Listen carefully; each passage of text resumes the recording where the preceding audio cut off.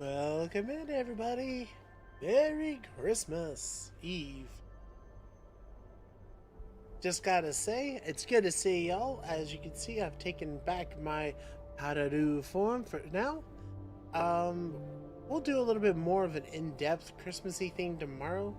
Probably not terribly long, but just something fun to talk. But today, yeah, we're checking out a game called Never Alone, which I'm actually really excited for. I was looking for a good winter game to play that wasn't Cthulhu Saves Christmas. We played that once before and it was pretty awesome. But also it's long. So I thought I'd find something different today. And you know what? We're gonna learn something, I think, because this is supposed to be a a puzzler platformer that is based around Inuit culture. Now, I may be saying that incorrectly, and I apologize, but I thought it'd be pretty cool to check out. Oh, we had a big old skipping something there. What the heck just happened? Merry Christmas. Oh, by the way, Kat, just FYI, your computer is still playing Final Fantasy XI music. But I don't think the mic's picking up, so we should be fine. YouTube is not receiving enough video to maintain smooth streaming. What is happening right now? Why is everything so sluggish? Weird. Let me see if there's anything I can close real quick. That's not a normal occurrence. Let's get rid of Discord. Yeah, no, I'm seeing that we got an issue popping up here, and I'm not quite sure why. I can only surmise it was the internet, though, because at least on my side, the stream is saying it didn't miss any frames.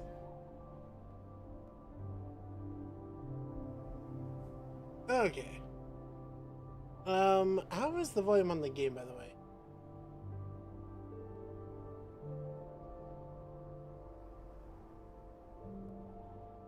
Let's see. Actually, one sec here.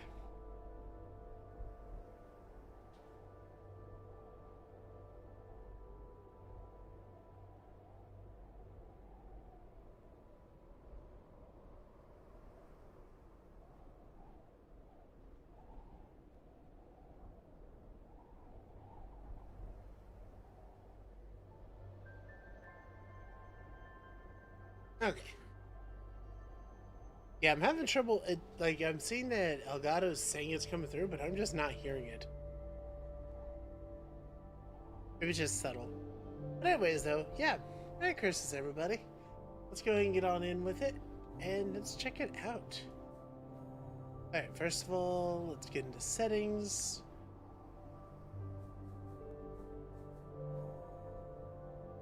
Video settings. We do not... actually, that'll be fine. Subtitles. Inside subtitles. Oh, that's interesting.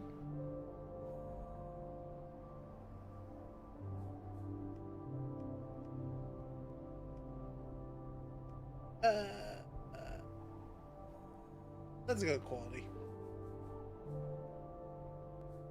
Actually, wait, no. We'll stick with the performance settings. Just in case we got an issue that happens. Okay, audio. Yeah, that's like... It's maxed, but... Man, I'm having a hard time hearing it.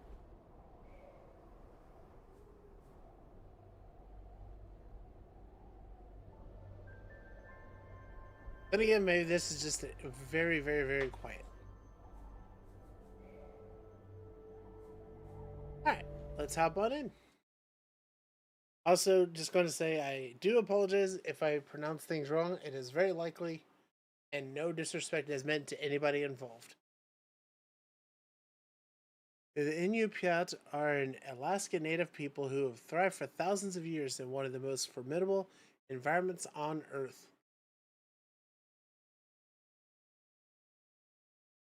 I don't know what that arrow is. It says watch insights, but I can't do anything about that. Oh. Oh, it's that button on my controller. Okay. Very cool. We'll take the time to actually. We're going to look in on that afterwards. Unip kaakote aksiikpin. Taalaqanirakan nasuk unip kaaktuaq qaawiurakama. Iviaqsiaqarualuguuq iñuuniaqaniqsuq angayuqaagamani. Sumiteemma. Is that a bolus? Iviaqsiaqarualuqamuniallatuneqsuq. Aasiisuraqallavluni supayaanik.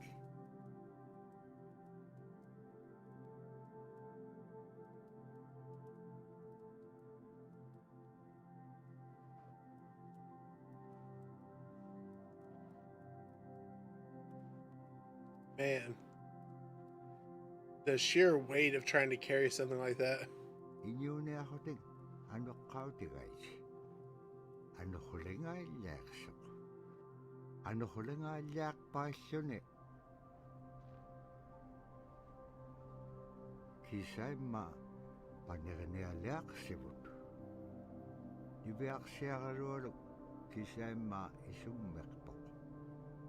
Tapraasi kangitsaquaqsigaasumman anuqlisugurukumagaan.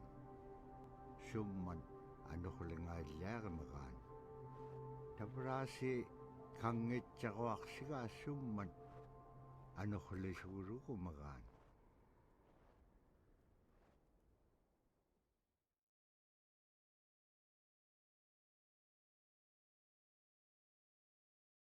Well, actually, I guess if they're presenting them this way, you might as well go ahead.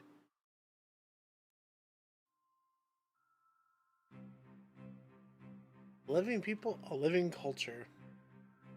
One of the things I think a lot of people need to understand is we aren't a museum piece.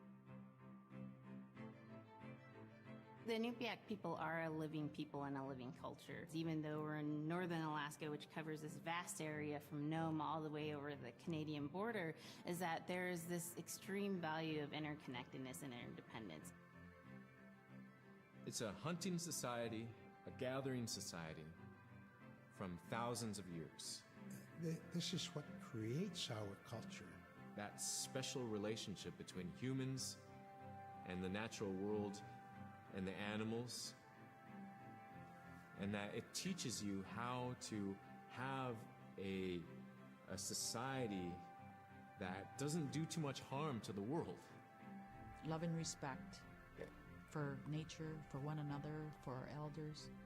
Very, very fundamental value, key to life. Our values are something that bind us all. The importance of sharing with one another, the importance of spirituality, and the connection to the land, our traditions, how we hunt, sharing of stories and songs and dances. I'm Inupiaq.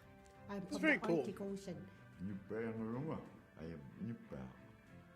It's very important to me. It's who I am as a person. And we're very proud of who we are, and we want to continue that. It's very cool getting these kind of insights on the history of the people, though.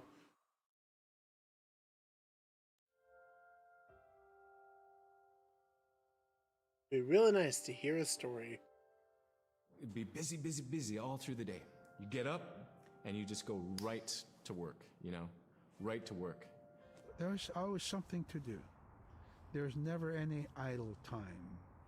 The only idle time we had was after we eat and before we go to bed. One of the older people would just be relaxing, laying down there and saying, it'd be really nice to hear a story. And then just organically, someone would just start telling a story. Storytelling for the Inupiaq people is very important because it not only created that sense of community, but is a way to pass on wisdom to the next generation. It was like TV, It was just like, it was as good as any movie you've ever seen. I gotta argue, Storyteller stories are told probably it so cooler. clearly that it was just as powerful as any of the greatest movie blockbusters you've ever seen. There was a reason behind the stories that we were told because they held traditional knowledge. They held things that we might need to know in life, whether it was about how to find food or how to survive, or it was about well-being and the importance of connecting with people and being a good member of the community. We all do stories. We all live in stories. We all tell stories to our friends. And they need to be told. They need to be heard. There's something very interesting about the clash, but also interplay of modern societal ideas and technology with this ancestral culture.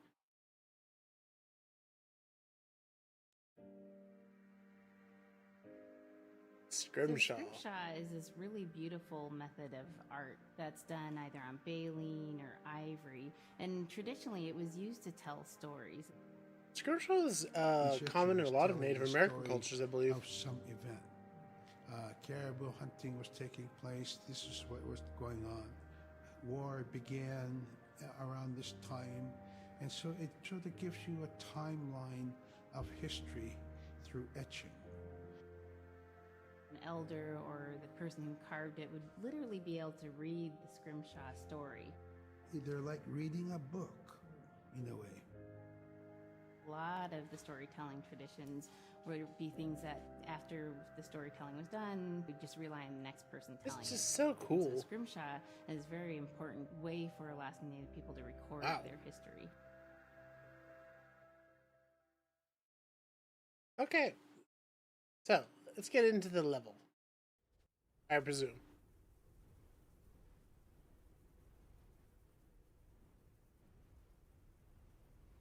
Ano hulak pa sili, sunira ka na chokunni.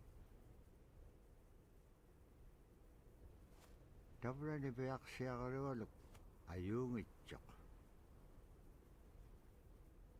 Pajagni uliksok.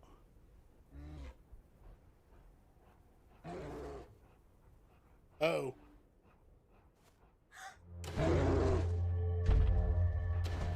Yep, running is a good idea.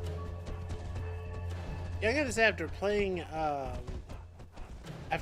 Little Nightmares, we got some. Wow. Oops. Kind of like hold him in the middle of the run. That was weird. But after playing like Little Nightmares, I got a new appreciation for this kind of narrative storytelling. Yeah, that weird hesitation it made. There we go.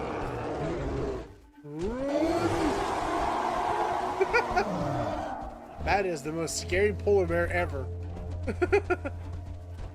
Thank you for the redeem. That was even timed well. Oop.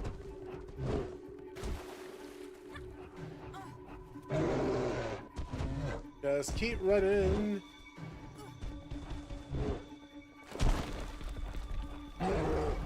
That is one hungry polar bear.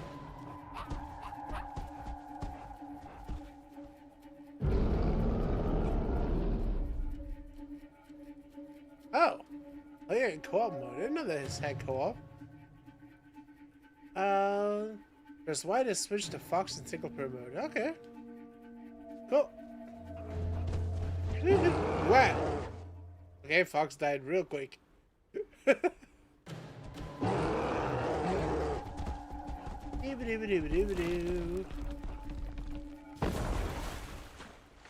that sucks to you, buddy.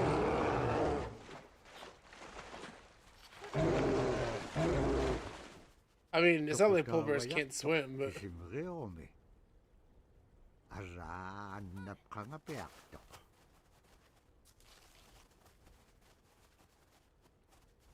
Okay, let us know, Fox, though. The weather did not clear up as a blizzard was followed by yet another blizzard. Dang.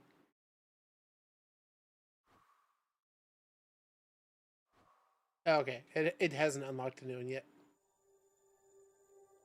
Yeah, what an interactive cinematic experience this is. And the fact that they actually consulted with their culture for this is just really, really, really cool.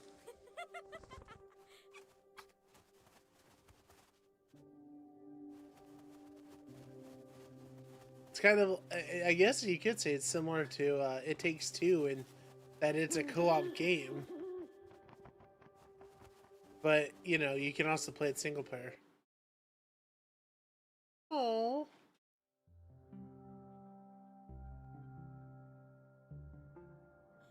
When I was Patrick growing foxes are up, cute. my grandpa had a pet white fox. If you're a good friend with a fox, when there's danger abound, they try to keep you from getting into trouble. They pull tricks here and there, and foxes are like spoiled little kids in a way. When you let her out, she'd go prancing out in the snow, jumping in the air. I know she was happy then. Come running at me and jump on my chest, knock me backwards, lick my face, and I try not to let it. So that was my memory of my grandpa's pet fox. That's so cute. You know, that reminds me of one time when I was in the mountains of Colorado and it was really foggy out. I was in my car and I had to go real slow because it was so low visibility. And I saw something like dart in front of the car and I stopped. And then I like actually looked out my window and there were two fox kids that were like literally playing and running circles and stuff around my car for a good like 4 or 5 minutes before they just dashed off down the mountainside. And it was a really special experience. It was really cool. Foxes are just like dogs, really.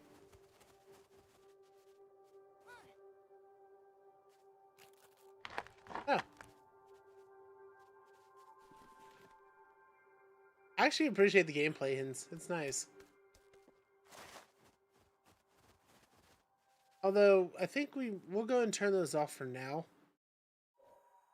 And if we get stuck on something, we'll go ahead and make sure that we pull it back up. The fact that it's an option, though, is nice. Alright.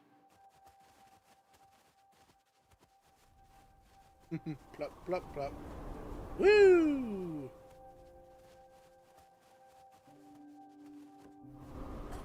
Well, dang. Yeah.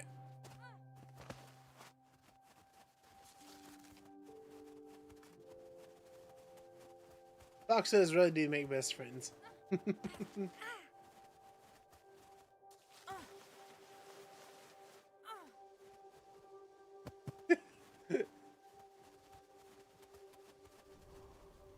I'll beat it. What?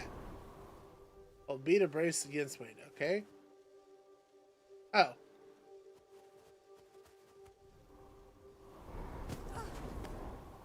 Ow. Okay, that one's gonna take a minute to get used to.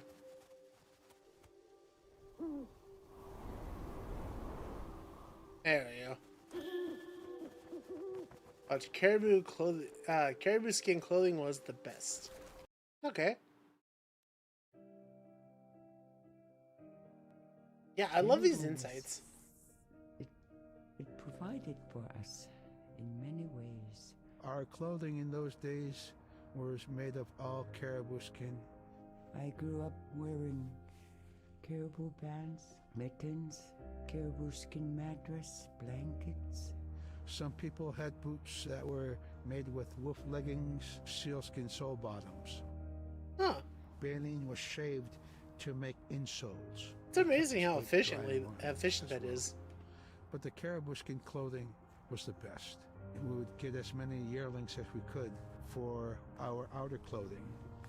And for a heavy winter, we would get caribou in February or March because the hair was the longest and the skin was the thickest, and we would use those for our winter gear. With that stuff on, you could sleep outside in 50 below and it wouldn't bother you a bit.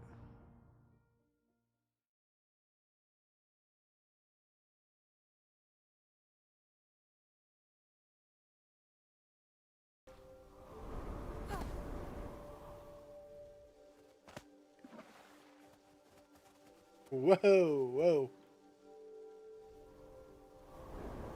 So yeah, that's actually pretty cool though. I like that idea. That Iveaqsiaqalualuk kangersingaluq supayaat ikajorteqaralivilugut.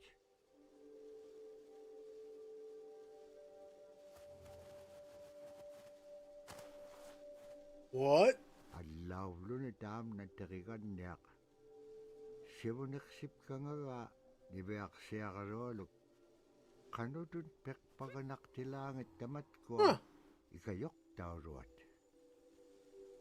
What a cool like mythos this is.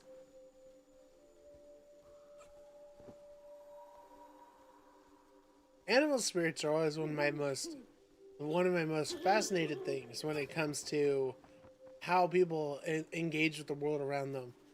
Being able to identify the animals and types that are like most how do I put this? Most in tune with being willing to work with people.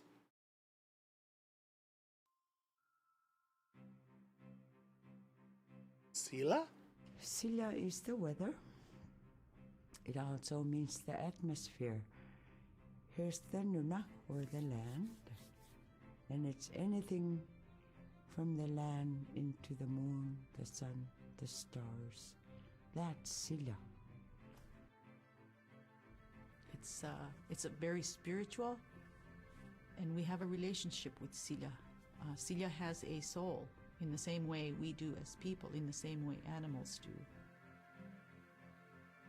I think spirit helpers in and of themselves are really about how we're connected with things. And so it may be that there is a spirit helper that shows themselves as a bird to show you the way home, or it may be a spirit helper that actually decides to show themselves with the face and body of a man instead of their animal form. And so I think one of the things that's hard to understand is that it's not one way of seeing things, it's one way of knowing you're connected to everything.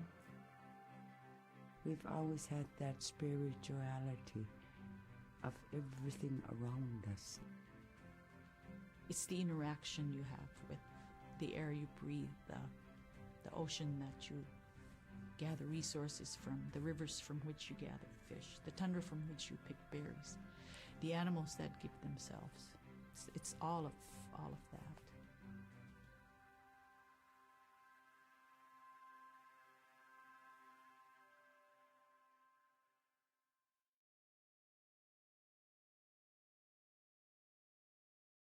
I don't know, what are you guys saying? Should we continue watching all the insights as they come up, or should we go ahead and just do like a run through of them more towards the end?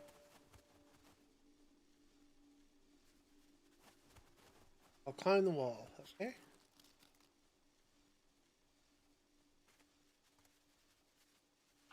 Oh. Oh, okay.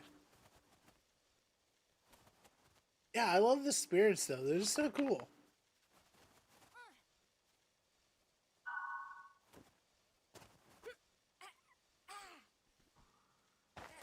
Liveaqsiaqalualugulu teriganniaqalu ikayuutipiaqtuk.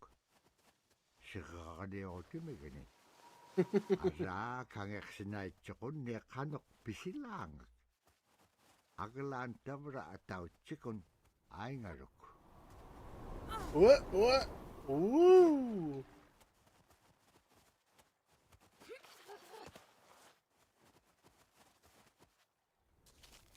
Waiting for the next gust. There it is.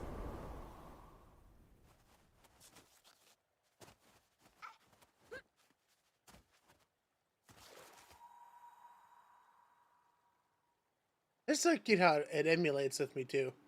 I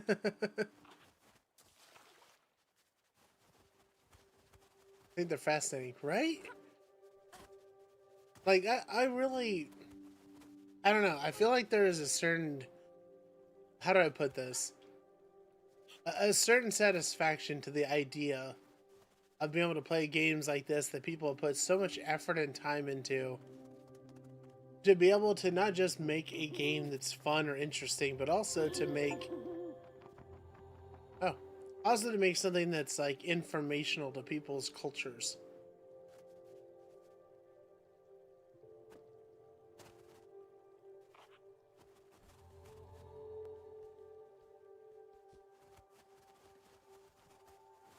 Ah, there we go.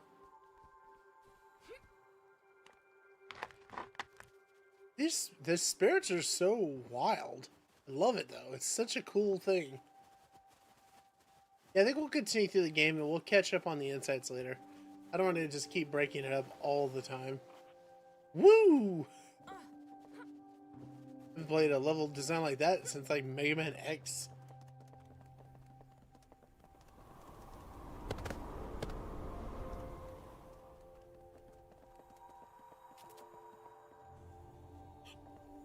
Ah, good quite get the jump there.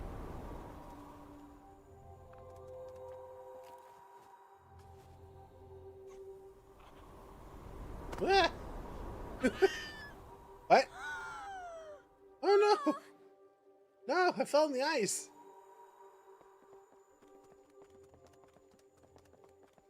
Oh. Well, thank you, game.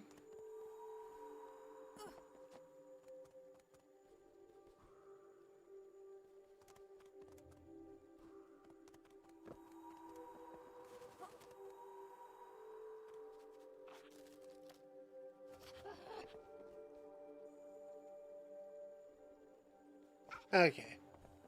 Trying to figure out when the next storm thing is.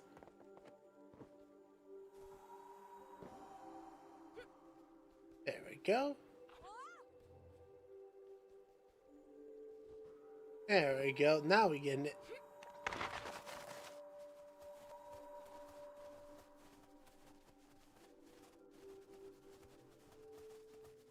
I am excited too that there's like a sequel. Oh no.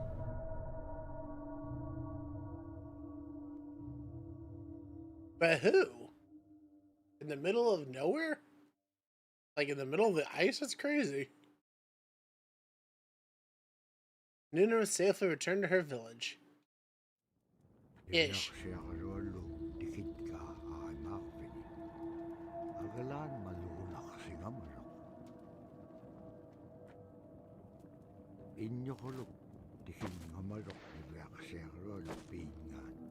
Huh. Oh no, are we talking like an ice miner or a gold miner?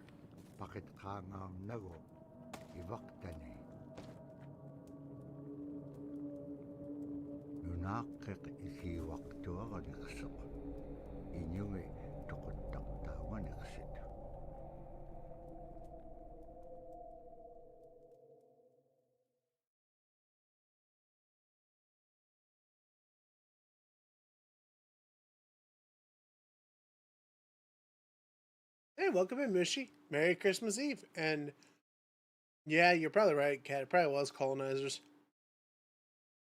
But they're colonizing. You gotta figure there's gotta be some reason for it, though. I can't even imagine what they were trying to find out there. It is said that with each gust of wind, the powdery snow blew in every direction. Dream's liking again? Hey. Okay, hold on a sec. Let's see if I can figure out what's going on with this. It's so weird that it's doing that, because, like, we were fine before.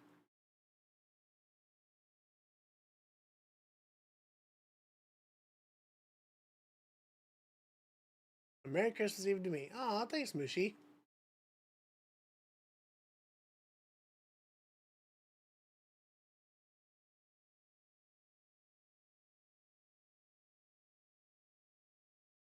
Well, you know what? I have this to say, Mushy. The best kind of present I can give you as a streamer. Oh, that's so loud. Every time. Why is that always so loud in my ears? Yeah, enjoy the Christmas sub, Mushy, and have fun with the emotes. I really don't know why that's like 50 times louder than everything else on my stream.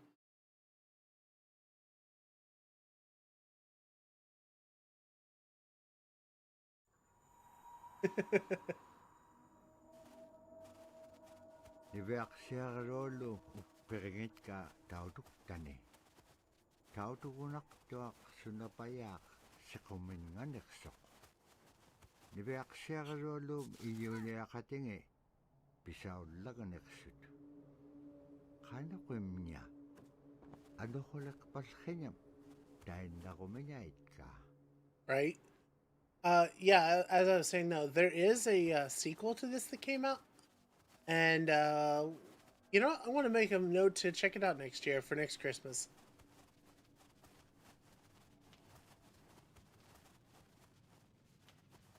Man. The spirits are so cool. Tumawak tuaming. Kaharakpam inyo liptakto. Sumalagulla kami. Nibiaksiakalulum pichinyingani.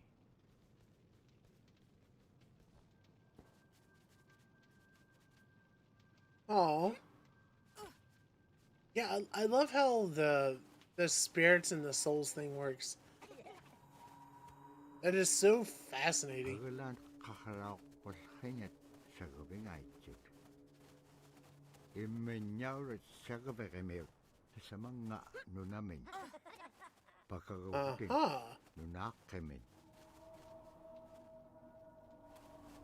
Whoa! Woo! That was a hyper jump.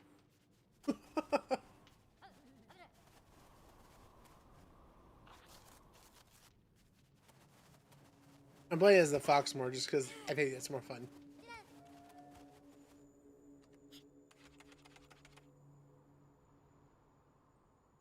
Okay. Alune, can I get your help real quick? There we go.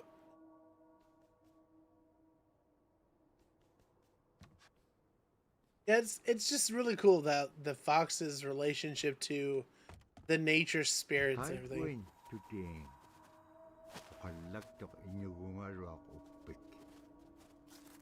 Oh, I thought we were going underground there.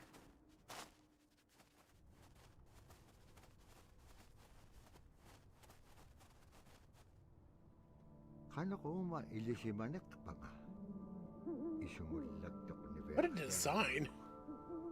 Ano kita pula kau ngagik pen hilaw tika piup ko ikayo ko niya kalawik pen kimon dahil nanakek sa bakit ilanga.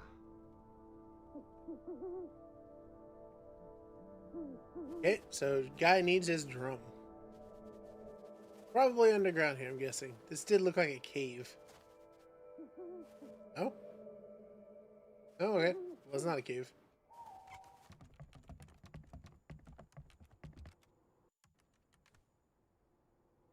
Whoa.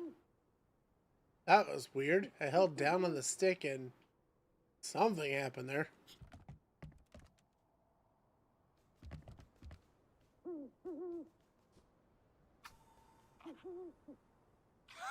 Whoops.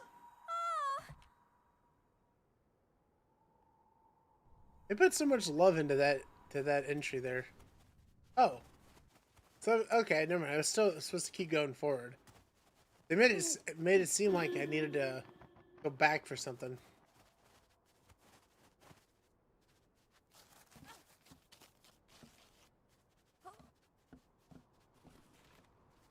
There we go.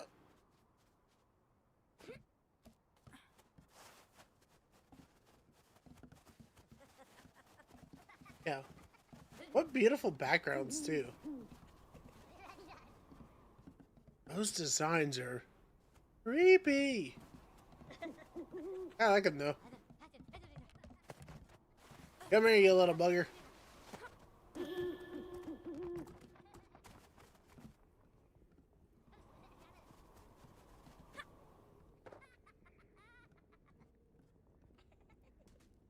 Hold X to grab and move object. Okay. Oh.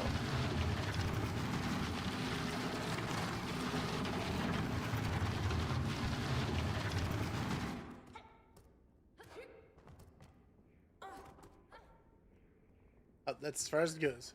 Okay. Alright, little fox. I love the underground caves thing. This is really cool.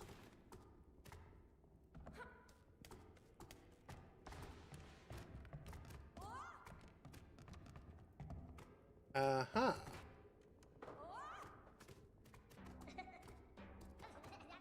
Okay, so assume we're supposed to come down here.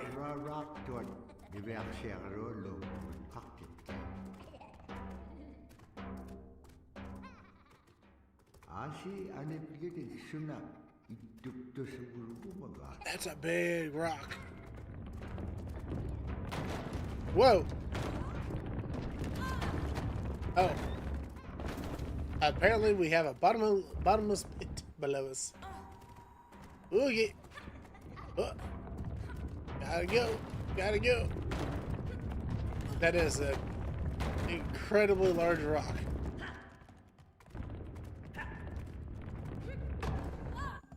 What? Huh. All I did was make contact with it. That was weird. I guess it's the lava rock or something? Oh, kind of weird.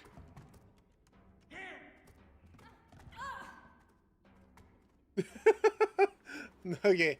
The graphics on it are a little bit janky here sometimes.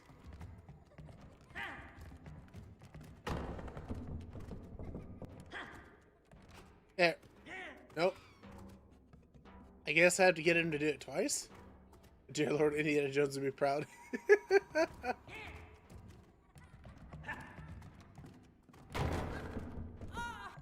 So, okay.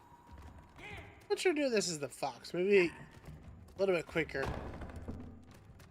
Yeah, the fox is way better for this.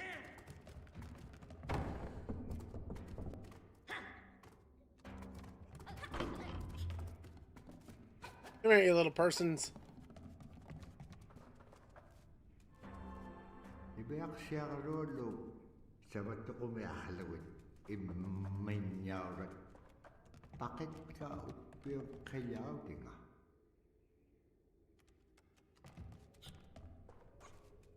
Okay, but now my question is, how do we get back? Because that thing just like destroyed all the stuff.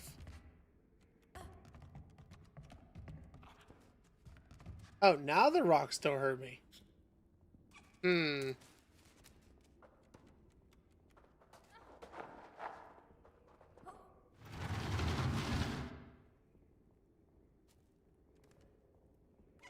Around, little foxy friend. There we go.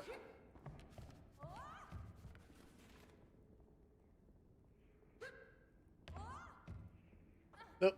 Oh, other side. There we go.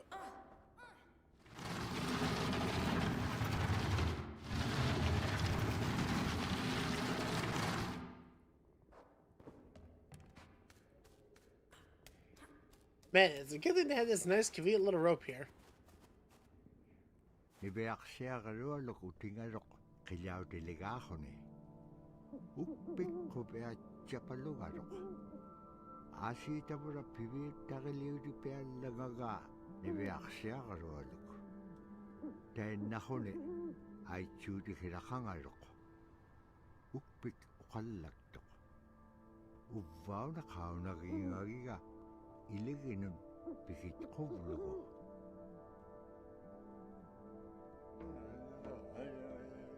What is it, like a righteous bolus?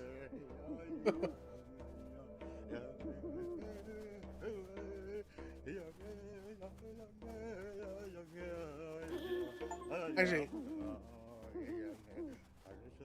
I kind of love it, actually. They give him a little voice and everything for it.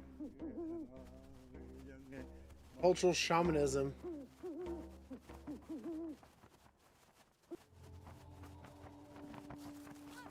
All right.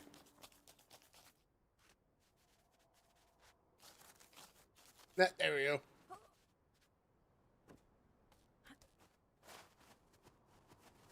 Alright, so we should be on our way now. We have a bulla.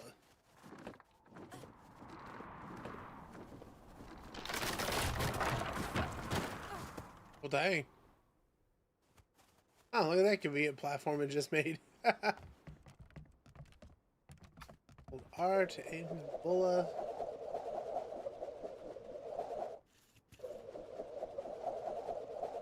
Okay, hold on. Hold it and then... Oh.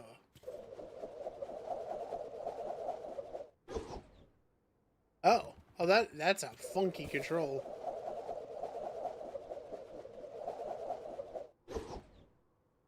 Huh.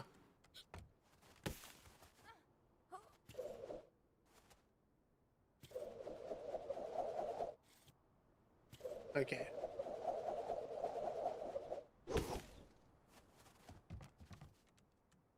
Yeah, this is definitely gonna take a bit of getting used to. Oh. Fair enough.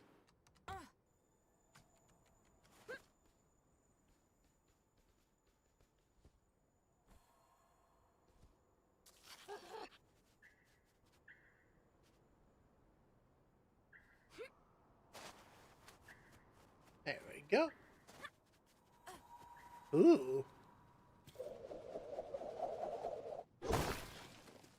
Sick.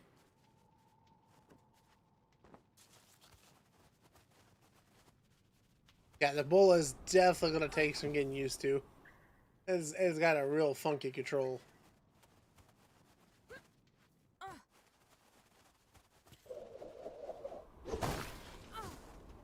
Tabratain na igilehotik. Libeak siya rolum ato ka upium achuta.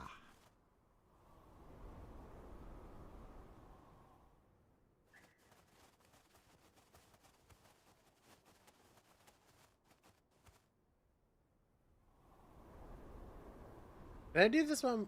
Nope. Okay. Can I do that while I'm laying down? Wow.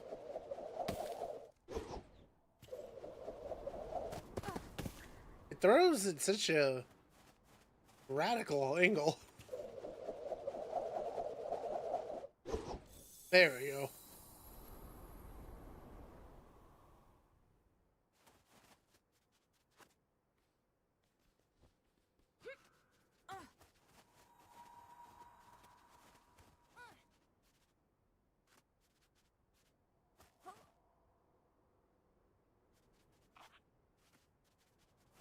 Oh. Oh, the fox can lead the spirits. Oh, that makes sense.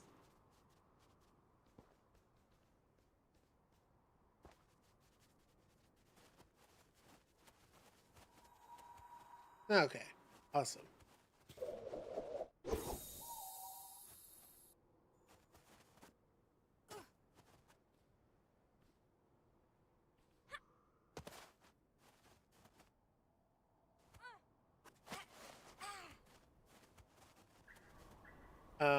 Okay, so the co-oping fox doesn't work so great. Or the automatic fox doesn't seem to work so great.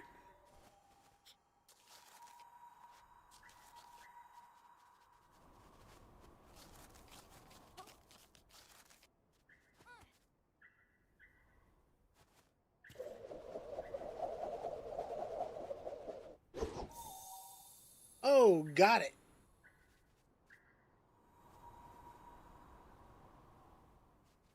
Hey, where'd you go?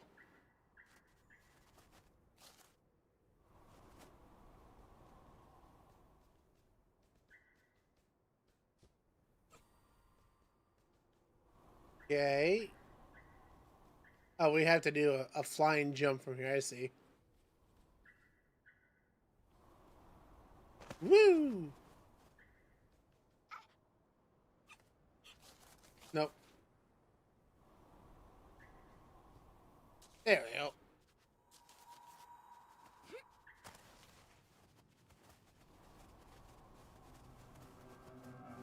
Sila tanig nunaking mata inyukulok kasawag. Man, dude is straight evil. Inyukulong tao to kami yung lutkakawa. Don't stop. Don't stop. Nibeak siya karuado sa pekinakasimar. Oh, we just like got stuck. Oh, we had to use the bullets. Okay. No! Nalip sa piak doktor to kami yung kilamitaw. Ibak tani.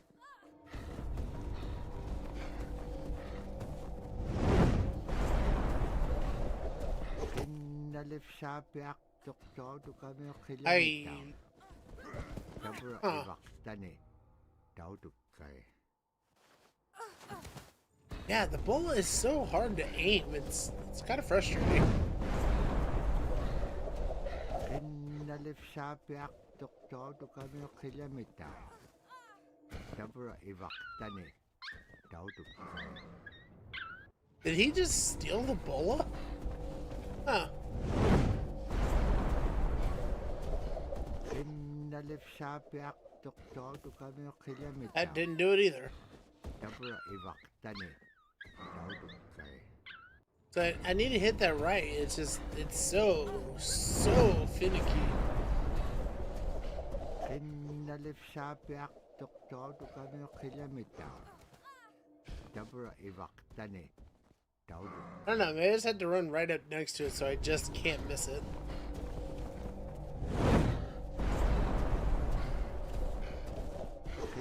There we go. Sapiak doktor tu kami kilometer.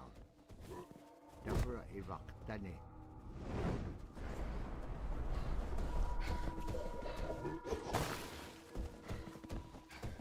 Alright, don't be fancy with it. Just do it.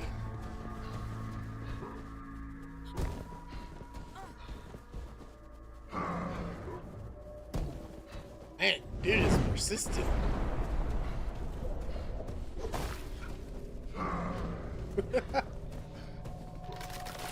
Ah! Oh, okay.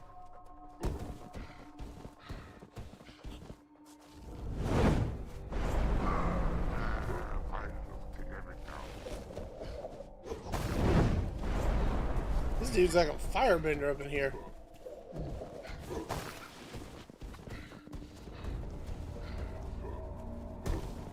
What is he even throwing to get all this fire anyway?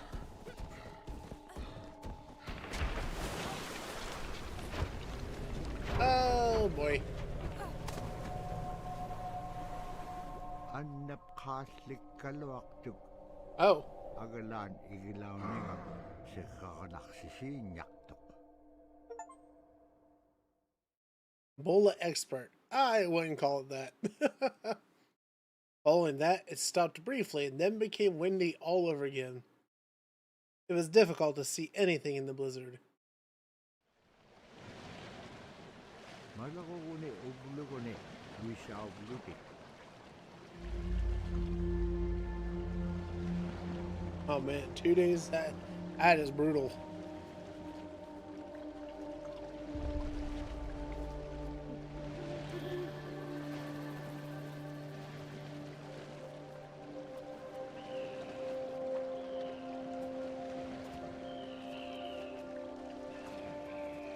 I mean, it's definitely kind of like, well, I mean, you're not theoretically going to die of dehydration.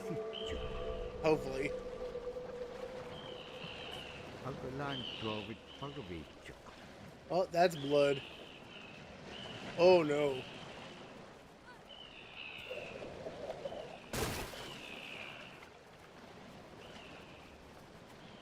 What are we fighting? What's going on here? Siku nalunak tu hanok igilagan niya silang.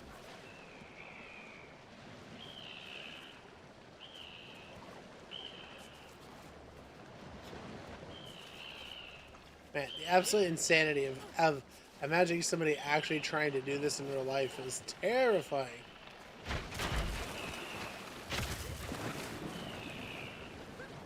It's like, yeah, everybody knows the story of the Titanic. That's pretty much what this is. You're one step away from just that being your life.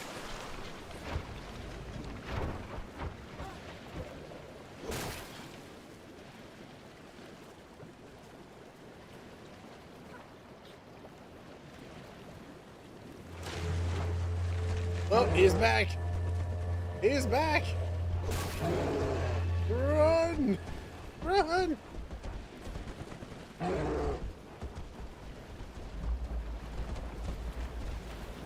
Yeah, this is like some real tenacity of the people here.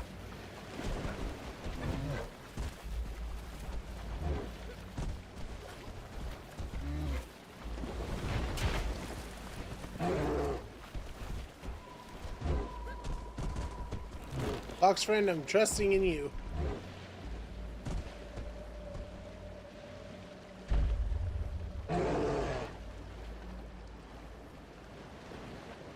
Okay.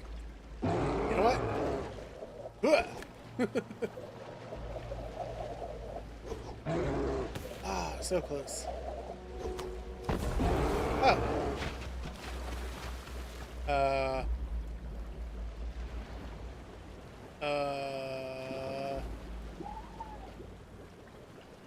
Huh.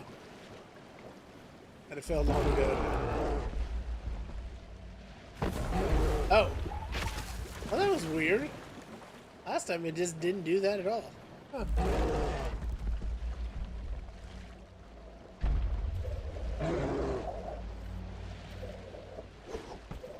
Uh-oh. What? Okay, okay. Oh! You know, little fishies, you gotta come sooner. Just saying.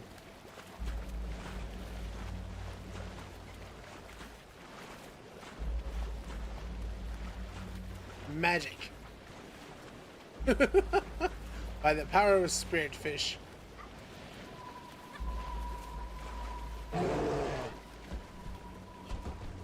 You know, when you think about it, a polar bear is an absolutely terrifying predator to have to deal with. Whoa.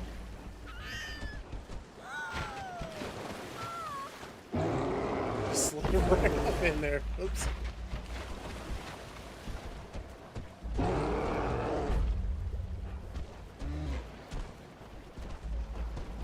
Alright, let's try this again.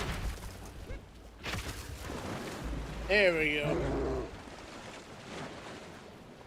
Pisasa ko may akalo ko nanok. Anak ko bito. Inetitaka bito. Kakame nanok. Ikat jalay. Right?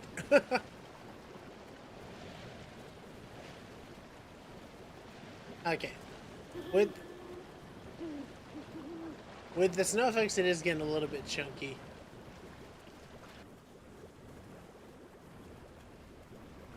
Agalan naman nano na Allah.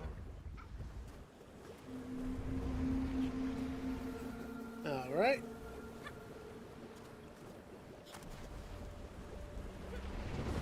Whoa.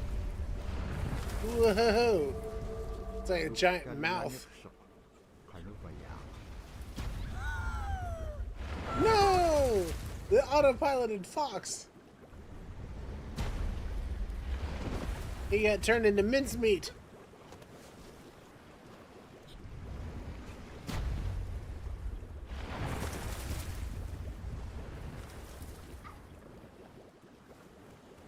Alright. With me, little foxy. Let's go.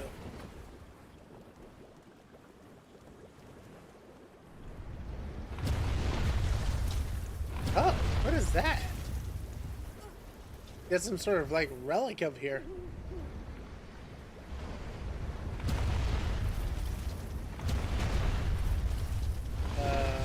Okay, that did not work.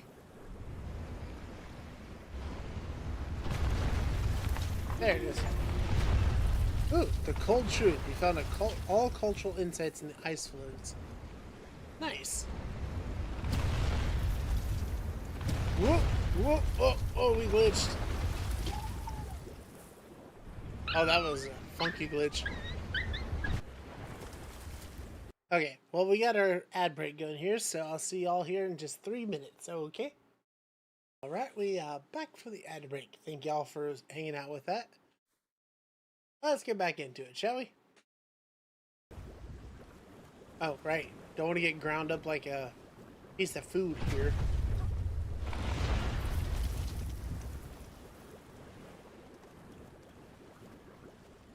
Man, this just reminds me of some Mega Man levels from back in the day. Ooh. Also reminds me of a couple of other platformers back in the day. Hey, welcome in, Saki. Stream's going pretty good. Learning about Inuit culture playing this game. How you doing today?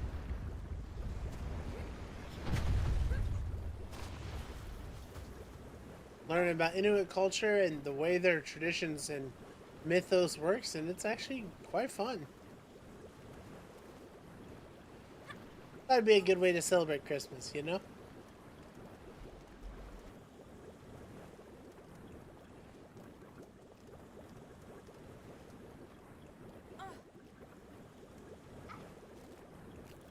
Aha! Oh. Uh-oh. Tapko tikisyakkak nannupsit langa. Asi pinamagili syokay. Tikisyak tuot. Okay.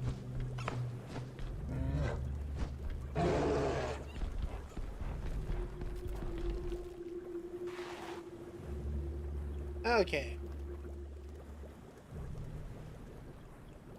So, what can I do with you? There. Huh. Yeah, moving level parts are always fun.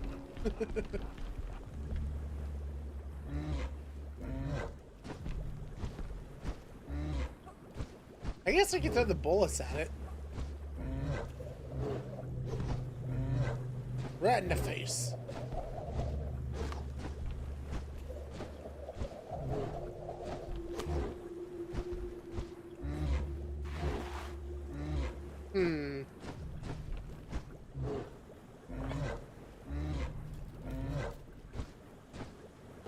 Oh.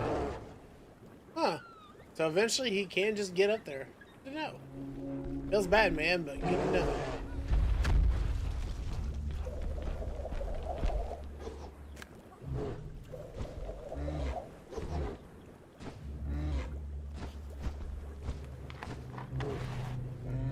Okay, so what did we miss previously?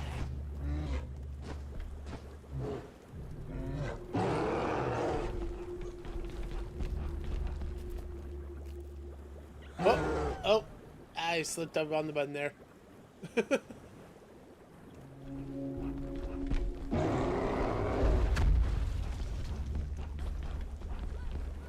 So yeah, throwing the bullets like this doesn't do anything. So maybe if we get him turned around.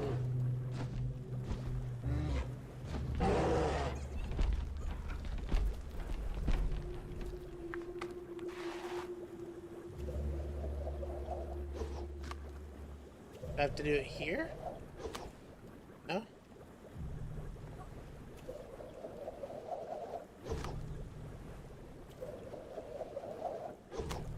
I don't know where that's going, but it is not going where I want it to. Woo! Woohoo!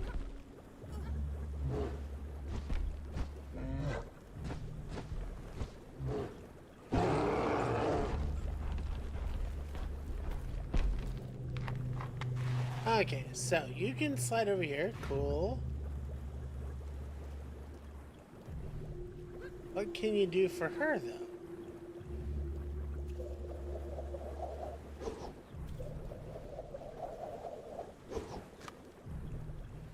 Wait, did that hit something?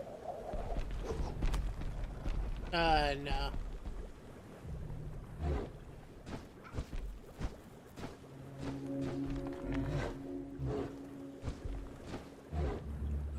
I guess I gotta get her over here to throw this at the door.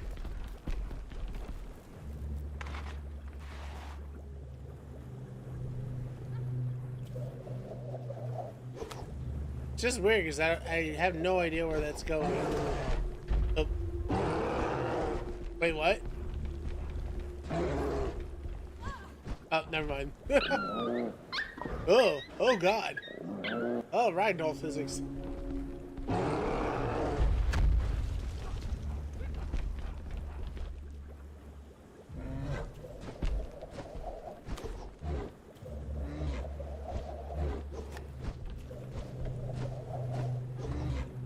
So I can do that and get it in the face, but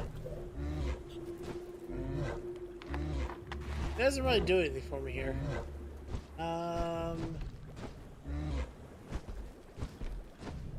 Okay, you. Stop it. It's like stuck on the motion. I couldn't get out of it.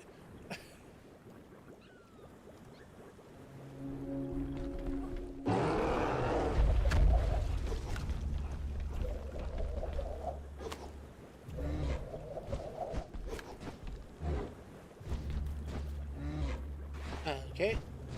Do that. That's the ceiling. That doesn't go anywhere.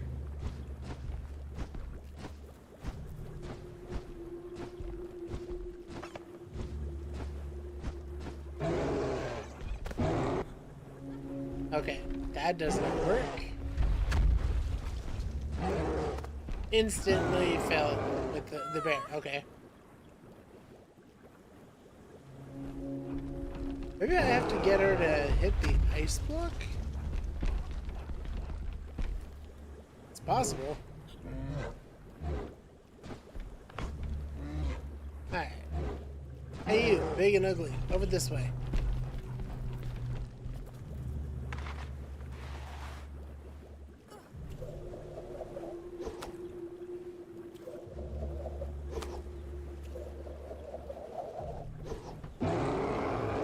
Okay, well that made him mad. It didn't, Oh.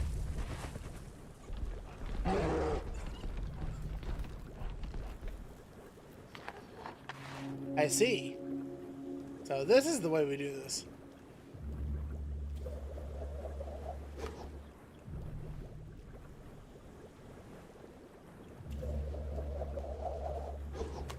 Nope, not quite.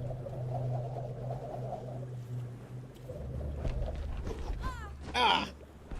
Ah, got it right in the face.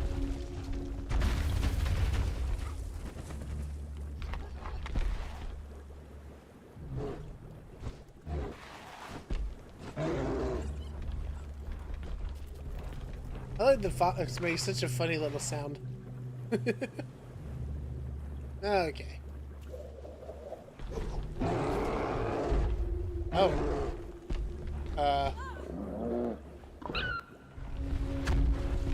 Okay. It's tricky to control this stuff. It really is.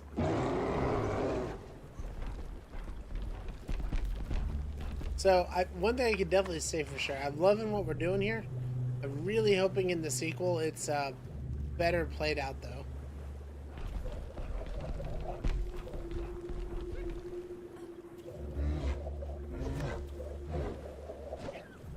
What? How? Ah.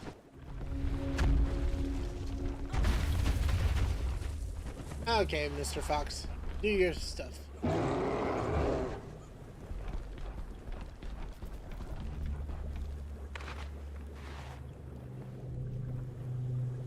Alright, you go over here. Throw it at him. Woo!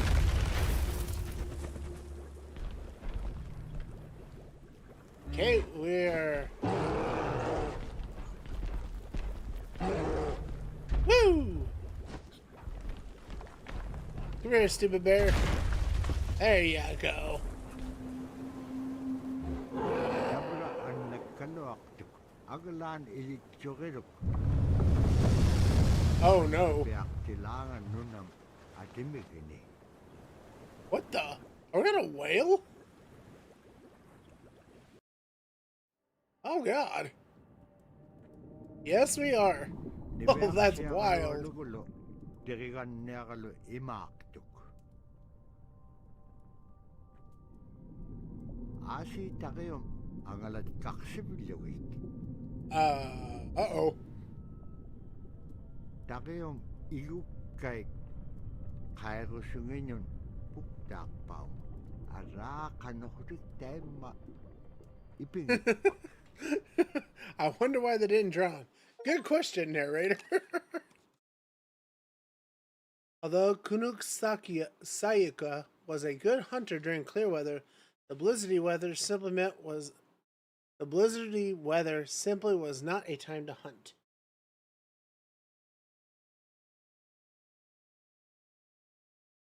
Man, if you ever thought your day was bad, just remember you You went out, you found a fox friend, and then the whole day just went way down the hill from there.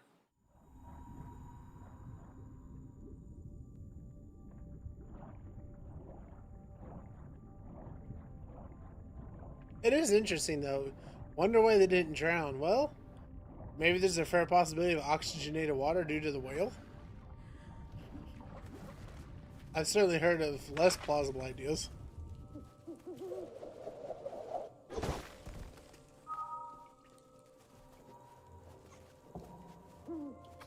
Wait, how? Subsistence lifestyle.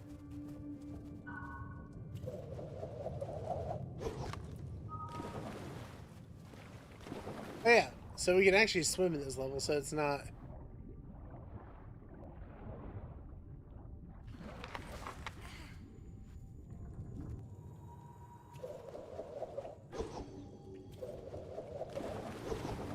Man, this is so...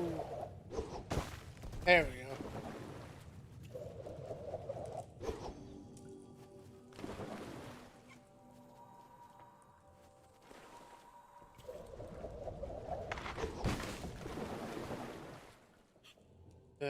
Okay, not quite as good for. I have some water potion, water breathing potions.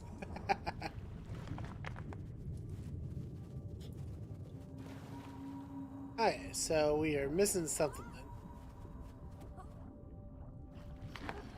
There was something else back the other way too.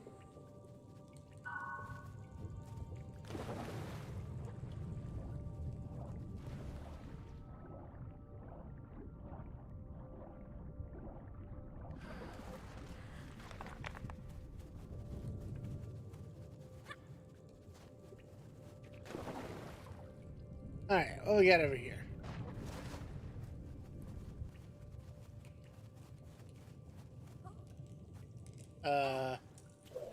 Nothing.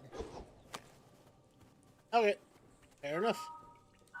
Yeah, I wish the auto pilot of the second character worked a little better than it does.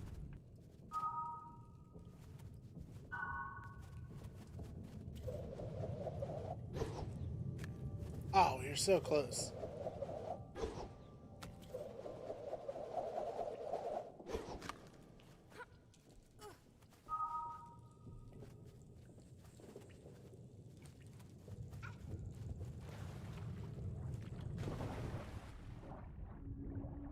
But to be fair though, I guess the fact that the auto doesn't really work that good is just a good enough reason to decide you want to play this with a friend.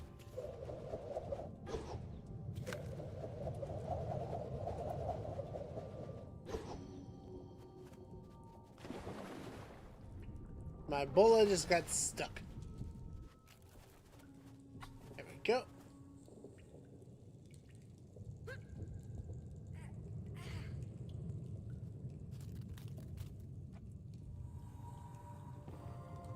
Yeah, the creature designs of the spirits are really interesting.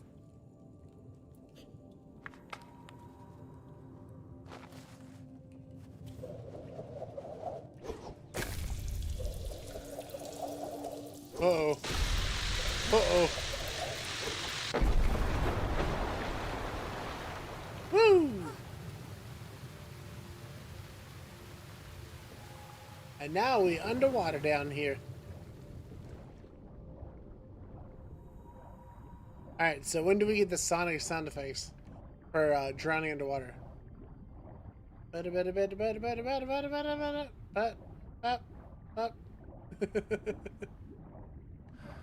Oh, what a huge jellyfish!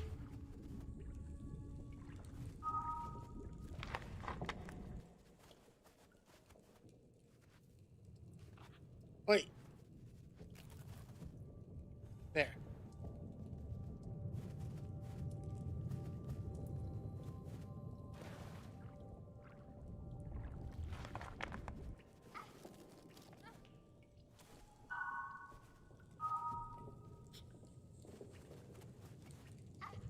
Oh, sounds that gave everyone stress. I know, right?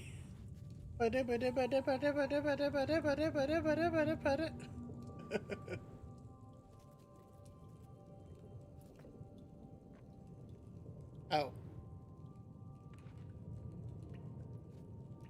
Oh. I like got stuck in the scenery. Okay. I was like, what happened?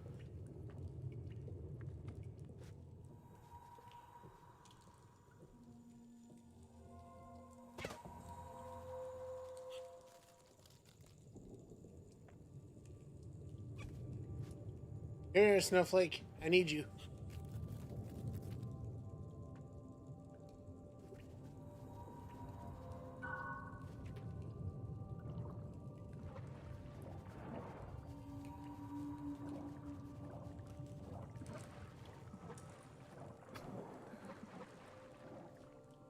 Oh. Okay, that does not work. She is currently stuck. There we go.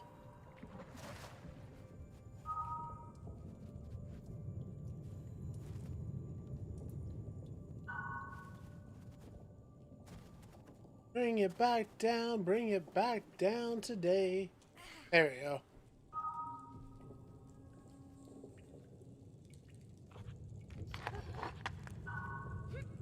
There we go. Now we talking.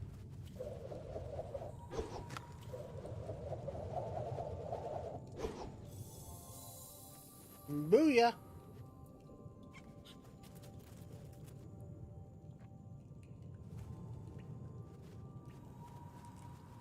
All right. Take me away, space person.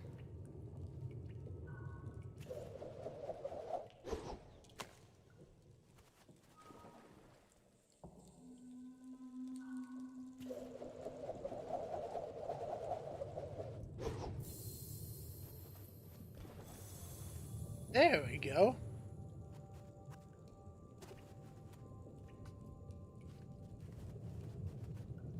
Oh. Oh, that's so cool.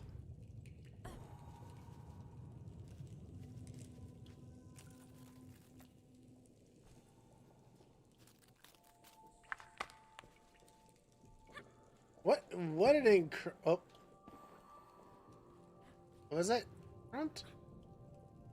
Huh. Oh, thank you for the hydrate and distraction. Welcome in, Gib. Merry Christmas Eve. Merry Christmas Eve. And also, because I am being incredibly generous for the holiday and want everybody to celebrate.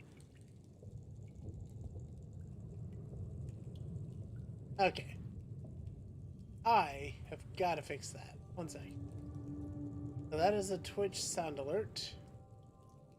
I am bringing the volume down so much on that.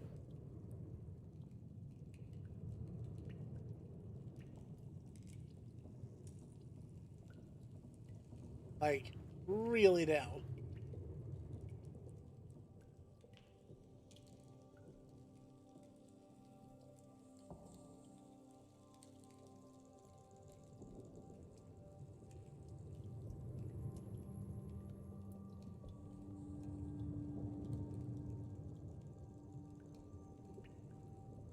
Okay, all of this stuff, oh, wait.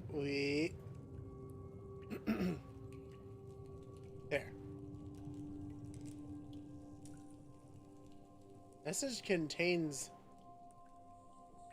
invalid or unauthorized emotes. Oh, hold on a sec. I just realized something. Do I not? Oh, I have messed up, I think. How do I not have PADORU up right now? A shame!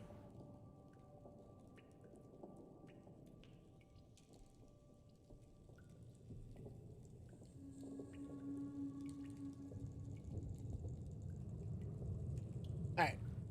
Sorry, Dab. You out.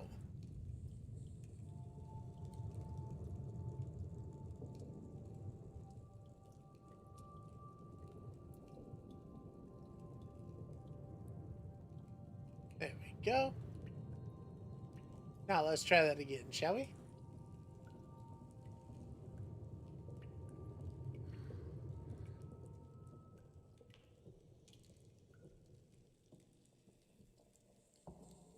Alright, sound.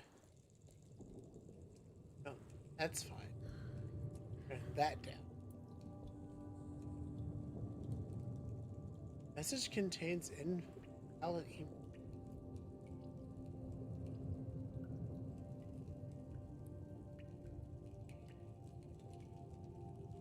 What did I do here? Hold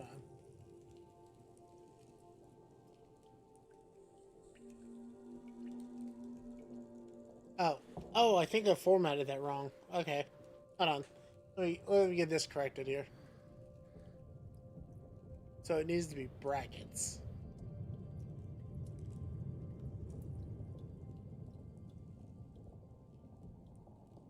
Oh wait, but it is brackets, so what the heck?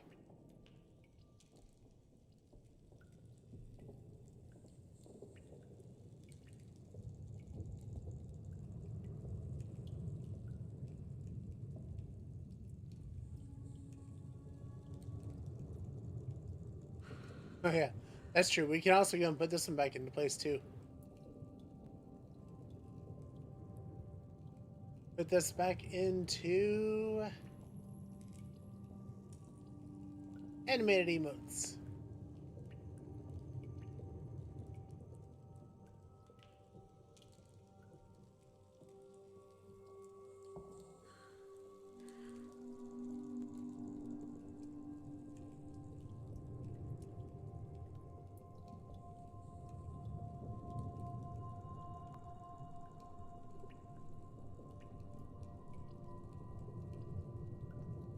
Okay. Sorry for the little bit of an interlude here.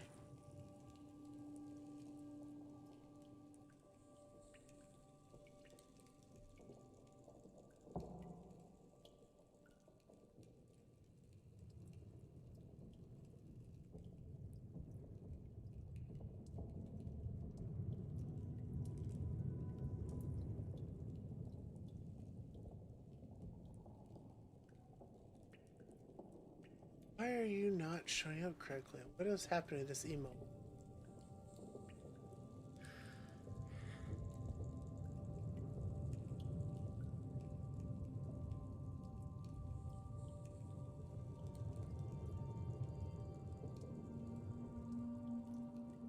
Oh, did I? Oh, I think I got it. Okay. Sorry for the goofy moment here. I'm trying to get this right so that way it's not screaming in my ear and it's also promoting the right emotes.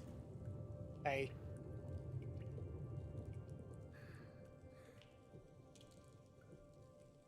It is only one PADORU. There we go. I guess I got a little too excited when I put PADORU on the thing.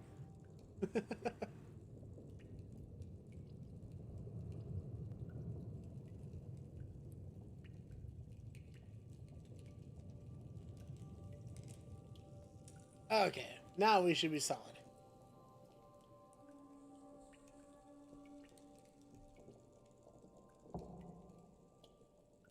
Now, let's see here. Make sure that we are caught up on everything before we continue here.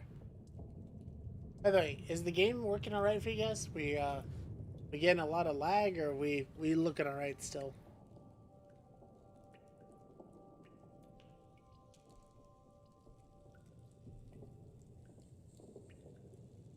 Oh jeez.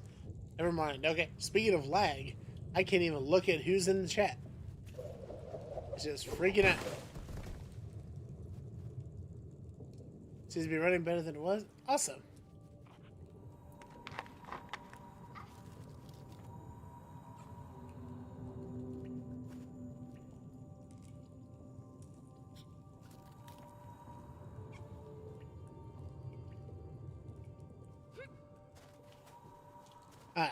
Having a whale of a time up in here.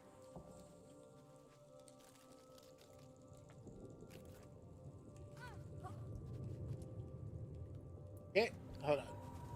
You, grab on here.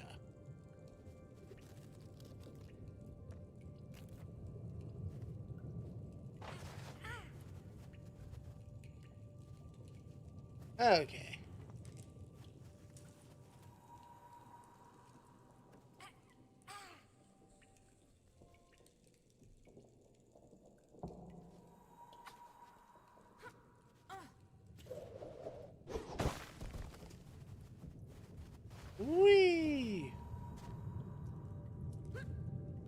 Oh, that's a lot of spikes down there.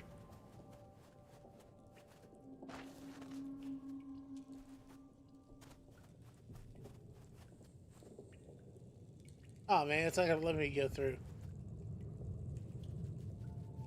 The game is doing good. Sorry for the late response. Is distracted with the game. Hey, that's fine. I'm doing good. Just enjoying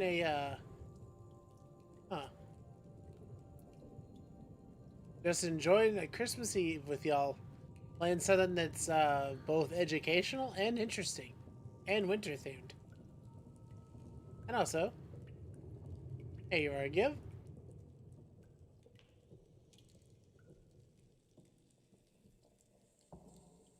Maybe. It's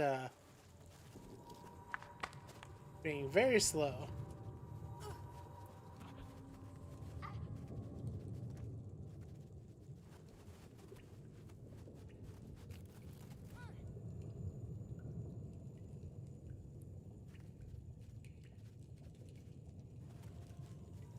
Oh, I see what we gotta do.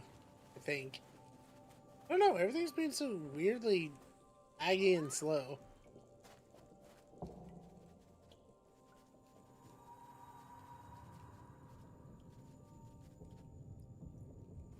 Leap of faith!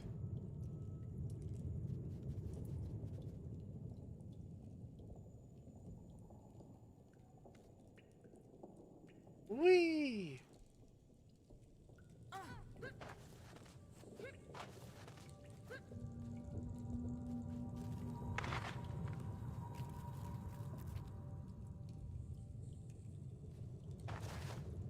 There we go.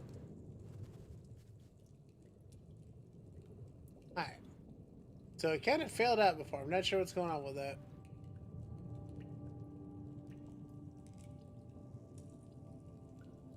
Let's go get lunch before I eternally merge with the blankets. No worries, Mushi. Thanks for swinging by. I hope you have a lovely Christmas Eve, and I'll be back tomorrow for a little bit, if you wanted to. But either way, I hope you have a lovely Christmas, and I'll see you next time. Got a lot of streams going on leading to Twitch. Yeah, Twitch is really having a moment right now.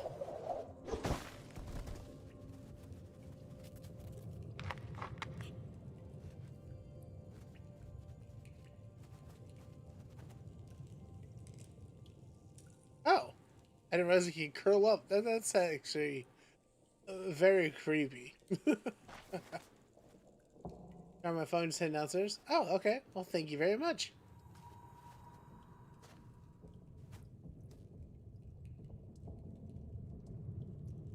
Oop, that did not work. Hold on. Gotta get that full Indiana Jones whip thing going.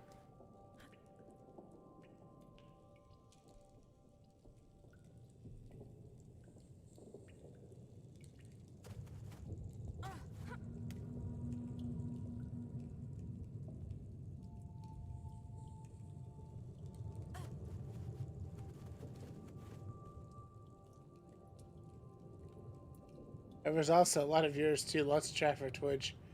Yeah, and typical Twitch, I'm sure they are not firing up any new servers or anything.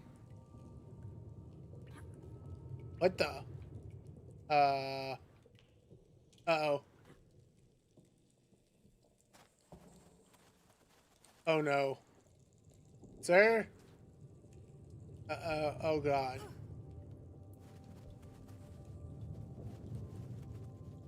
I think I broke his arm permanently.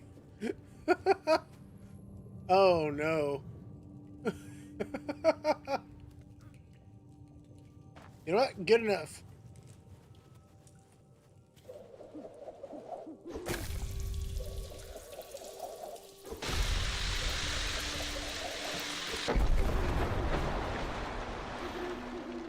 Yeah, the poor new alarm indeed.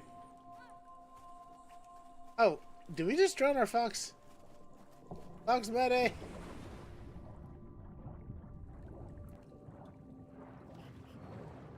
Looks like the dev thought it was smart to use rope physics. Yeah, the physics in this game are kind of wonky sometimes, but that's okay. I'm easily willing to forgive stuff like that. As long as I'm having fun with the game and it's not, like, just broken. fundamentally, you know?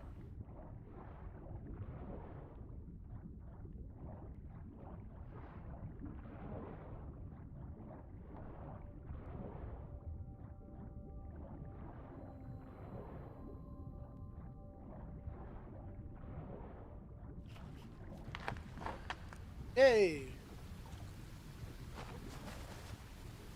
Yeah, third time, snow's all gone. Yeah, it's warm here. I'm kind of mad about that.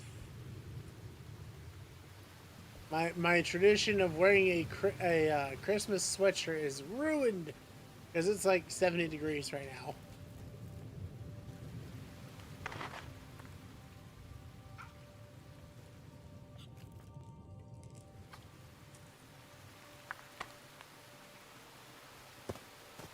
Wah!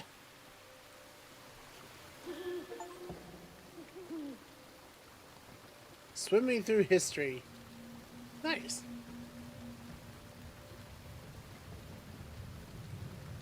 Alright, snow's the thing, I forget about it.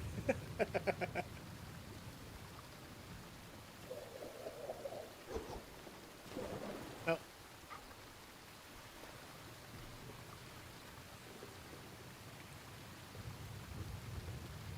It feels a bit unfair when it falls in the water.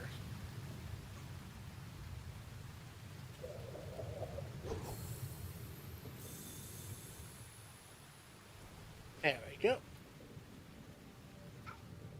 And just follow me up on the very curiously, weirdly, sort of cute monster. Oops.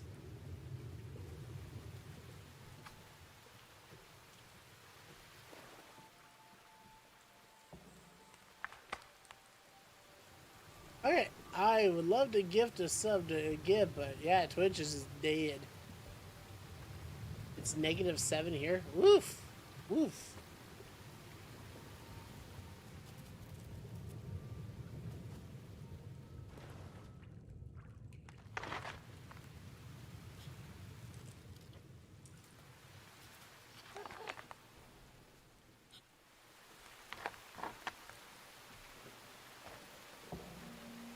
Okay. And up we go.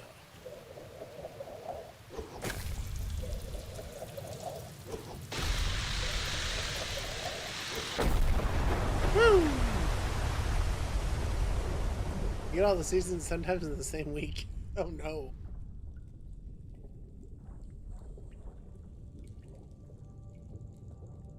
So yeah, to recap, we started out wanting to find out what caused the blizzard. We got a fox friend who knows the spirits pretty well. Then our village caught on fire because of some jerks. And then we were getting attacked by and chased by a very hungry polar bear. And then we got eaten by a whale. Nibeak siaralo logulo, terigan niagalo, shuflo like akabigom kingamigom. Shuflo like akabigom shilamon, ila kataktuak shilamon.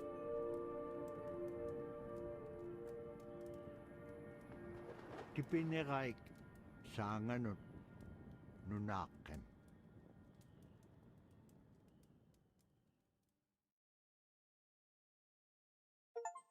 And by the way, just to give the background on this, in case anybody missed it earlier, this is actually a game that was funded as part of a historical preservation project for the Inuit. Specifically the Inupai, I believe it was. Inupai, I think. I may be horribly mispronouncing that, but the game is based around their legends and their history. And I think that's really freaking cool. I'm all about some good historical fiction that, like, explains a culture, you know? One day, he wondered, what, oh, what is causing the weather to be like this anyway? Also, too, when we get done, we'll go through and watch the cultural insights that are with the video, or with the game, to learn more about the detailed history.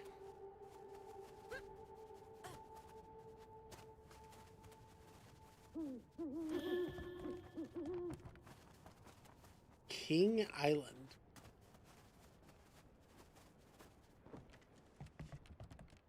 Uh-huh.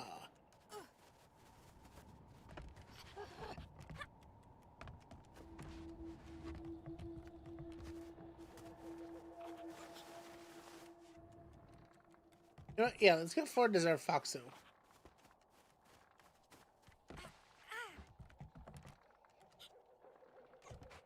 Tamna nunakek inyit kingainyaksok. Tainaptak pingabulugo. Ibiak siyakarolong ay makabiatu. Ow.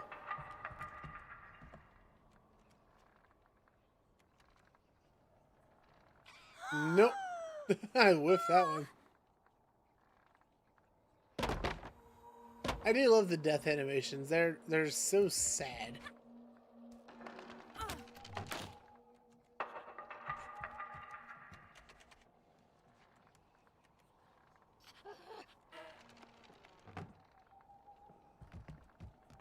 There we go.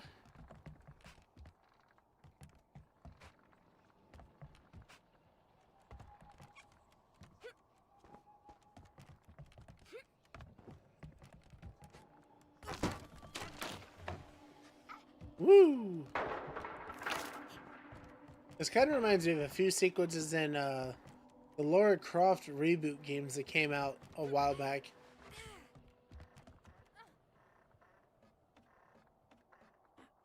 Oh, we have a letter. Kigo kayat kaumak titkat nunakek.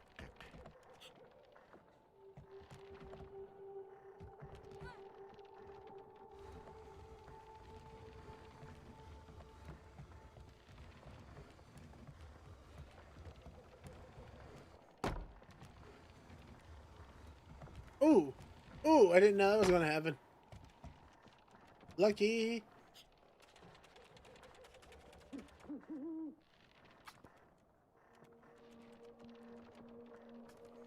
Alright, gotta push that farther over. Never mind. Yes, we cannot push that farther.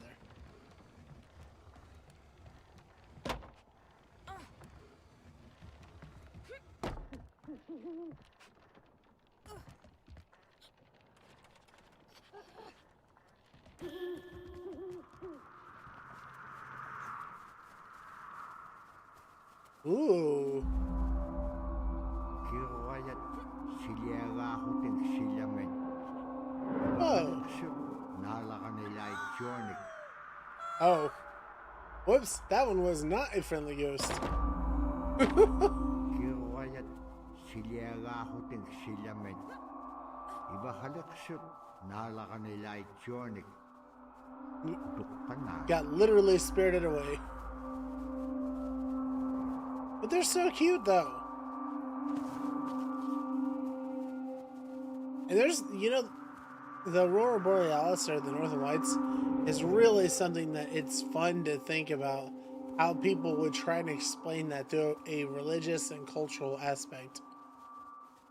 It's like, so why is the planet glowing weird green colors? The spirits that are going to take you to the underworld for not behaving. Sure.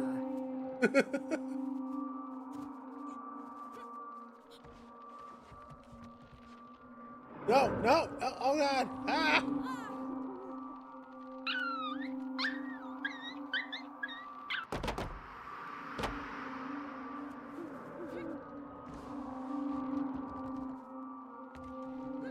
Run. Oh, come on. I totally made that jump. Man, the fox noise is getting me.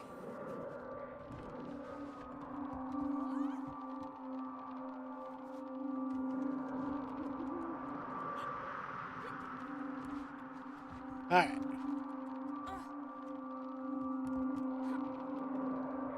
What? It automated me into the ladder. Oops.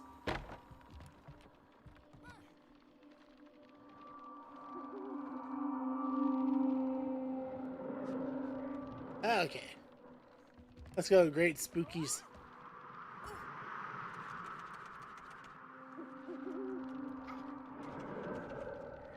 Go! Go! Woo!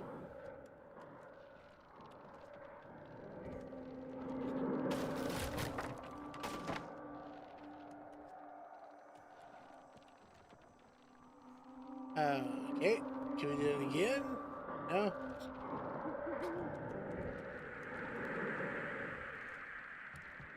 Oh wait, can she boa that? Nope.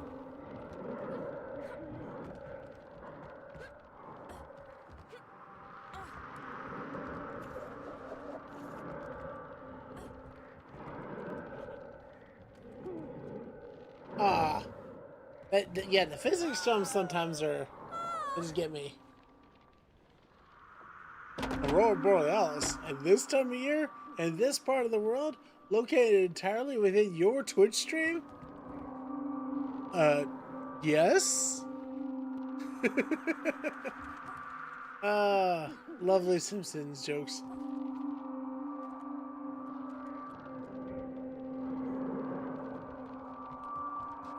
Okay, so she can only go up that ladder. She cannot go down it.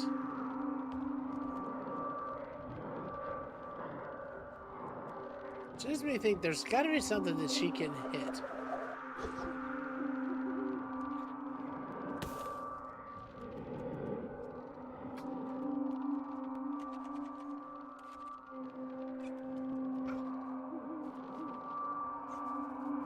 Okay, that's no dice.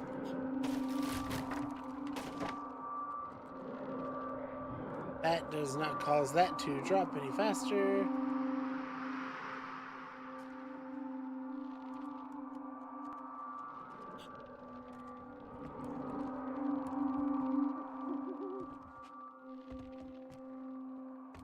May I see it? No. No, you may not.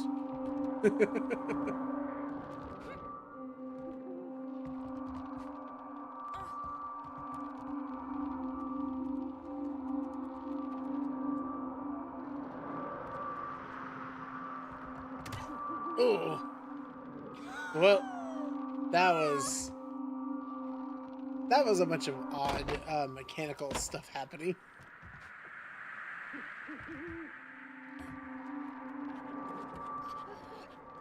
No. Ah.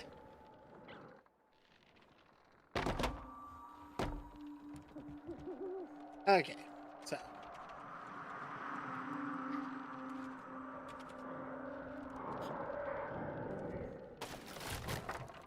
Oh, okay, I missed that swinging rope before. That was what I was missing. Cool.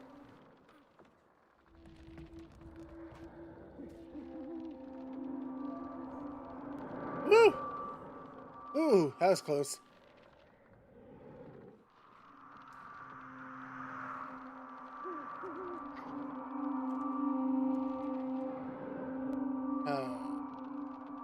Okay. Her swinging there does not do much for me.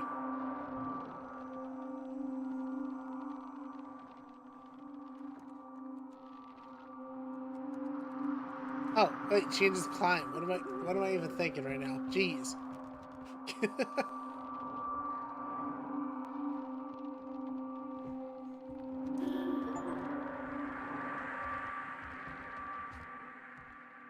Watch the month of night.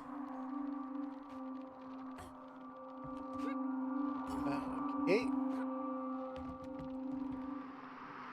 So wait, do we got okay, here we go. Cross and back. Cool. Make the jump! Woo! Get on to Crazy Town.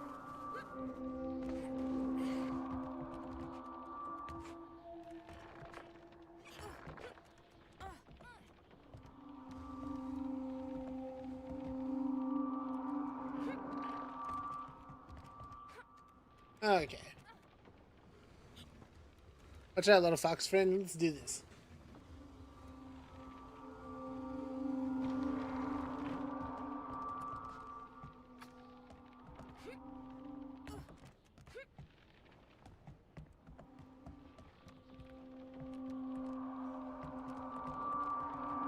right?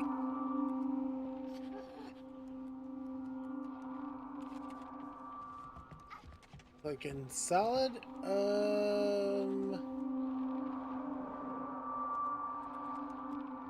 Oh wait, we have a rope. Let me go, game. There we go. Trying to get to let the rope down, it just kept freaking out on me.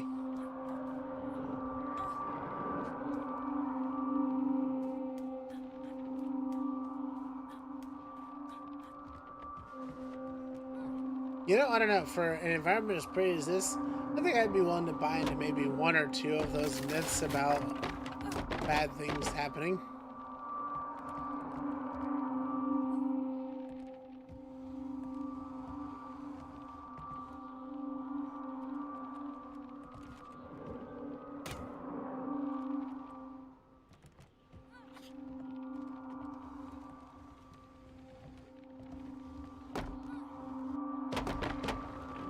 Alright, cool. That way, we climb the rope.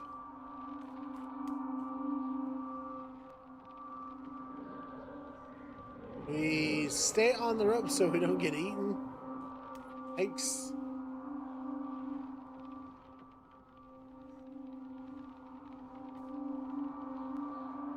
Okay, no. You were doing all that the wrong way. Gotta face this way.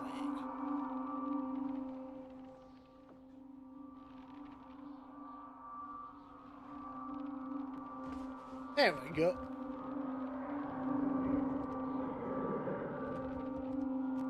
Woo! Okay.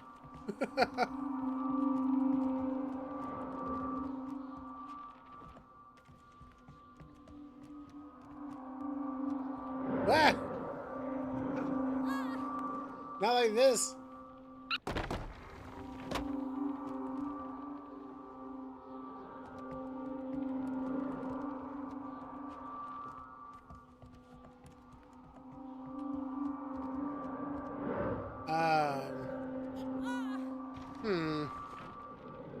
How do we get around this? Yes, we just have to make the jump sequence.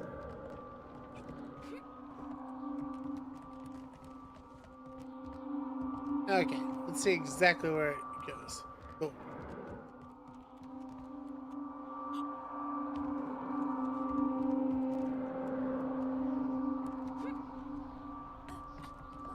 Oh boy, now we got some wind mechanics up in here.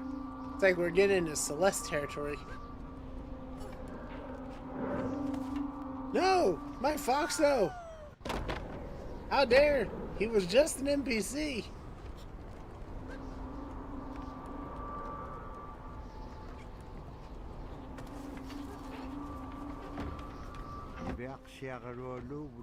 Hey, finally.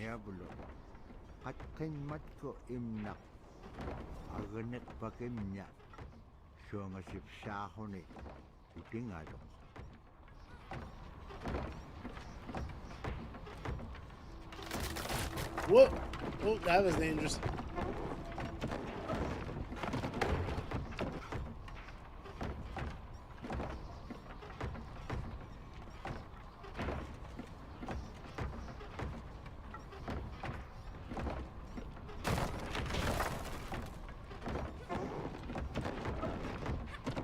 Sheesh. Yeah, I would definitely not be caught anywhere near this.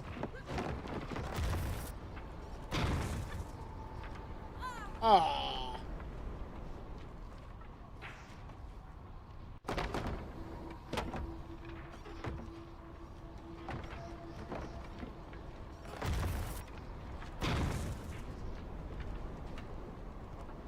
Okay. Let's try that again.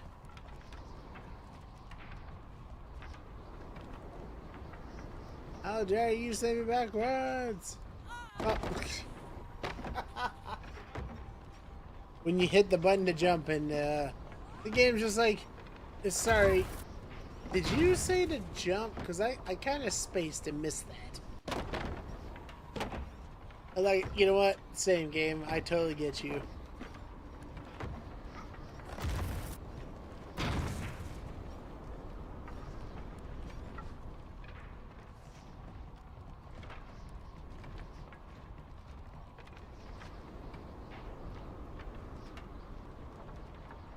There we go.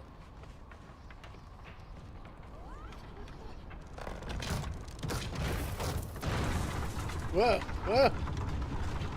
Ah! On mechanical bull ride. Holy moly. Now that was like right out of limbo. That messed me up.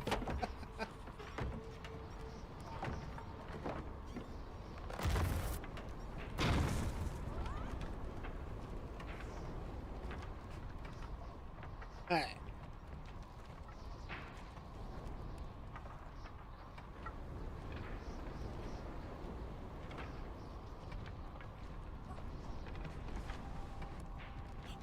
Alright, Foxo, let's do this.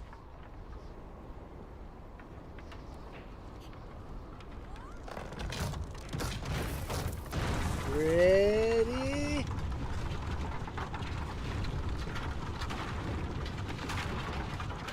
Jump! Woo! Super jumped.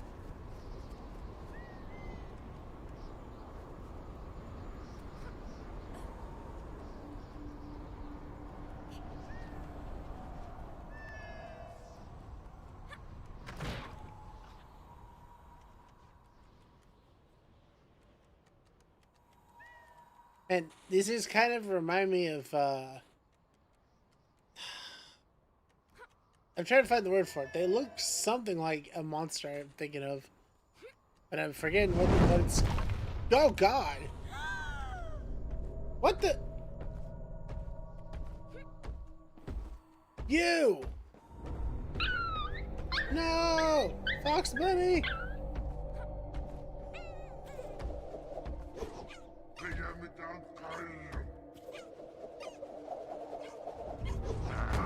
You want the bola? You can have the bola. Right in the face. Oh.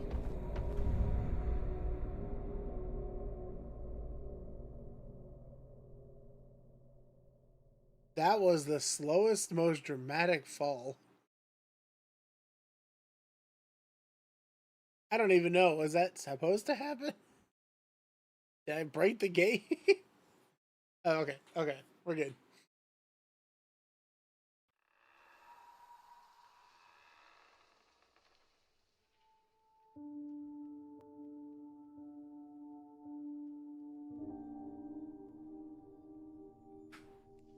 Oh, poor girl.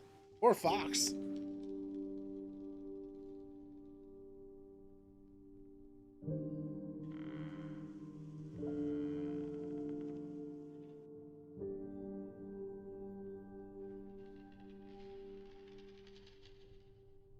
Oh.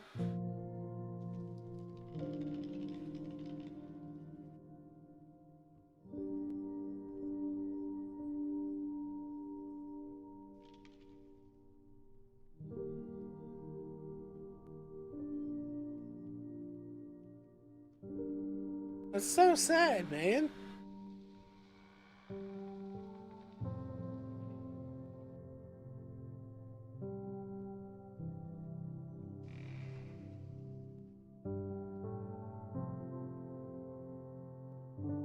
Huh? Say what? Deriganyak allangokone makitbissak. Naga naitok ataramik. Highs and lows. Luna and Fox kept their heads in the Northern Lights. So, I gotta say, just real quick here, we're gonna take an ad break so I can make some tea. But the Fox thing, it's kind of crazy how if you played Silent Hill F or you watched somebody play it, you actually had a similar sequence of events where a person turns into a fox deity. Interesting to think of, but we'll be back here in just a few though. Y'all go and stretch and get something to drink if you need, and I'll be back here in just a few minutes. Alright, we are back. I have some tea that is a brewing. My cherry, or dark chocolate cherry tea. And I just had a Christmas cookie, so I am set for more. Let's roll. Oh! We can control him still. It just straight up flies. That's interesting. Whee! Man, he flies so fluently.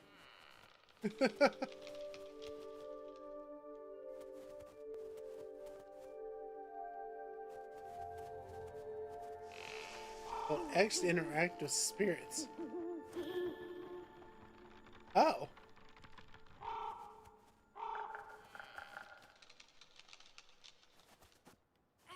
How cool. Kulange heligo napakjut nunangat. Terigan nem kinyakjut ke kanutut pekpakanak tilangi suri. Kayui god lit kuchich. Okay, so is there a... That tree looks like it has a weird face on it. Looks fun. You know, it does, honestly. Okay. I need you to calm down some. Go. Alright, hold X to interact with spirits. Oh, okay. Wow. This new fox is really cool.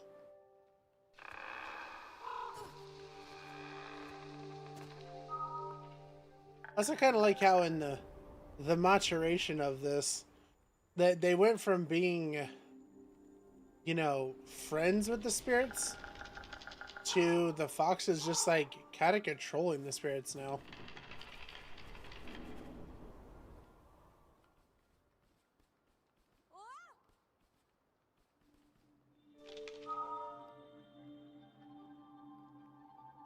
I like that. You hold X though, and you just tell them exactly how to do it.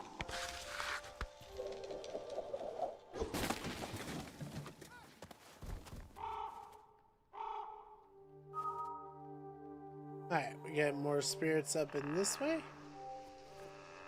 Not yet. Not yet.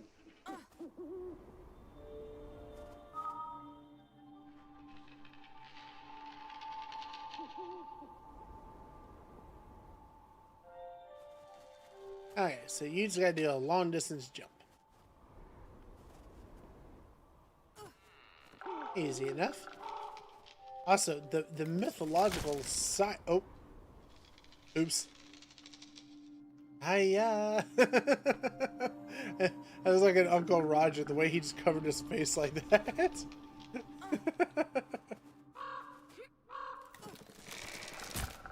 Oh.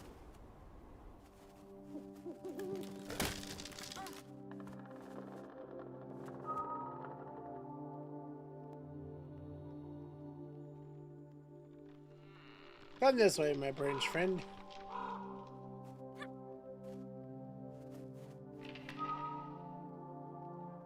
Right? And that's not far enough. Oh wait, maybe it is.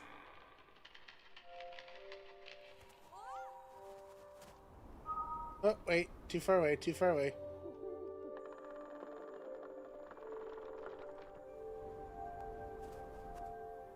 There we go.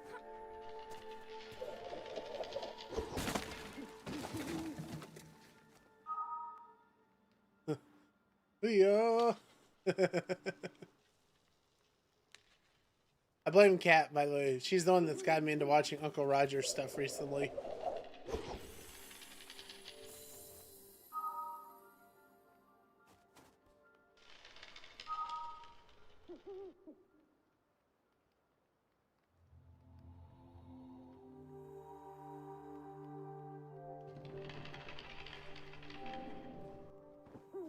There we go. Yeah, the controls right now are actually really seamless. And I'm kind of shocked about that because it has been a little bit like awfully technical in a couple spots recently, but suddenly it's like it really just hit its stride.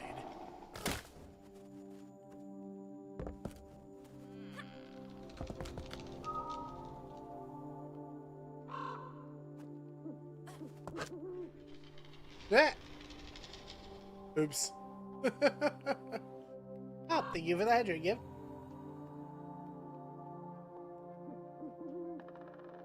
Oh, let me try to give you a sub again too, since it didn't work before. It just kept timing out weirdly.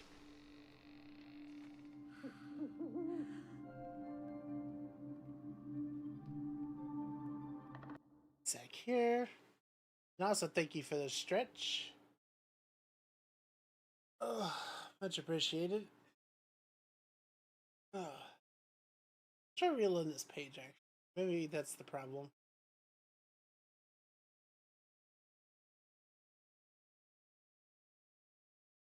Okay, there we go.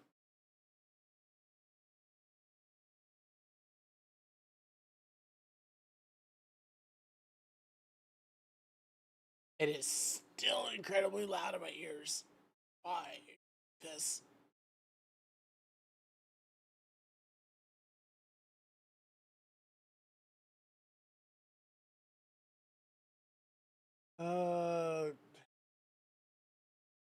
It was okay. To be fair, it wasn't quite as loud, but it was still loud. But anyways, though, yeah, enjoy the emotes, Gib, and I was making some changes earlier. I do apologize for not catching this. I didn't put these up, but check out the new emotes we got rolling around for Christmas time. Boop.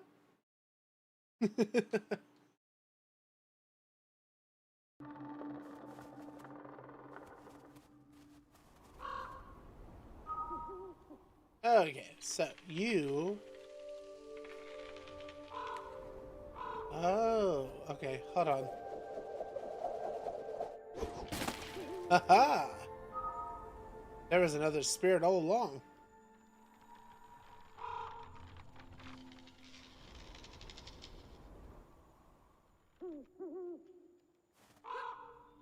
Oh, come on! Lean. We are back. Sorry about that.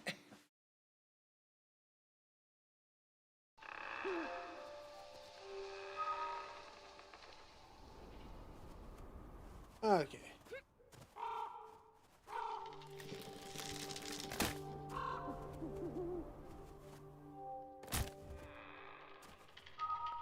Okay. So, need you. Come on over here. A little further. Go. Need you. Oh, wait. Right, we have to do the bowl thing again.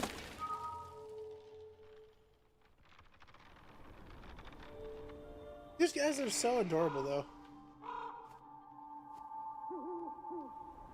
Oh, thank you so much for the follow, Echo Hearthstone. How you doing today? Merry Christmas Eve, by the way.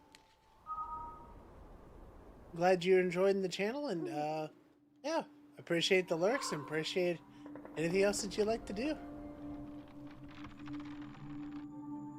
Okay. Any other spirits over here? Can I get you to come over? There we go. Nice.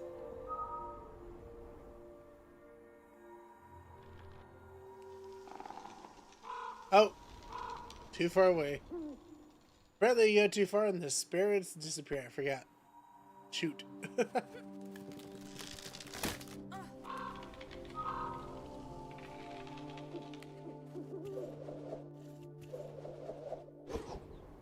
I whiffed.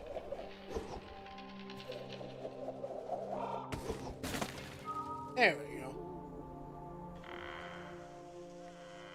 Alright.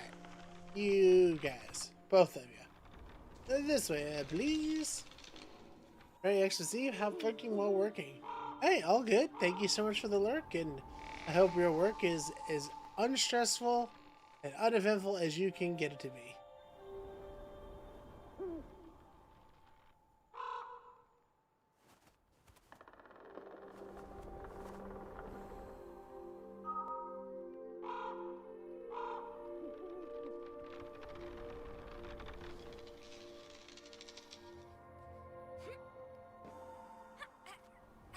Okay, so She is now on a solid branch. What can we do with this?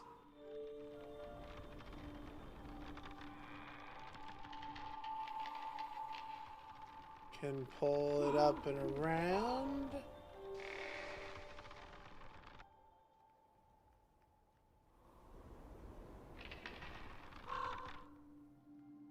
Okay. Woo! There we go. I'm trying. Well, I wish you the best. I really do. It sucks having to work during the holiday, and I hope it's all good for you. Plus, hopefully you get paid extra for it.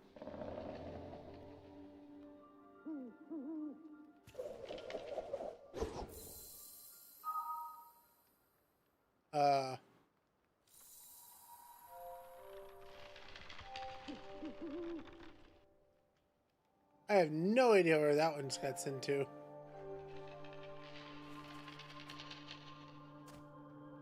I think that like shadow realmed.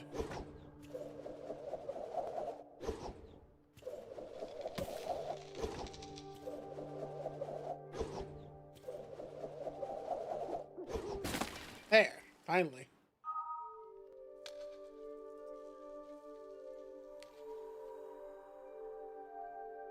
Okay, let's go grab that spirit from that on there. And also in the spirit, because I'm just feeling generous. It is Christmas. There you go, Echo. As thank you for the follow. Enjoy the sub and enjoy the new emotes that you get. And seriously, every time I hear, ugh.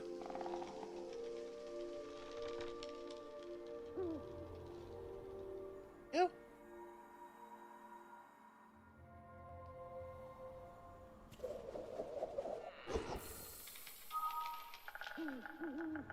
Okay, sending spirits way down here.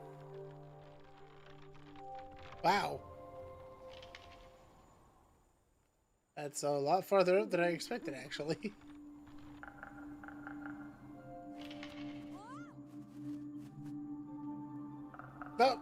Oh, come on, I slipped.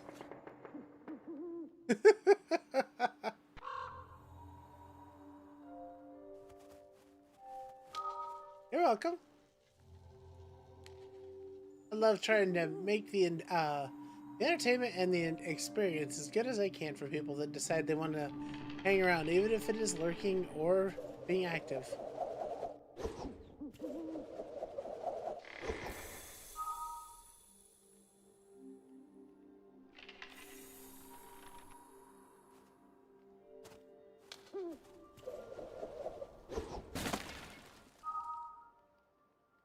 Okay.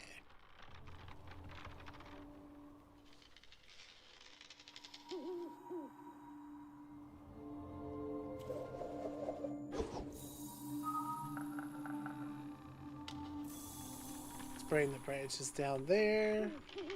Kind of finagle this a bit. Yep.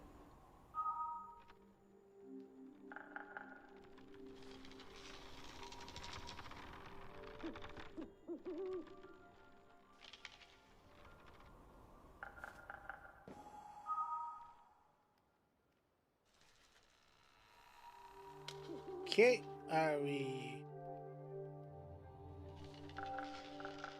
Oh, okay, we're going this way then. No, no, no! Oh.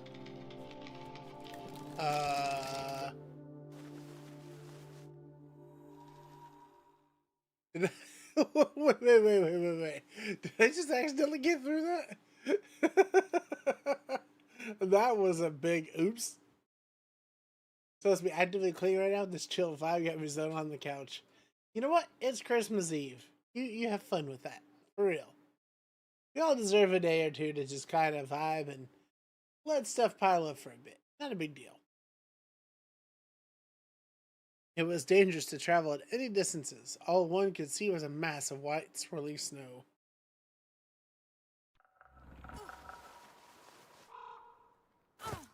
I can't believe we ended up in a new area, though. That's so funny. That was so 100% by accident.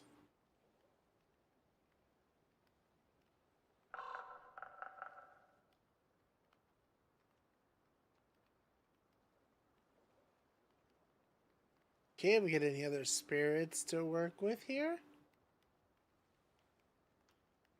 So yeah, I was popping around to find a stream to watch, and this one is super chill and lovely. Oh, thank you so much, Echo. That's what I was trying to strive for. I tried to strive for a nice, comfortable place for people to just hang out, listen, or watch, and just have a good time.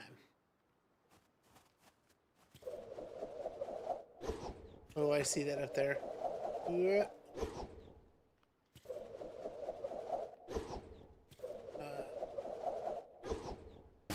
Haha!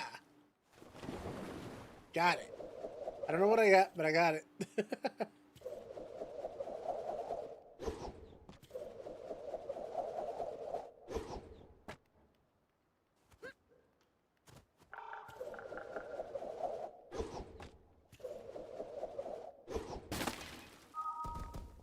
Alright, go on, my spirit friend. Let's do this.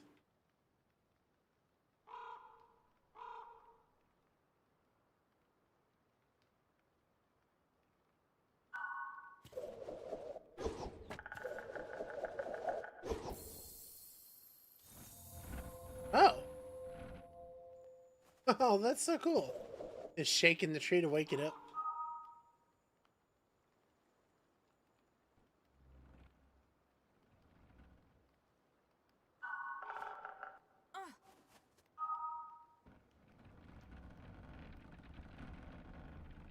Wow.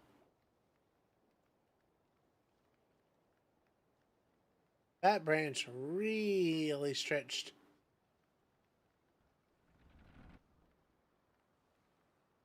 Wait, is there something else down here I should grab? Nah, it doesn't really look like it.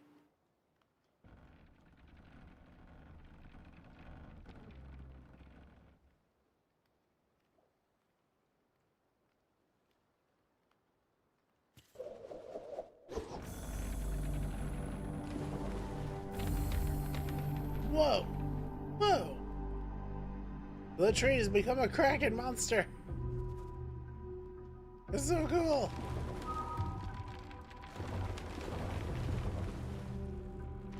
I admit, I was not prepared for a sequence like this.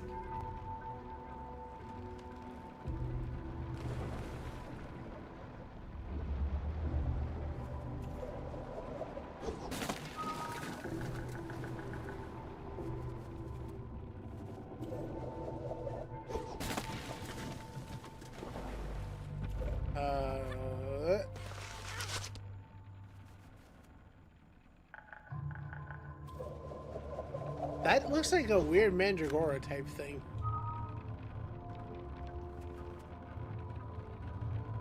Wait. Oh, there we go.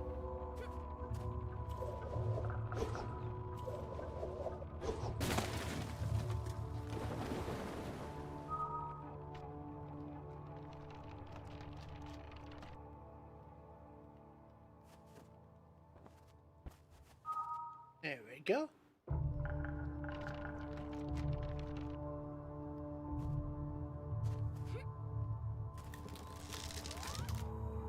Woo!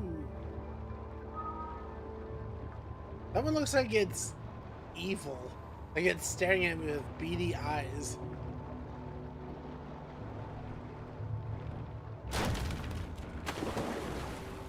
Whoa! Oh, that was an overshot. I was not expecting that result. Mr. Tree just went, "Wah!"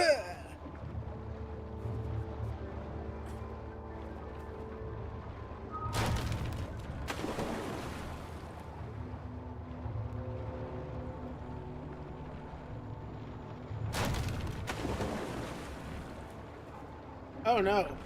Oh, okay, okay. Before we get to there, I gotta get her onto that platform. Gotcha. I can definitely see where there'd be a lot of fun in doing this for a co-op stream or videos or just playthrough.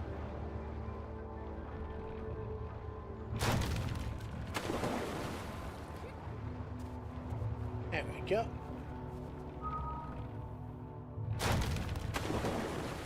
Thanks, Mr. Tree.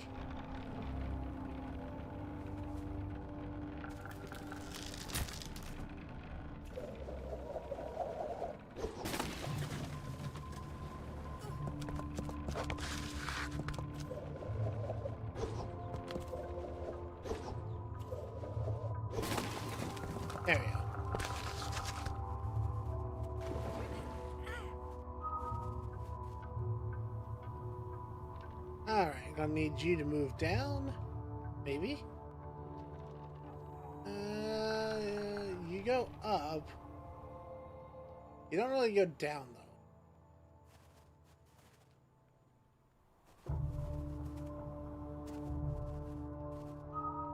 Oh, I guess we're just trying to get him out of the way now, but... Yeah, look at those trees, though. That's so spooky. And, like, it's so believable in the sense of, like, if you're not familiar with the woods, or you're just in a, like... Woof! You're in a very, rural part of the world. Trees that don't, like, have, you know, good management about them as far as keeping them healthy. It's kind of wild to think about, you know?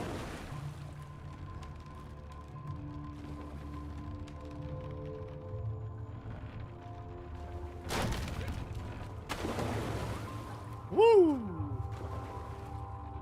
Okay, that was close.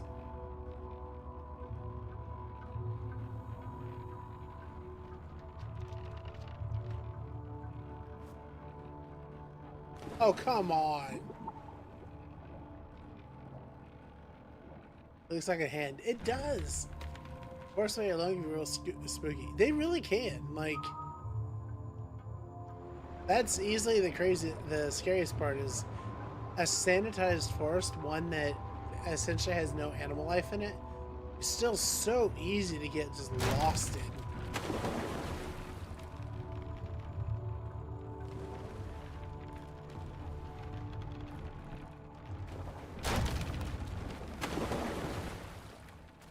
Okay.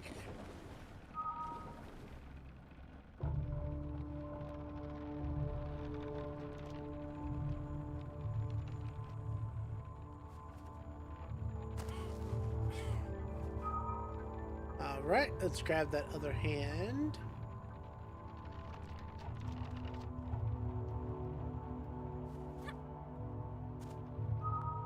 Best you can do, huh?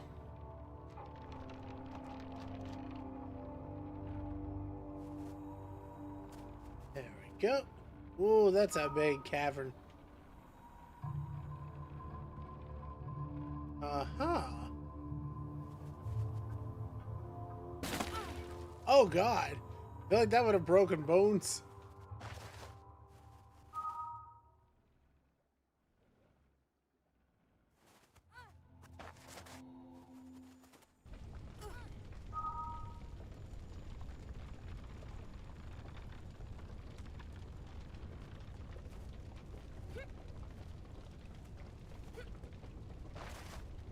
Nice.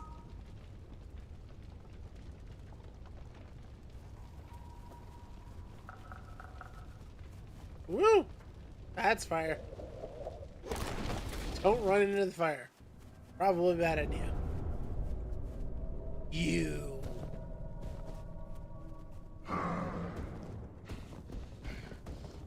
How? You didn't even see... What? We were on the left of him. How did that just happen?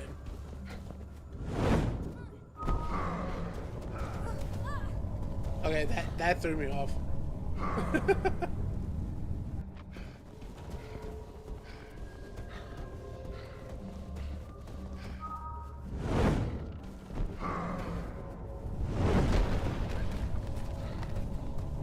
You run, I will float. We all float on down here.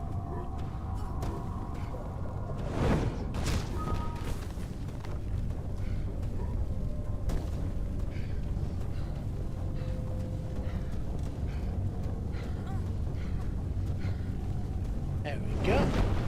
Woo!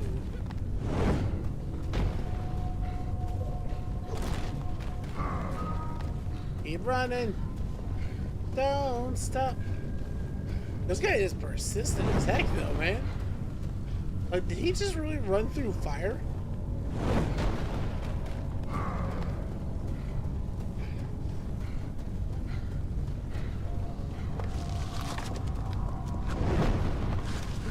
What? What?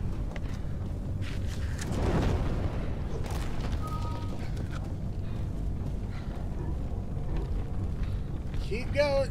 Keep going. Oh. Oops. Ow!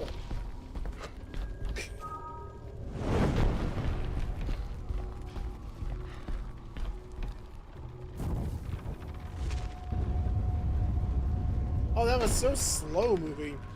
Oh, that was weird.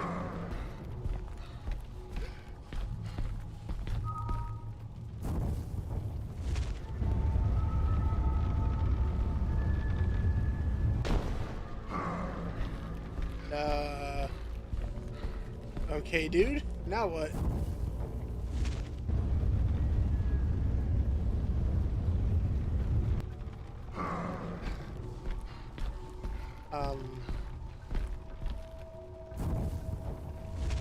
Oh. Okay, I get it now. It clicked as I got hit in the face. I gotta use her, bola. That's what it is.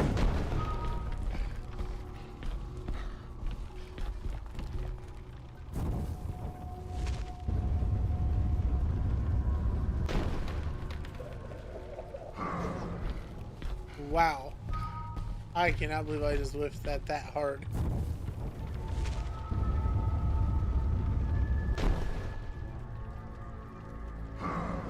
Okay. There we go. Wait, that didn't do enough.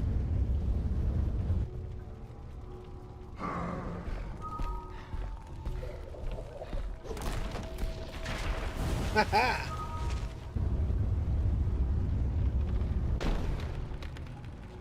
Oh, there we go. That'll do. Get sunk, idiot.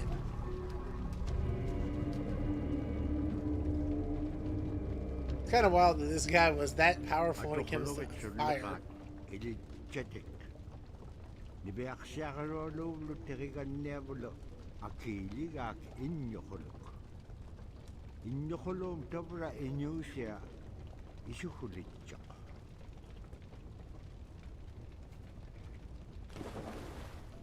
Did oh my goodness. I can't Minoru, but a PADORU.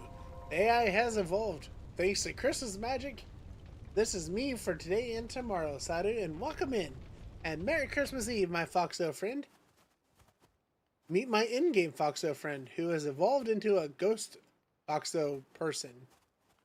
I think. Yeah, I hope you've had a lovely Merry Christmas so far.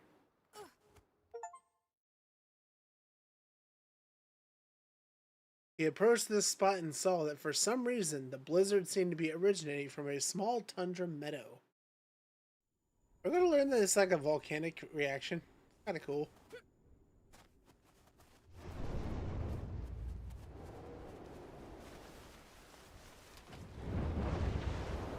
Woohoo!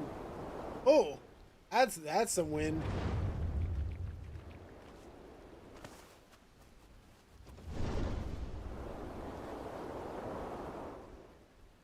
Happy Christmas and be completely chill in all games and no media or VTubing. Nice.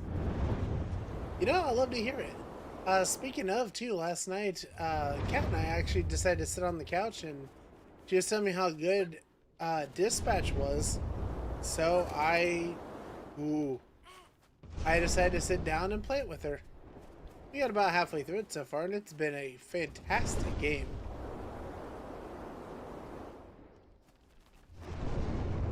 What? Oh. Currently torn whether I want to play indie games or platforms next month. I don't know. Go for whatever sounds good to you, I would say.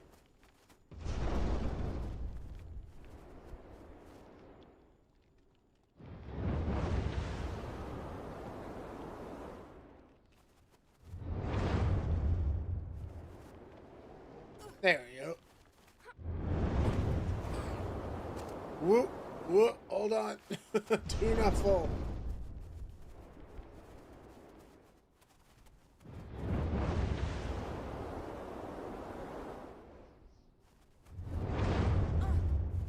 I might put it to a wheel if there's a couple of indie games finally on sale and a couple platforms I want to play.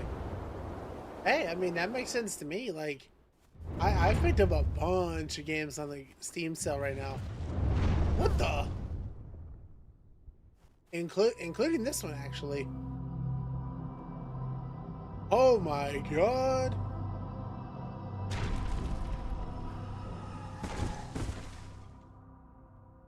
Did we just jump into Shadows of the Colossus?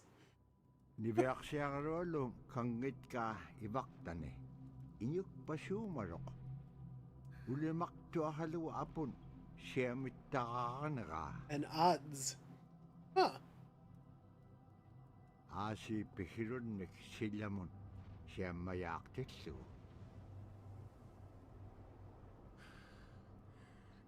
Siamayaktin maung apun. Ano ka magkuakariga. About to get this game, so it looks fun. Please do.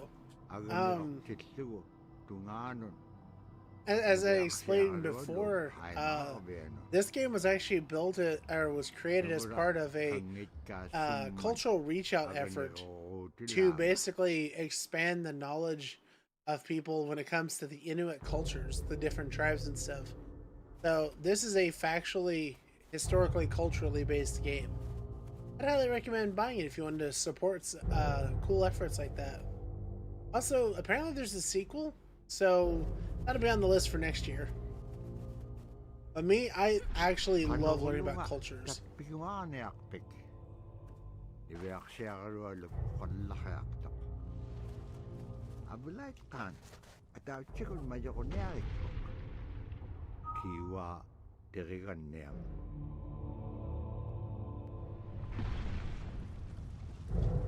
Yeah, I adore, like, I learned that this game was part of a cultural effort. I just thought that was the coolest. Oops. Not too far. There we go.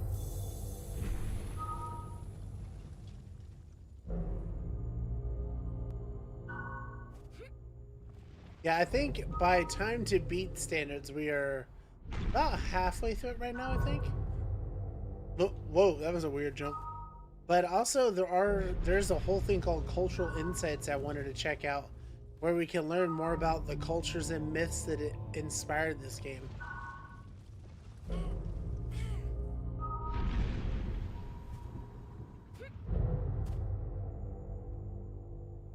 That's some angry looking spikes.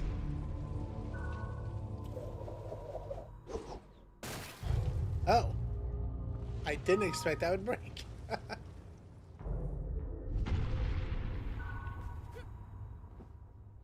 Okay.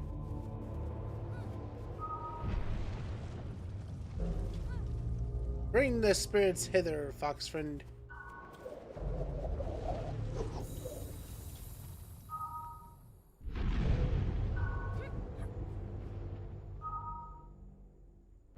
Yeah, the way the controls evolve during this game make it really interesting too.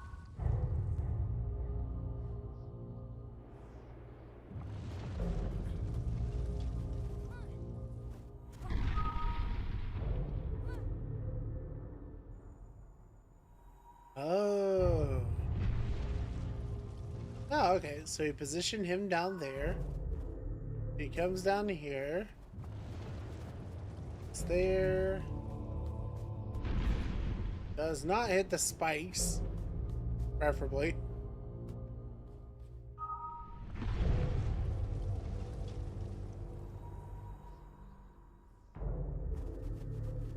Yeah, I love the music and also the atmosphere that's building up in this.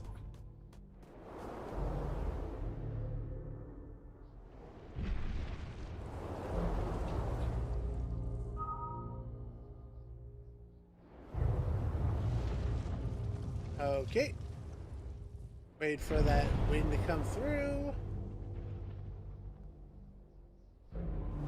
Whee! This is actually giving me a lot of cool Celeste energy too. First, just now to figure out when I could play it. Heck yeah, Echo. I know that this is. Oh no!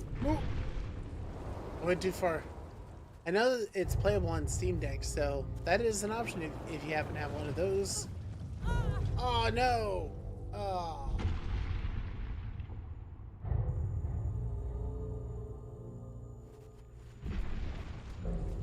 Okay, let's try this again.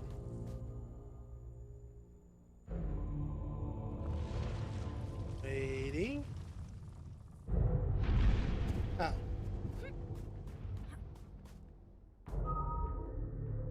Come a little closer, my friend.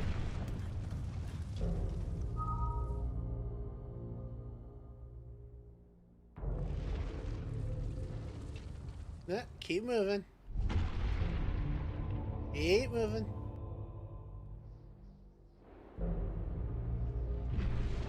This thing's awkward movement is just throwing me here. Because if you get too far away, then it'll disappear. So you have to do it just right, so that way you don't drop her accidentally.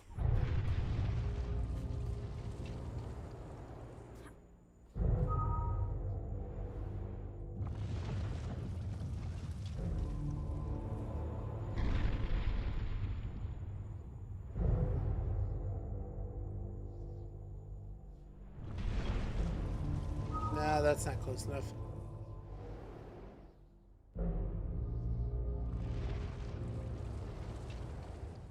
Come on, need the wind to go back the other way, please. Thank you.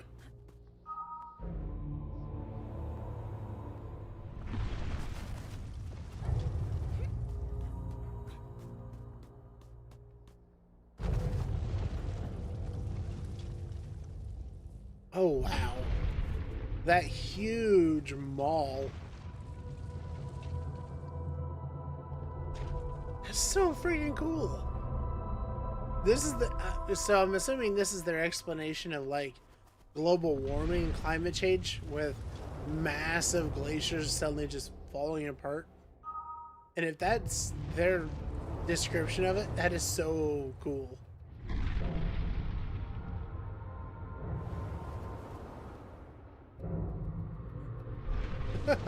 We are so doing Shadows of the Colossus right now.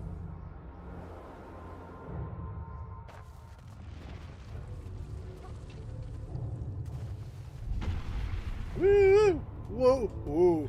Ooh! That was really close. That was too close. Ow! My face! I've got a splitting headache.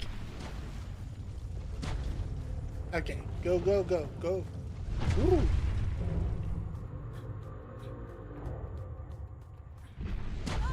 Oh, he got me at the end. Alright, the timing on this is tight.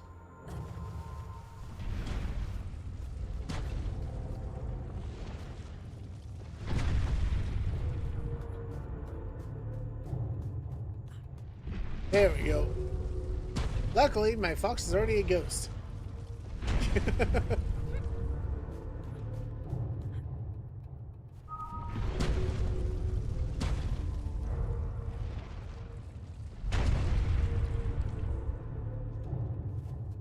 Okay.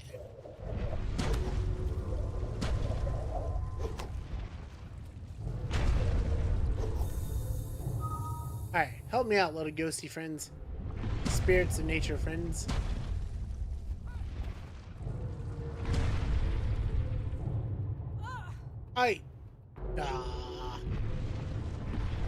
Yeah, sometimes the programming isn't perfect and you do get some weird moments. But honestly, it's pretty dang cool regardless.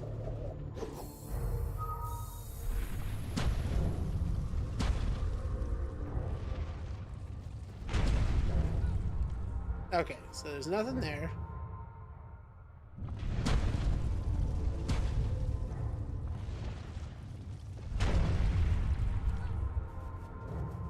Okay, best I can come up with is a vertical launch. There we go. Nice.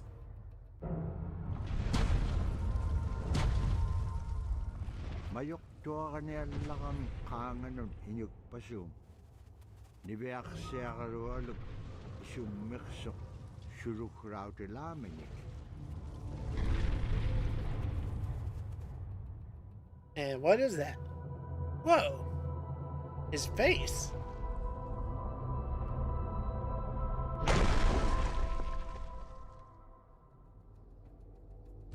Oh, thank you for the hydrate, Gib. Tigilik ko na ako kaya uli mauta. Isumarok. Nalunay chok. Aganak pangarasir.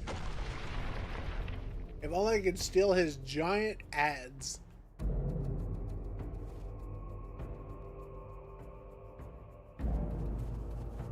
Oh. And oh, thank you for the stretch as well. Much appreciated.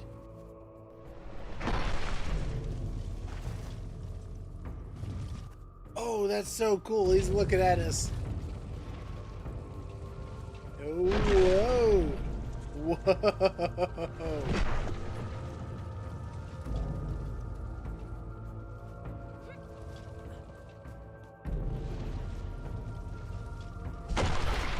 Woo. Okay, the platforming mechanics on this is super great. Whoa. I just flew off into who even knows where. What? That was a wall. Why can't I grab that? Weird.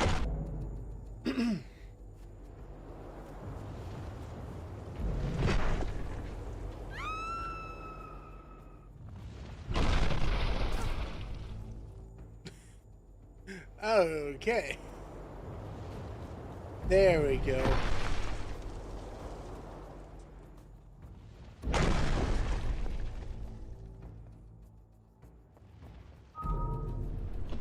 I need you to bring that down. Whoa, whoa. Bring it down, bring it down. Farther down. I couldn't grab it. All day. Okay. Timing on that on the first hit is rough. Very rough.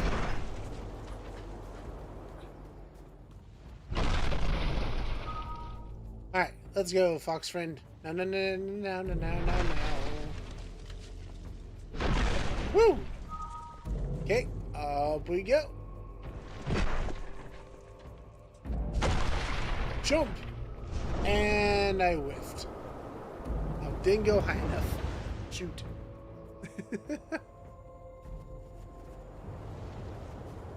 And the mechanics on this is so cool, though.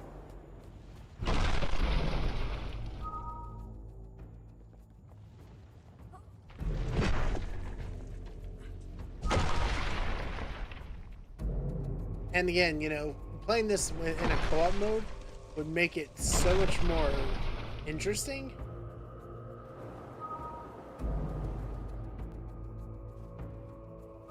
Okay. My friend is stuck. He is literally stuck in the surroundings.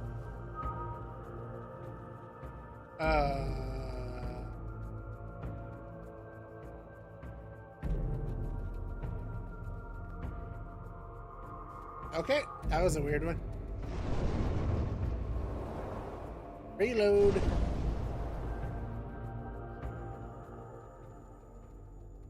Oh. He's not stuck anymore. Let's go.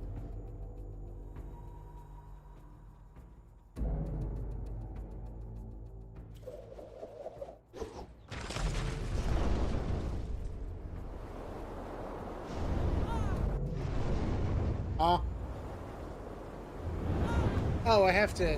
Oh, I see. I'm getting a step ahead here.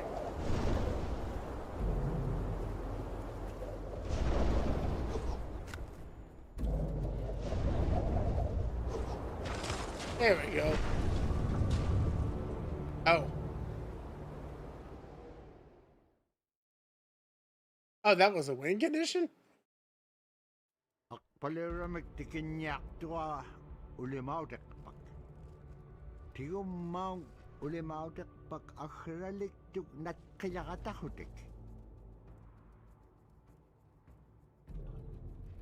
Inyo kupasyon, malikatalo ka, angulait ka, o kilablo ni.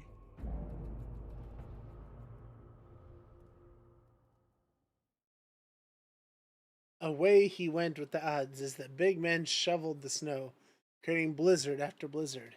However, the big man soon saw him as he grabbed the odds and ran off with it. Okay. Ooh. Ooh, you just see everything just... Yikes.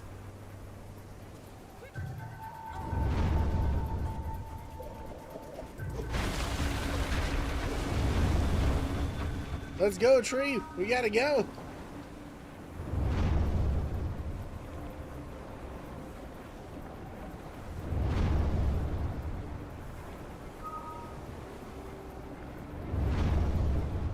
I tried to grab that one and it didn't grab. Uh-oh.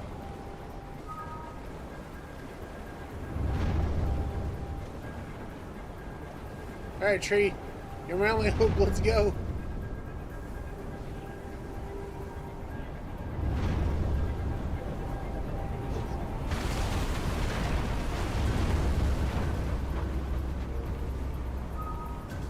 Yeesh.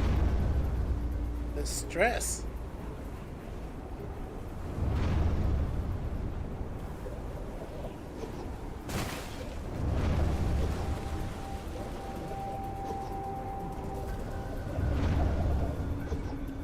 Oh. Okay, that one's just not breakable.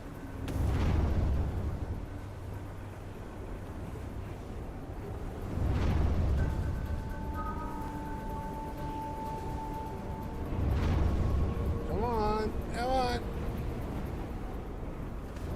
Oh, that was luck. That was just straight up luck.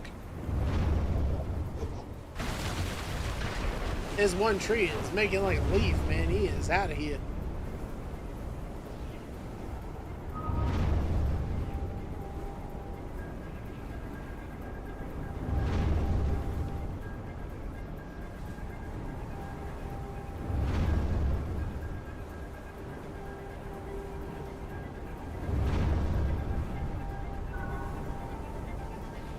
Alright, tree. Thanks for the ride. Hey. Well. And there was much explosions and death.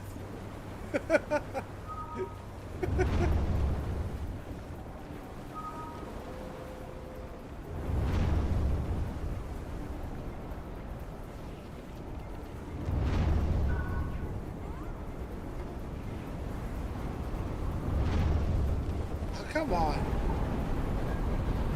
Okay. One thing I definitely need to note. The game really punishes you if you are faced the wrong way and don't have an appropriate running start.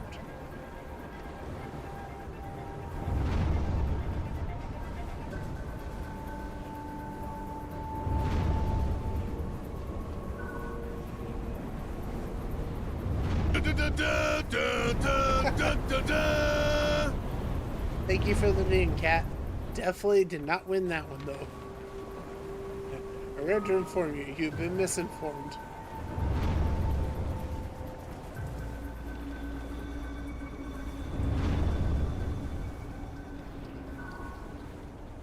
Whoa, that was an overshot.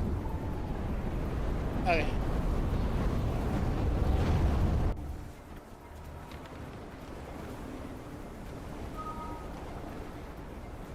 You know, I guess if we end it right, I could potentially. What? Oh, I got too close to the claw hand thing. Oops.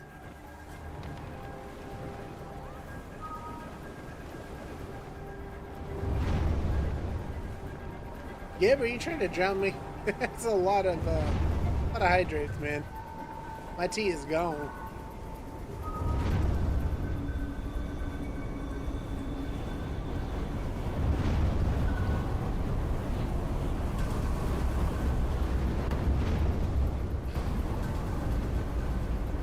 Missing this. The first couple I got it almost spot on right away, but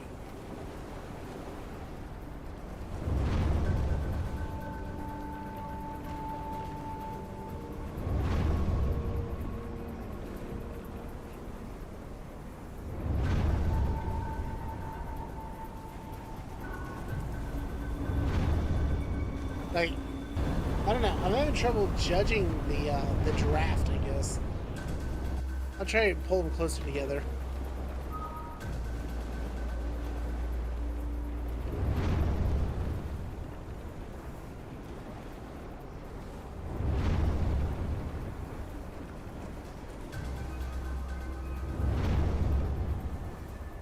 Streamers are Tamagotchi. Uh-huh. What? Why is she missing that jump so hard, though? Alright. I don't know. I'll get it. I will get through this. It's just kind of frustrating. A little bit.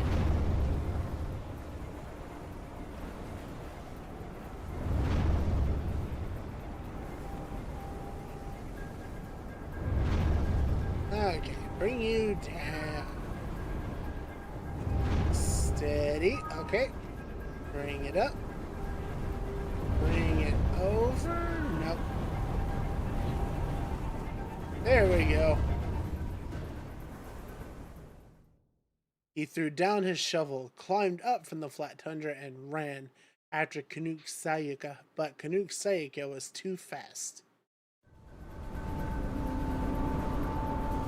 Oh, now we have to deal with the Aurora Borealis. Oh boy.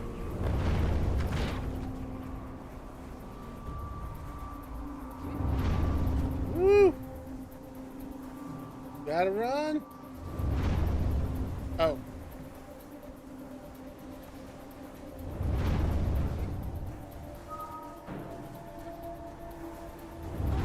Wait a minute.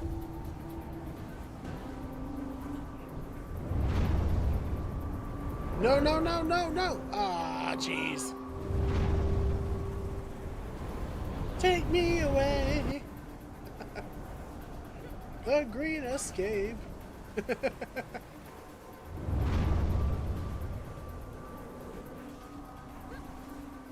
Okay. Woo! Oh. Hi there. I did not expect you to be here. Thanks, bud.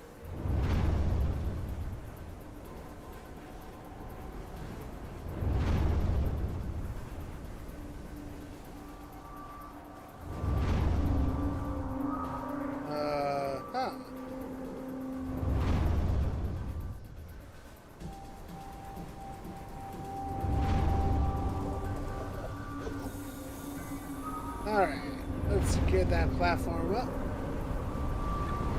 Ooh, we are running low on time, though. Go, go, go! Yeah, oh.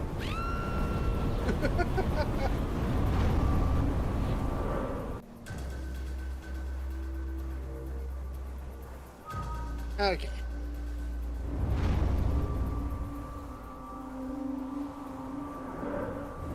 No, my fu-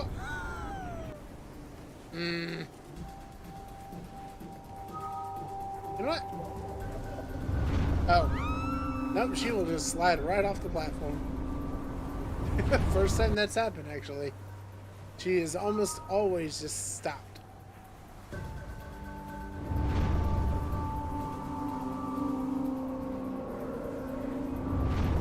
Okay. You know what? That's good enough.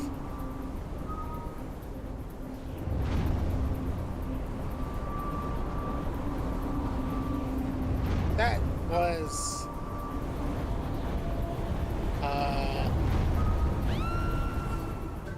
that was something. That was weird.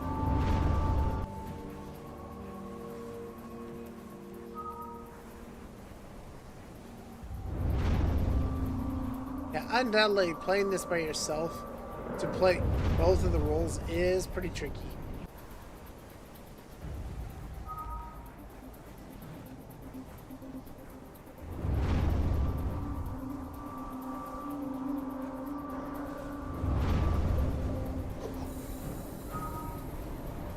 Okay. Cool. Come on. Come on. Let's go. Up, up, up. Whew.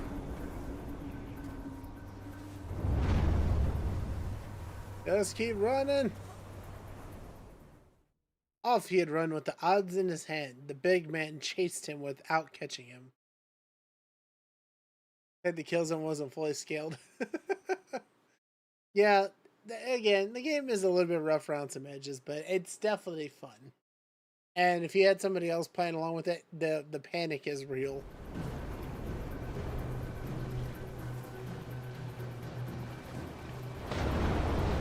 Oh, please don't tell me we have to deal with the polar bear again.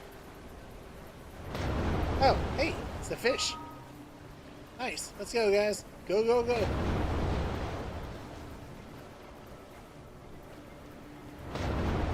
Fish. I don't need you to go farther.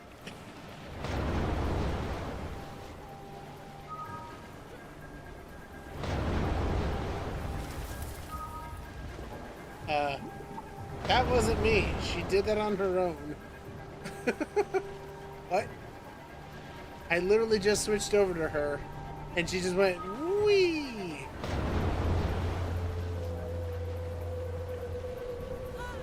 Whoa! Okay, that was some pretty good ragdoll physics, not gonna lie. Just sliding through all that.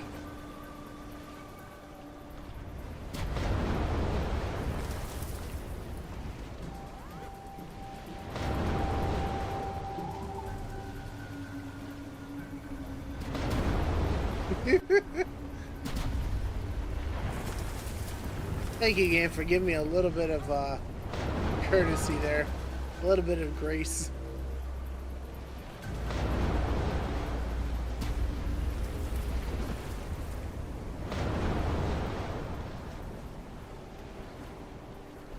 No, oh, that one went first. Ooh. Yep, that was definitely a hydraulic press moment.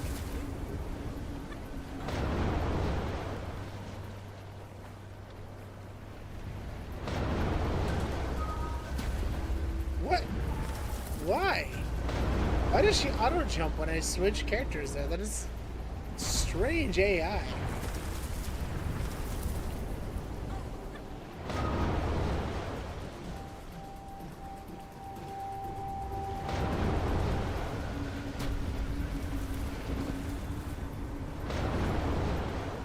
Okay, so we know that one's gonna go first.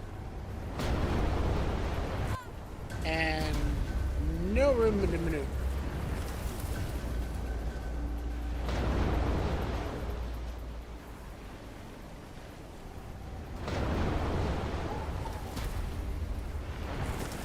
My message lists the bad yet, so it keeps lining up. Yeah, it is definitely staying on target.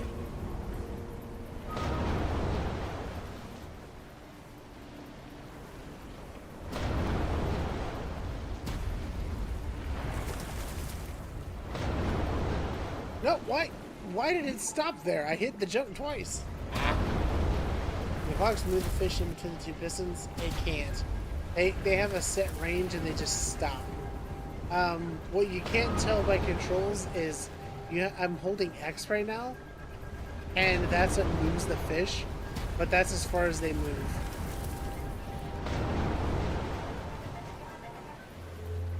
Finally.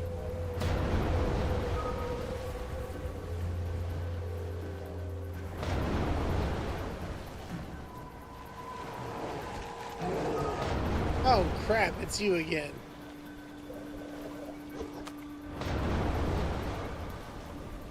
Oh, why did she?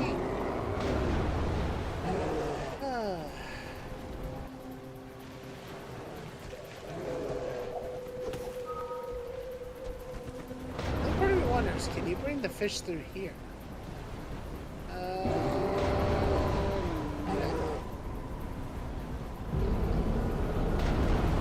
Wait, what? Oh, even the polar bear is like, nah, man, I ain't dealing with this. You know what? Fair enough, dude. Fair enough.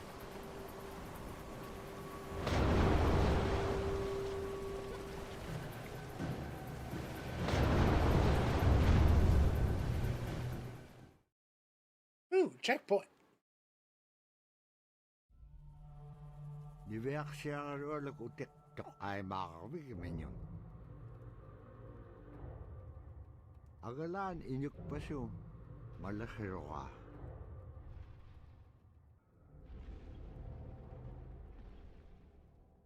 Ukahone, ulimau tiga kairong. Niveaksiarualuk, kau tau tiga ulimau. Ipkilisa halo. Oh, wow. Oh, she's dead butt. Milok saute belugo inyuk pasuguman. Kovea tsak paisyon inyuk pasuk. Nice catch. Tok kahone atu raksirok. Kunok sayo ka hangeng. Ule mautiga kailiga. Ula kuleangea. Ani yubi isiga kisimea kenyek paten. Huh. Interesting. Iwiak siya karualuk illa titkiksok ang ayokagin ninyo. That is the weirdest owl. The big man had seen his odds being tossed up and out the skylight, and because this made him so happy, he burst out laughing like this. Kunuk sayuka aria ha yo hai. That's cool. That's actually a really cool lore to put basically an old man winter into this in a sense. Terigan niyam nukat piyam ukadlaw tiga ni wiak siya karualuk. Ilanin inyo niya kalo ako bit. Out lang agalo ako bit. Ay suli ko bit. Itkaksa kayong ma. Huh.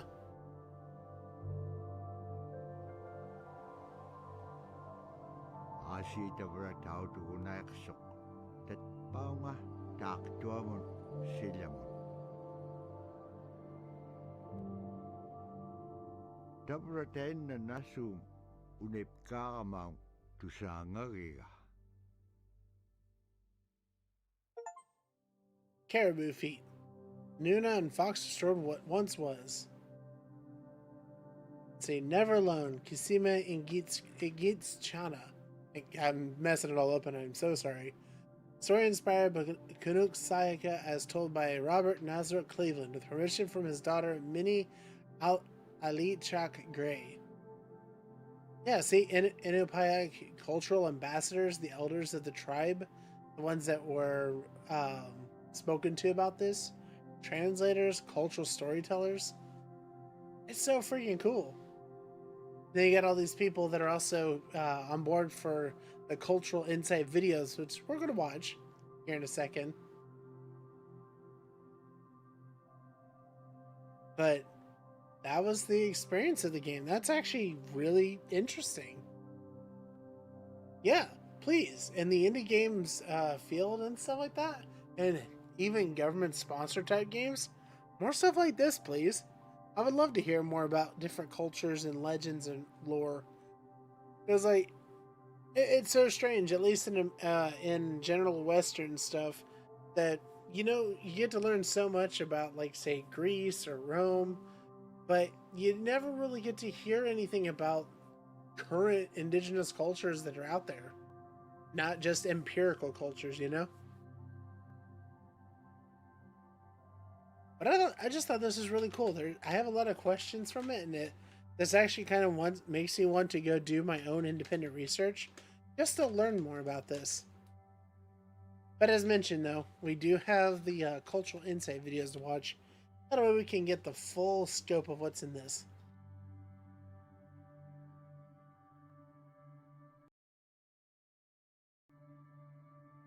Can we scoot past this? No, all we can do is pause. That's okay, though. But yeah, this is really fun. I know that like, it's Christmas Eve, and you would think, oh, Angelo, how come you're not playing a Christmas game? And it's like, well, first of all, there aren't very many of those, to be quite honest with you. But secondly, this one was on the Steam sale, and I'm like, it's not winter adjacent, but it is a winter lore. And I feel like that's actually pretty cool in its own. And also, Kat and I were watching an extra history video on complete lores of different Christmas, myth. And I was like, that kind of got me, like, the conjugation of those two things brought me here to wanting to check this game out. Because I love independent developers. It's what I try to, support the most on the channel, or small developers. And one that can show some appreciation for a culture is 100% my jam. Okay, I think we're gonna, unless there is something after this, I don't think there is.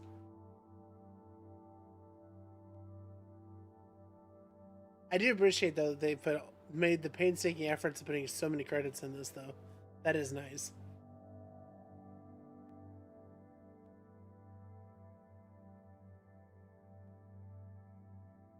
Yeah, it gives me so many more questions too though. It's just like, I'm sure the Inupiaq are not the only tribe. So I wonder what some of the other tribes are and how do they work together? Do they work together? Is there like a confederation of tribes similar to what we have in the United States for, indigenous peoples here? Well, I say United States. I mean, they're based in Alaska, but you know what I mean. In the continental, the contiguous U.S., that kind of federation.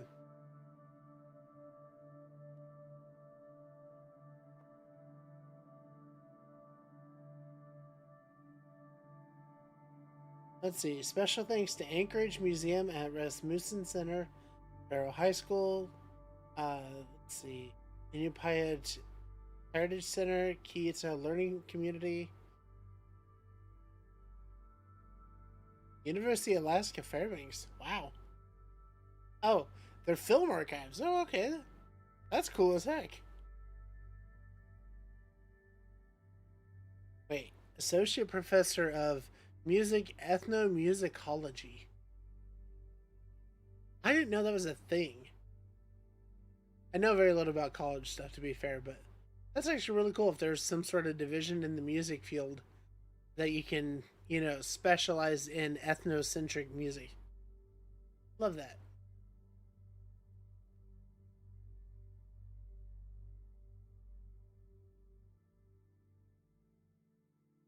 By the way, we let the credits roll, one, out of respect to the project, but also I wanted to make sure there wasn't like some end game thing that we miss.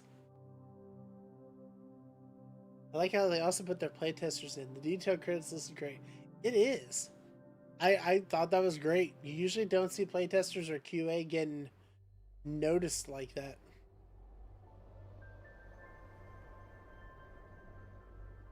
Okay, so if I understand correctly, Kisima Inishuna is an Inuit or Inupiaq way of saying never alone. I think that's a rough translation, but I like that. Foxtails. I don't know what Foxtails is, but let's look at culture insights real quick here. Okay. All the way back here.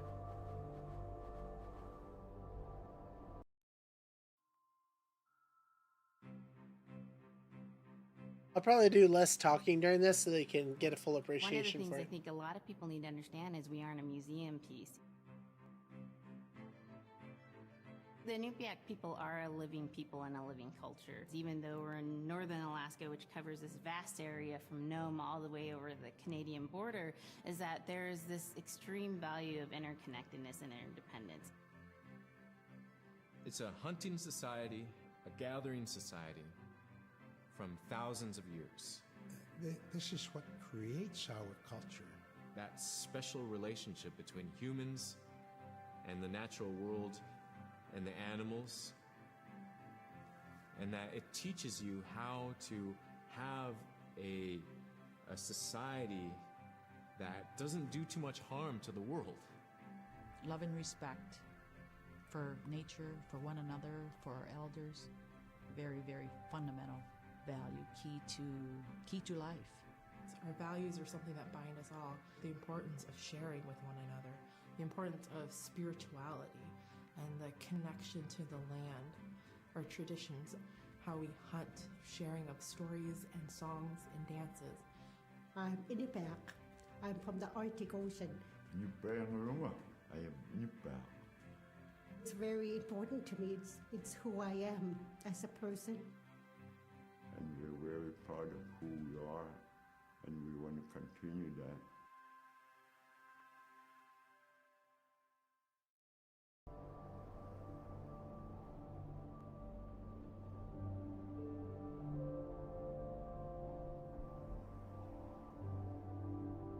Okay, real quick before I continue on. Volume check. Was that a good volume for these? Can you guys hear it clearly enough? Again, I'm going to try to not talk too much over it, just so that way you guys can enjoy it fully. But I just want to make sure that it's at a good volume so there's not too much mumbling or missing of stuff.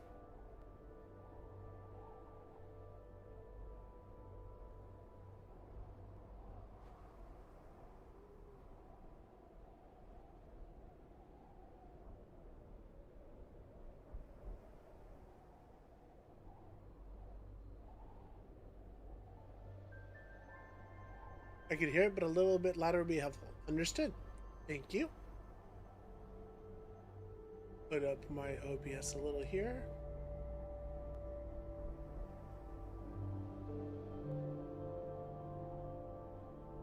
All right, let's try it on this next one here.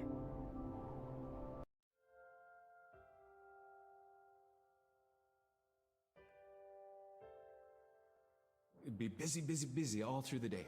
You get up and you just go right to work, you know, right to work. There was always something to do. There was never any idle time. The only idle time we had was after we eat and before we go to bed. One of the older people would be just relaxing, laying down there and saying, you know, it'd be really nice to hear a story. And then just organically, someone would just start telling the story. Storytelling for the Inupiaq people is very important because it not only created that sense of community, but is a way to pass on wisdom to the next generation. It was like TV, you know? It was just like, it was as good as any movie you've ever seen. And the storyteller told it so clearly that it was just as powerful as any of the greatest movie blockbusters you've ever seen. There was a reason behind the stories that we were told because they held traditional knowledge. They held things that we might need to know in life, whether it was about how to find food or how to survive, or it was about well-being and the importance of connecting with people and being a good member of the community. We all do stories. We all live in stories. We all tell stories to our friends. And they need to be told. They need to be heard.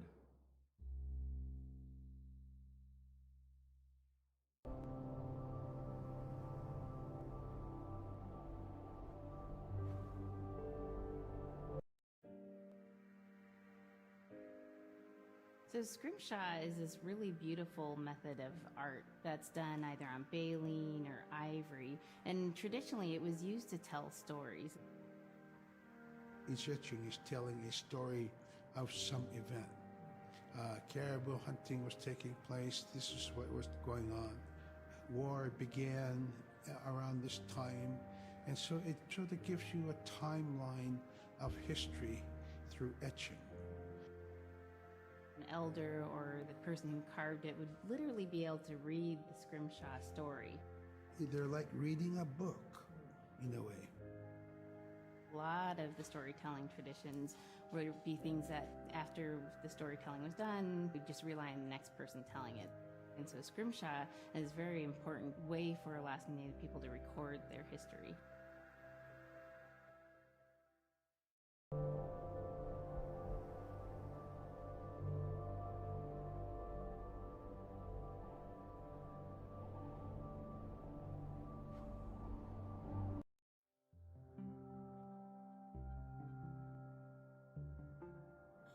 When I was growing up, my grandpa had a pet white fox.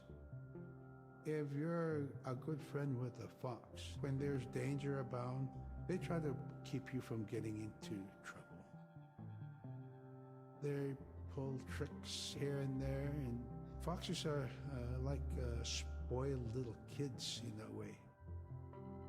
When you let her out, she'd go prancing out in the snow, jumping in the air. I know she was happy then. Come running at me and jump on my chest, knock me backwards, lick my face, and I try not to let her. So that was my memory of my grandpa's pet fox. I'm gonna adjust the audio on that and just probably get rid of the sound. But I just thought I'd give a couple more subs out though. To friends that are awesome and followers and fragment butts that are awesome. Just in the spirit of the holiday.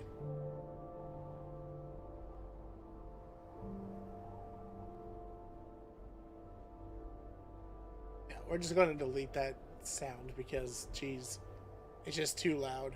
I've scaled it down over and over and over again.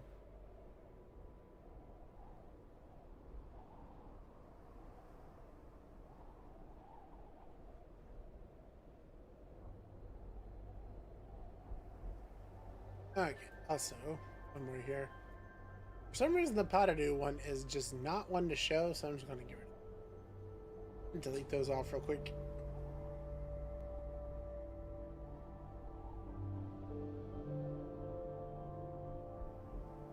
I don't know why it won't show either. It's the strangest thing.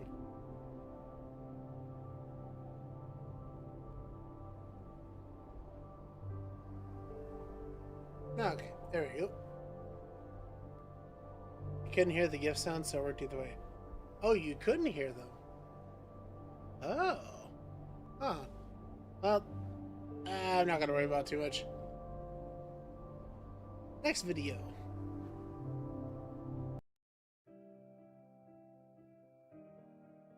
Caribou was, it provided for us in many ways. Our clothing in those days was made of all caribou skin. I grew up wearing caribou pants, mittens, caribou skin mattress, blankets. Some people had boots that were made with wolf leggings, sealskin sole bottoms. Baleen was shaved to make insoles. They kept us quite dry and warm as well. But the caribou skin clothing was the best. We would get as many yearlings as we could for our outer clothing. And for a heavy winter, we would get caribou in February or March because the hair was the longest and the skin was the thickest, and we would use those for our winter gear. With that stuff on, you could sleep outside in 50 below and it wouldn't bother you a bit. No, right? And this is as far as we got before, so I do see there's a Foxtails DLC. I think we'll catch that up as well after we finish through the videos, though. Have some good education about it, you know? Silla is the weather. It also means the atmosphere. Here's the nuna, or the land. And it's anything from the land into the moon, the sun, the stars. That's Silla. It's a very spiritual, and we have a relationship with Silla. Silla has a soul in the same way we do as people, in the same way animals do. I think spirit helpers in and of themselves are really about how we're connected with things. And so it may be that there is a spirit helper that shows themselves as a bird to show you the way home, or it may be a spirit helper that actually decides to show themselves with the face and body of a man instead of their animal form. And so I think one of the things that's hard to understand is that it's not one way of seeing things, it's one way of knowing you're connected to everything. We've always had that spirituality of everything around us. It's the interaction you have with the air you breathe, the the ocean that you gather resources from, the rivers from which you gather fish, the tundra from which you pick berries, the animals that give themselves. It's all of that.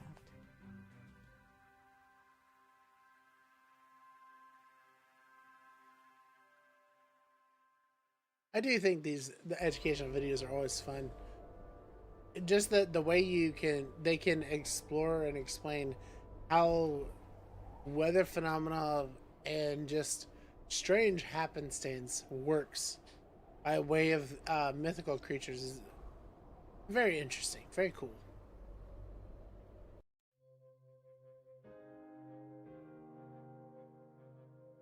In the winter, when we were traveling, we didn't build sod houses, we built snow houses.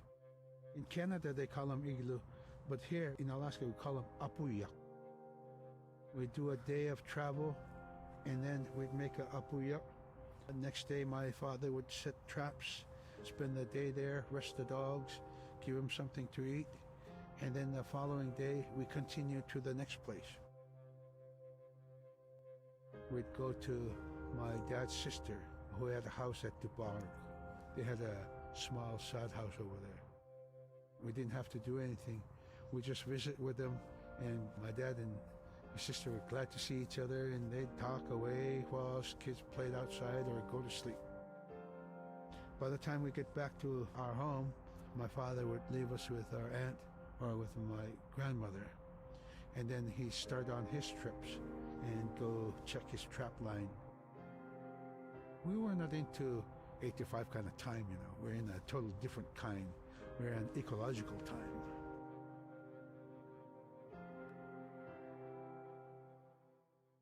Hey, welcome in, Sarah. Well, welcome back, and you're welcome for the sub. Like I said, you know, holiday spirit of giving and all that, and just if you guys want to spread your emotes around and just spread some Christmas cheer, I encourage you to do so.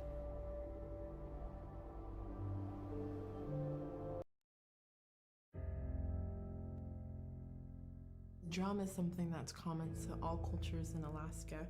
All cultures have a drum that may have some stylistic differences or differences in the materials that it's made, but it's still in recognition of life and vitality, and the drum mirrors the heartbeat. And when you continue drumming soon, it will be in line with your heartbeat, because that's what it's supposed to be, the heartbeat of the community, and it symbolizes vitality. And it's the most tremendous feeling to be in a room and to have one long row of all the drummers, and to have that feeling of unity and everyone beating in harmony, the drum beat in unison. It's the most beautiful feeling. And to know that you're connected, you're on the land that you are connected to. And even if you grew up outside of the community, that which is in you comes from this area. And it's the greatest feeling.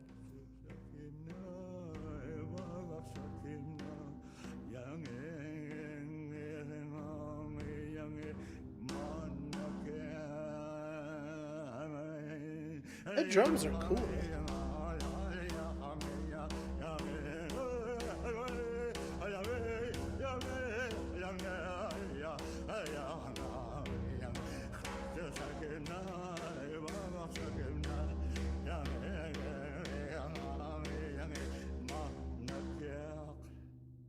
Man, I went at it and look what happened. He beat that stick to death. No, that's so cool though. Like when you think about musical culture, it's kind of crazy to think that you would be like, well, there's, I mean, not really a lot in a place like Alaska. It's snow and stuff, but the hide of an animal works quite well if you are able to, you know, cure it correctly and stretch it correctly and have it toned down correctly. That suddenly you just have an easy to use drum. And it's so cool to listen to their music of, you know, you can really get into the rhythm of it without having a clue of what's being said. That is good cultural music in my opinion. Alright, let's learn about the little people that are really interesting to look at.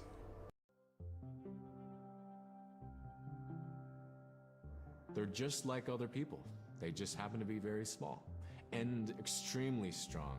These are stories that are common throughout Alaska. It's normally that people are, size from your elbow to the tips of your fingers, and they possess superhuman strength. So they may be tiny, but they can carry a whole caribou. And if you go up north and you talk to a number of the people in the community, they'll talk about having seen the little people.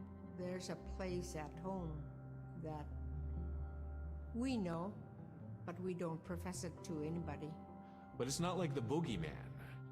They can be mischievous, they can be ornery, or they can be helpers. And every now and then, we might have the opportunity to see them, especially if they want us to see them. The fact that it's across Alaska really tells you something about our history and how we interacted with nature around us.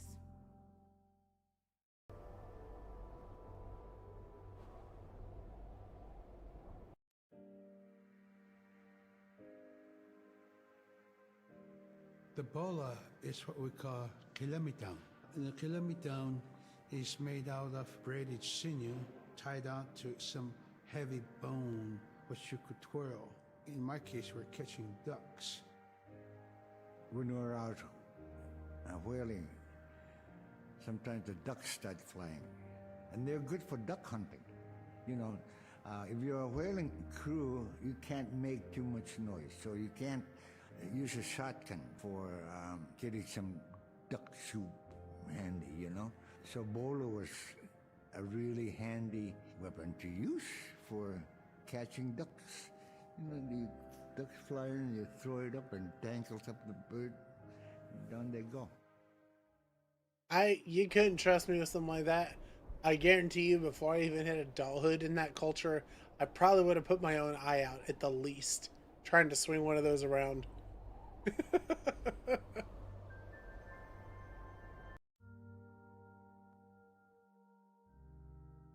The scaredest I've ever been, I was 12 years old.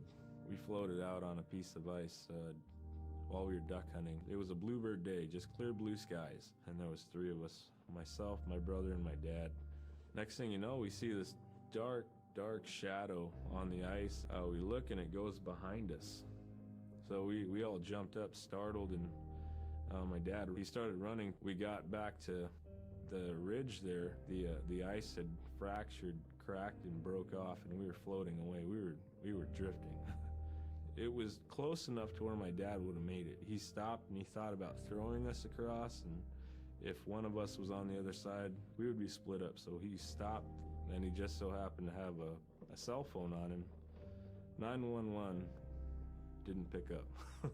Wow. That's the worst feeling in the world right there. 911 did not pick up.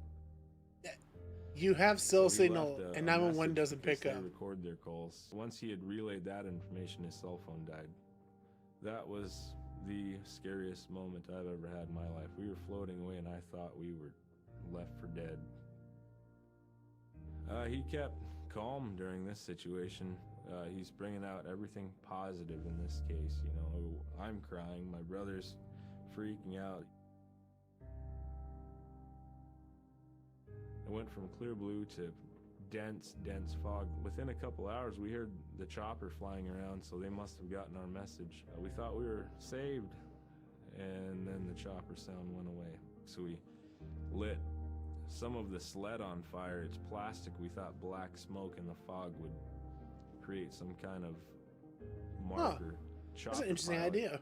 Had mentioned when we got rescued, you could see a glow in the fog, and he slowed down there, and sure enough, as soon as he slowed down, we got within visual. That was definitely the scariest moment of my life, was floating away and not knowing what the outcome was going to be.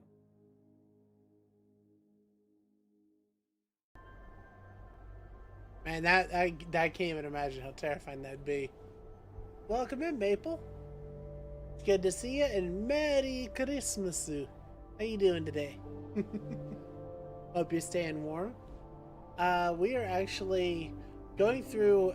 Okay, so to step back a second. The game we've been playing, Never Alone, is a cultural game that was funded, researched, and bespoken by the actual Inupiat tribe of the Inuit, I believe. Unless the Inuit is another tribe, in which case I am slandering them. I'm sorry. I need to learn more. But the game is fantastic. We've completed it so far. We have the DLC to watch, or to play. But also, there are a lot of really good videos in here giving insights into their culture. This game is currently on sale on Steam, and if you're interested in cultural games, I would recommend checking it out. It's not too difficult. It's a little bit quirky sometimes. Not perfectly polished. But it is a fun experience, though. That being said, though, we do still have some more... This one gets me every time. We do have some more videos to watch, though, and then we'll get on to the Foxtails DLC.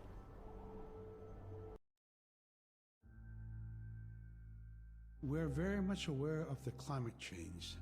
And it's been for many years, even before climatologists were noticing the change, Inuit were already saying, Sila alangokto. Our climate is changing. If the heat is going the way it is right now, for us it's going to be pretty bad.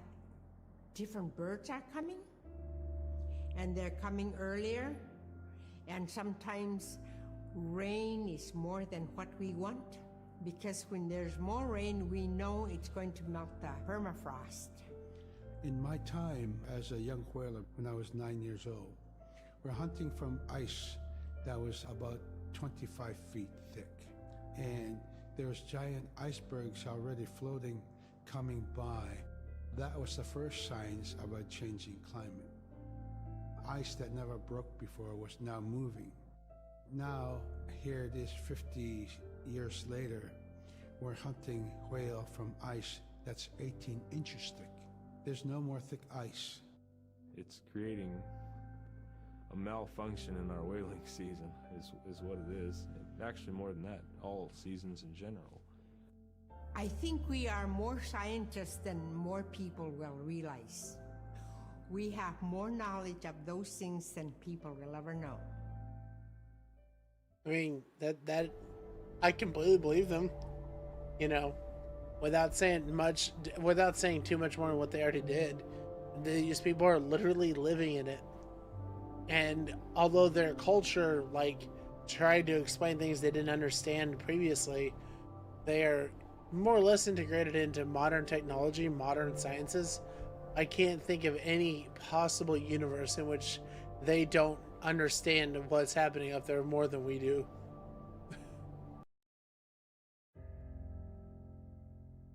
My brother was out seal hunting.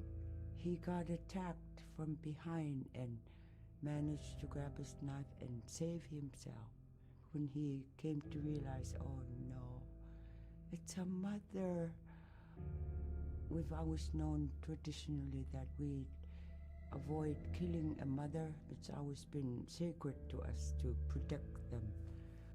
He had to present himself to the council, and so he was given the job to mother the baby, and we kept it. It got so big it went over the barricade one day and got to the dog food, and that was an indication that, brother better go teach it how to survive on its own. So he did. I really got attached to the bear because I more or less grew up with it. And some days when brother took him walking, once in a great while he'd put me on the bear and I would ride on it like a horse. Oh, that's so cool. I was just happiest little girl in the world.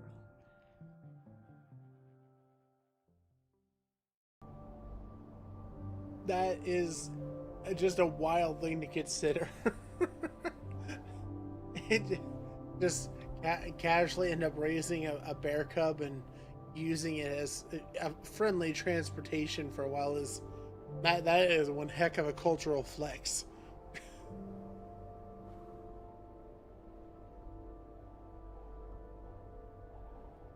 I mean, as we saw in the game, you know, polar bears are very vicious animals. They are wildlife, etc., etc. but an animal that is at least partially raised by humans to a degree. You can't take all the wild out, but you can soften up some of the rough edges. And that's really cool.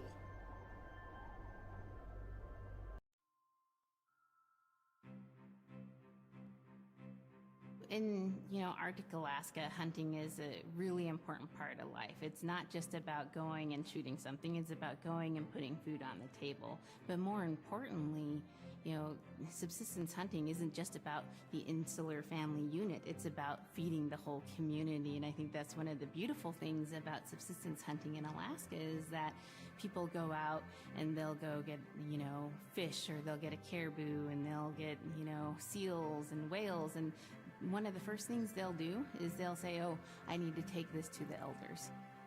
This isn't just about one individual surviving or one family surviving, it's about the whole community. We didn't just go out and kill and put in a freezer.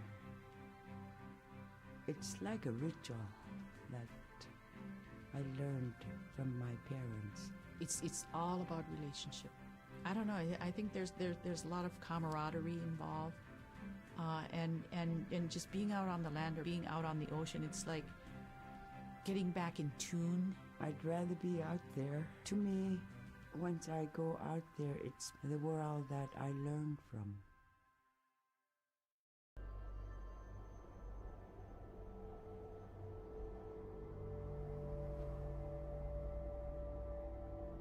Huh.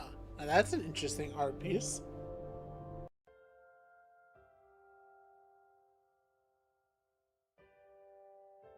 Now we spend all our time out in nature. You get very intimate with the world.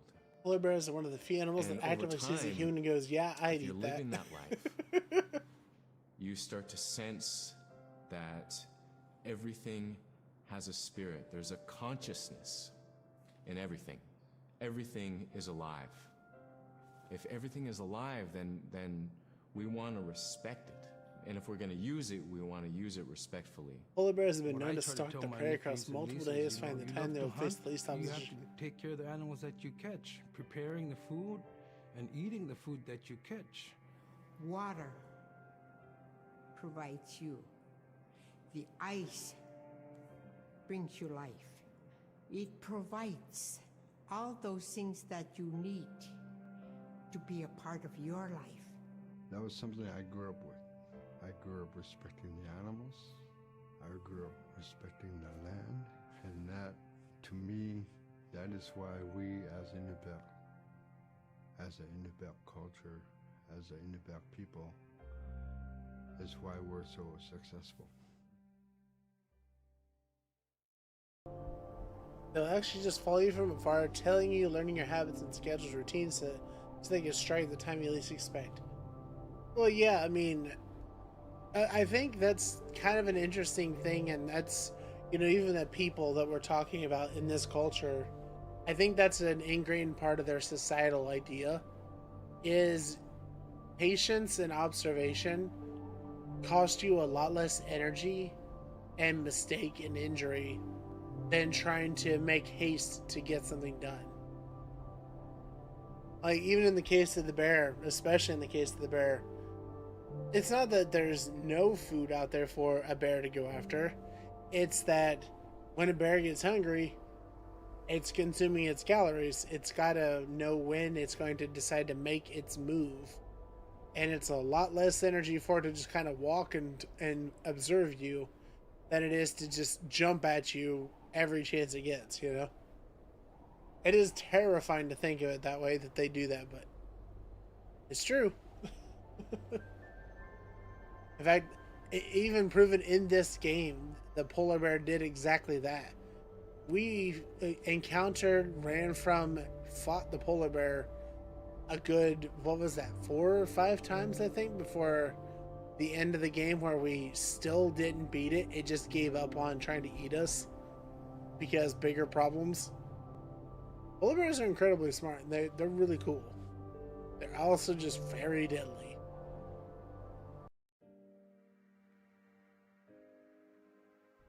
I think most central to The ideology of the Inupiat is the idea of sharing. Being able to feed the community, feed others.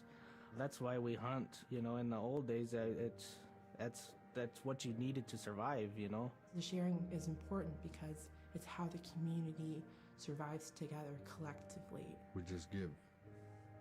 That's how I grew up. That's the way I'm always going to be. Because of who we are, we always think about other people first. If our people didn't share in the old days, we wouldn't have survived in this harsh, climate, environment.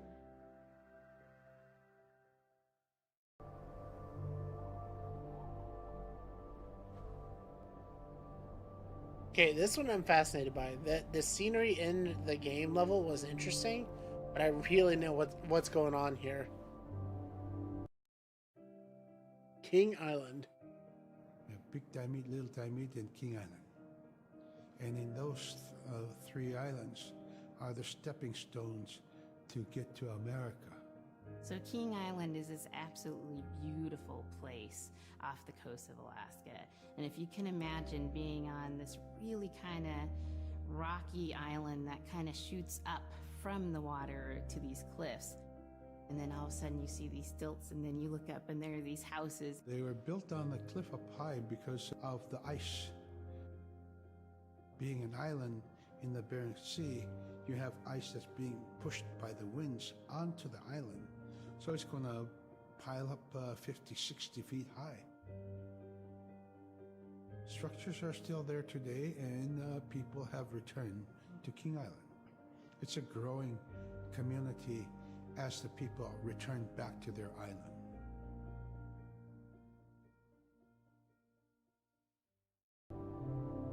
Didn't really explain a whole lot about King Island there, but I guess it makes sense. I don't know, it just looks like a cultural ruin, like an old civilization or something. It's snowing where you were? I don't know. Well, be safe, Maple. Yeah, I'm glad you get to have a white Christmas, but also just be safe, okay? And stay cozy.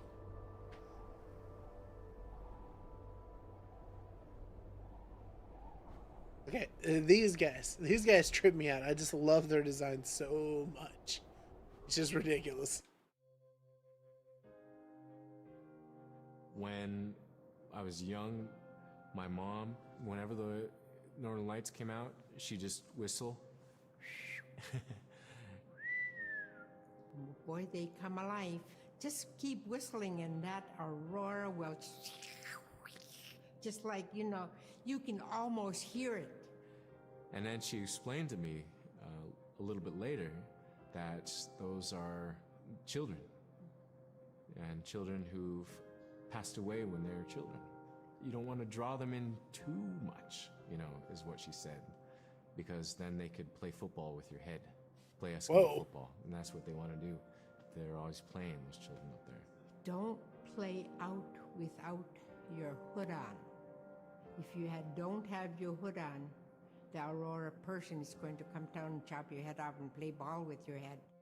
It wasn't like they were trying to do bad, or it was a scary story or anything like that. It was just that's how it was. That's what it was. That is so cool. Football with someone's head. Yeah, let's watch that one again. There was a lot. It could have unpacked a little bit better on that one. Let's rewatch that one. When I was young, my mom, whenever the your dad's house. Out, okay, good. Whistle. Boy, they come alive. Just keep whistling and that aurora will just like, you can almost hear it. And then she explained to me a little bit later that those are children, and children who've passed away when they were children. You don't want to draw them in too much, is what she said, because then they could play football with your head, play Eskimo football, and that's what they want to do. They're always playing, those children up there. Don't play out without your hood on. If you don't have your hood on, the Aurora person is going to come down and chop your head off and play ball with your head. It wasn't like they were trying to do bad, you know, or it was like a scary story or anything like that. It was just, that's how it was. That's what it was. That is so cool. Hey, kids, until they play football, the person said. I mean, when the kids don't know what mortality is anymore, there's a fair chance there. But so, yeah, there's so many things I would want to say about that, and I'd love to look into more. Because I'm assuming that the Aurora Borealis, the Northern Lights, would probably really mess up your sense of direction. And like in the case of kids, I would imagine being close to it probably not just mess up your sense of direction, but also end up giving you auditory or, you know, visual hallucinations. It almost like, this is a lame example, but I'm imagining if you're standing like in front of a projector screen or a projector unit or something, and then, you know, you get blinded by it, disoriented by it if you've been looking at it too long or you've been in it too long. And next thing you know, if you're a kid, you don't have a sense of direction, and then you have been lost in the dark. I can kind of see some rationalization to these stories for that one. Doesn't make it any less creepy. Actually, kind of makes it more cool, but yeah.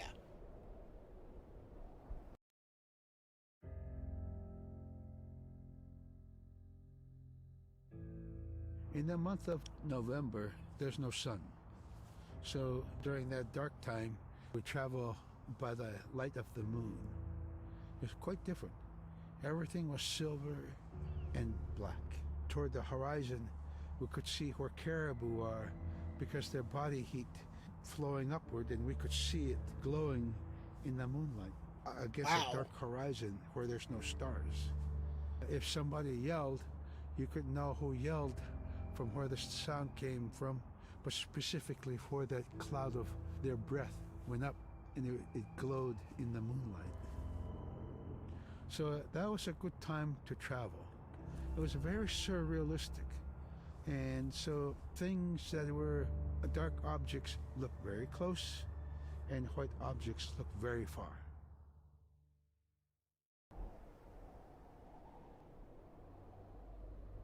Kids are vicious creatures.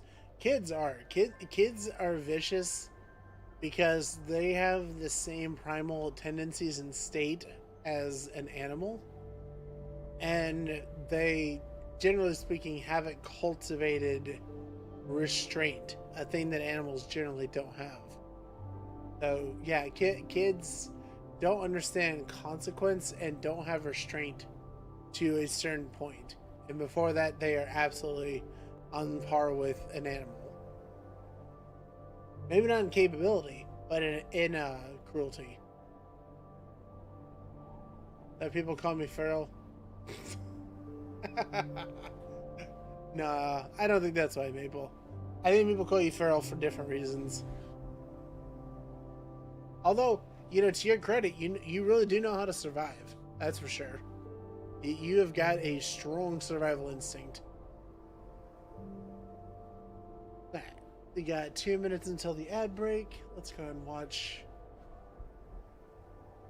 Oh, we missed a few? Oh, okay. Maybe those ones are from the DLC. We are taught that there's no hierarchy.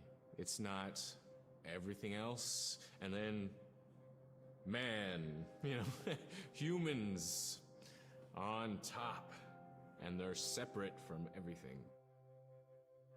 We're taught that everything is equal, and that all the animals have a human form or can be seen in a human form. And so they have just as much or more intelligence. You know, in fact, have a lot to teach people.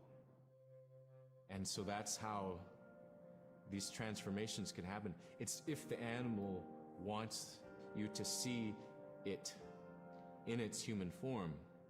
There's a story where a man comes up to an ice hole, and then there realizes there's another man in his parka that's got stuck in the net, you know, and he's just stuck like that. oh, can you let me out? Please help me, you know? And so then he lets the man out, but then realizes that was actually a seal. Oh It no! was a seal man. And just because that seal wanted that help, that seal allowed itself to be seen in human form. Huh. Man, I've stitched up chain sundries. That's right, pretty much anything. That's fair. Okay, looks like we got our ad break is going to roll in here. I think everybody has a sub at this point. So we could just skip past it if y'all don't mind. Let me, actually, hold on.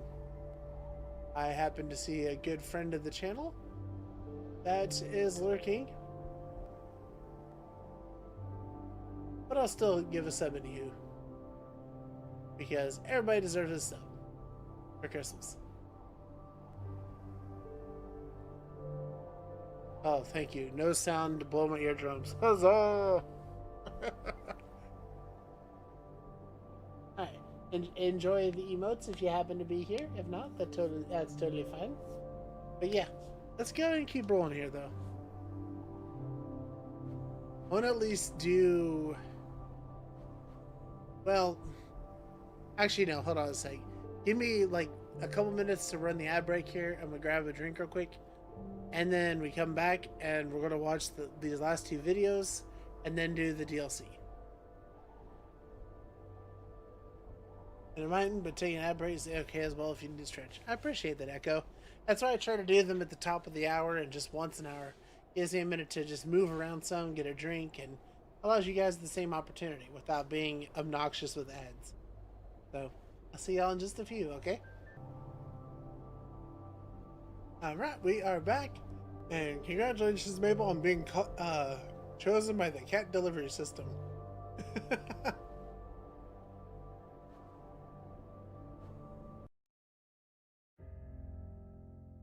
Alright, two more and then the DLC here.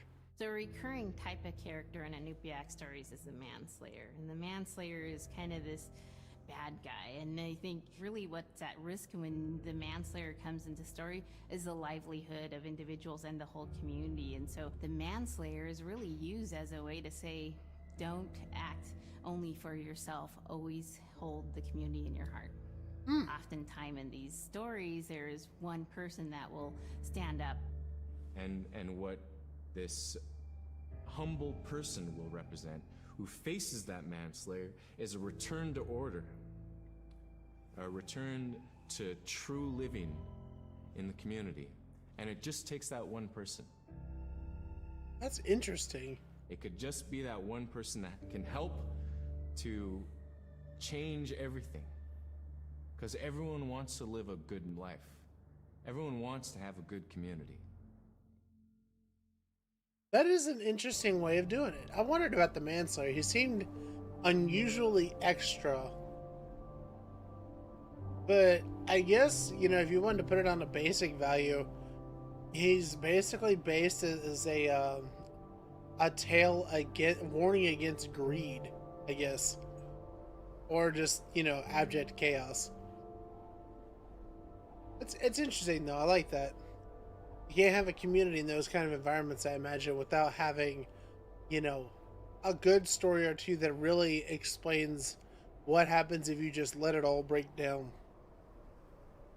And this guy, I want to know so much about this dude. He was such a fun level.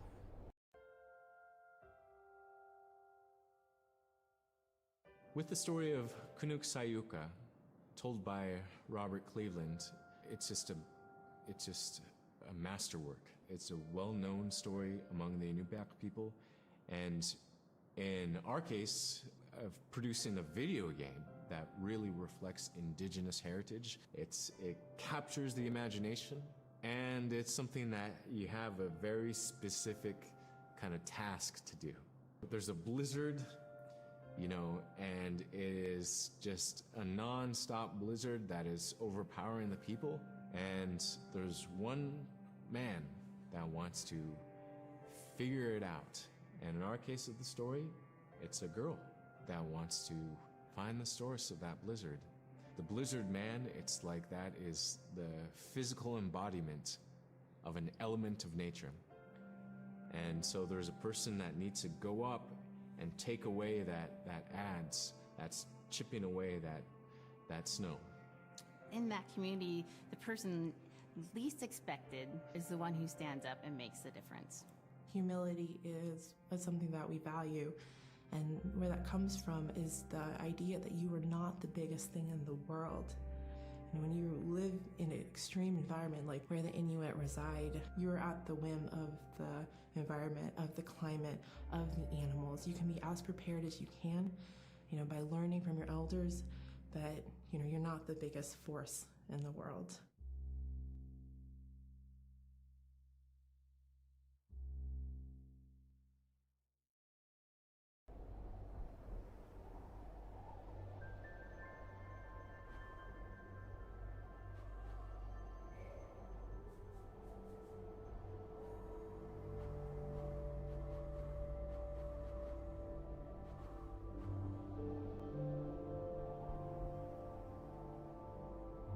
That's a simple enough story, but fair enough.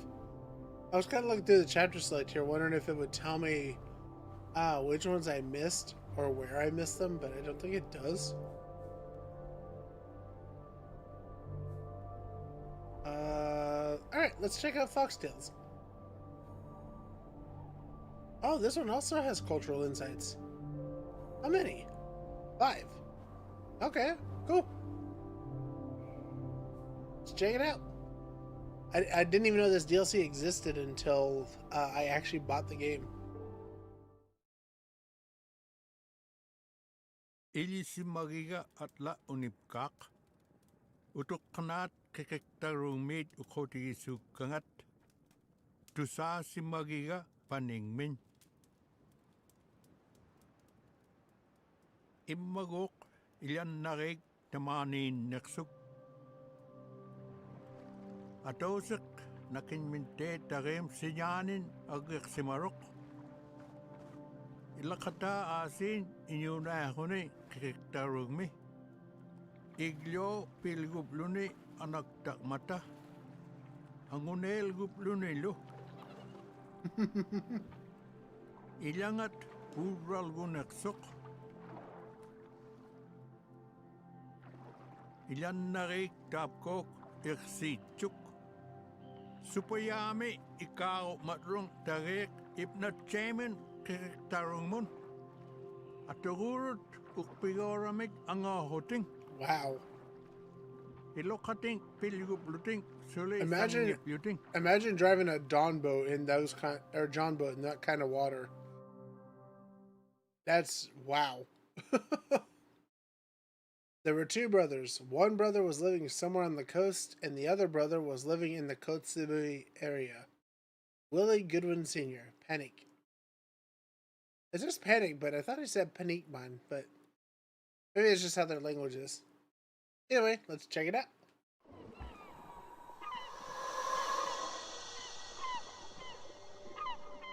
Ukir Rome inyuna kahoting.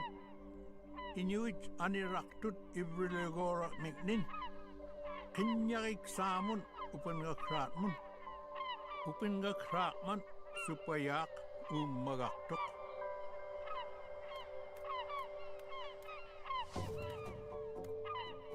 Absolutely gorgeous on this art for this. Wow.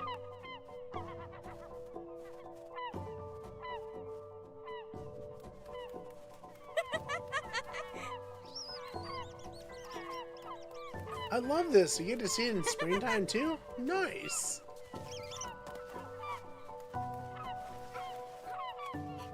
The rivers begin to run, the ice is starting to fall. Simakura kahotik ibrulay mikni akuni. Igo kuting utok kanat ukoti isuk kangat. Kamagira kraip lugu angugora payak. Uh-oh.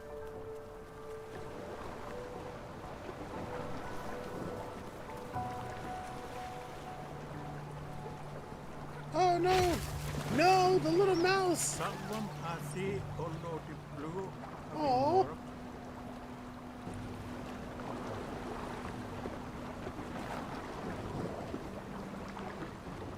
being moved. Oh, okay.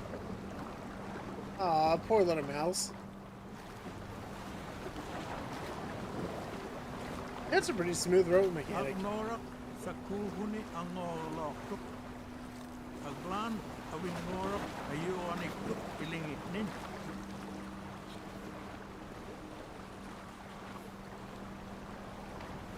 Yeesh. Hey, Fox. Wait. That did not work.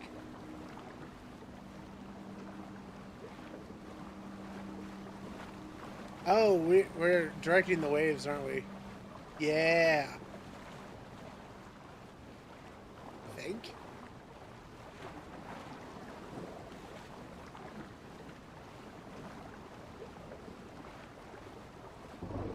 There we go. Whee!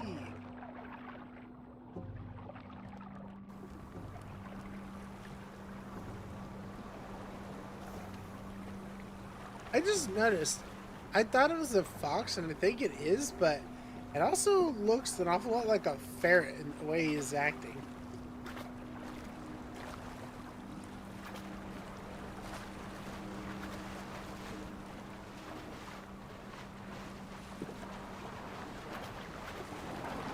Okay.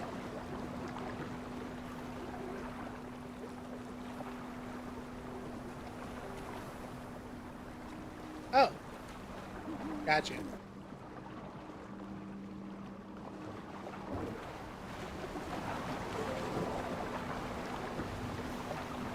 Oh. Is that a thing we were supposed to do? I hope so. I guess, you know, the water temperature change, though, would make sense. I'm thinking about it.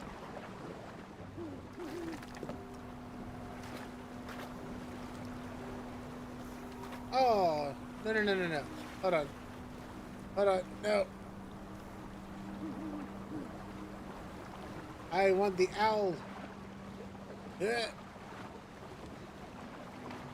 Come here, you. Down here. Thank you. I want my lure, dang it.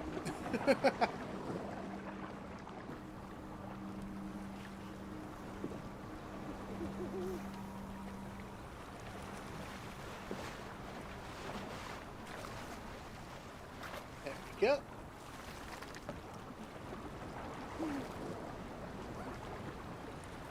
What? Why did that just happen?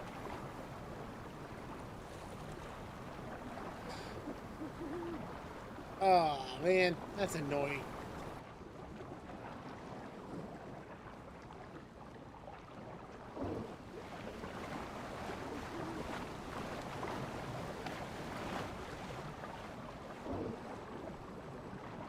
Awesome. Alright, back to the boat. Try this again.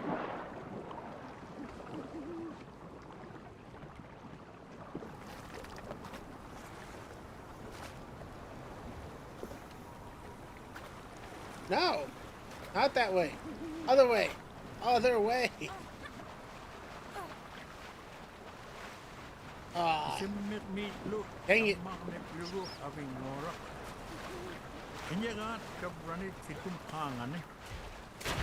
Whoop. Oh, gotta go. Why are we still chasing the little mouse?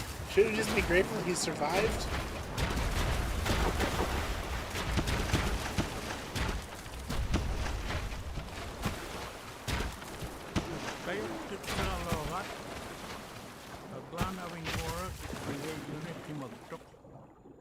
What is that?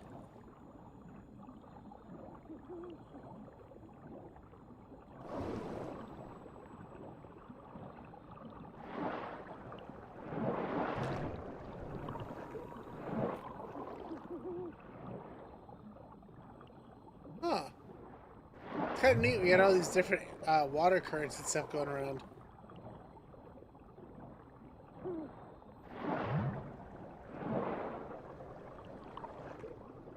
It's like Amore eels, except they couldn't be. The weather's too cold.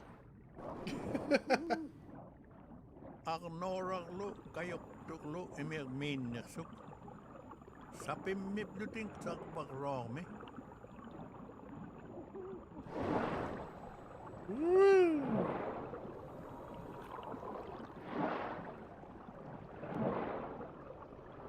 Okay, the underwater mechanics on this is really fun. Okay.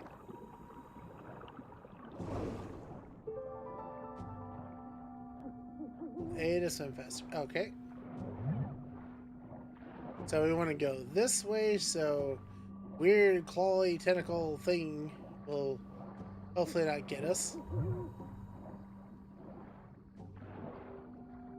Go.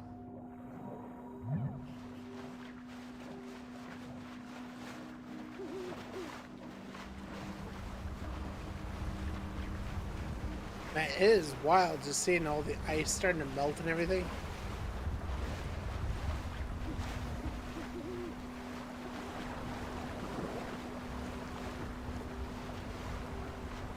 Huh.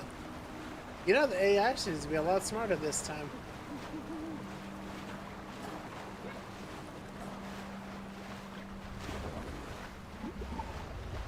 Oh. Never mind. Well, to be fair, I guess that wasn't AI, that was me.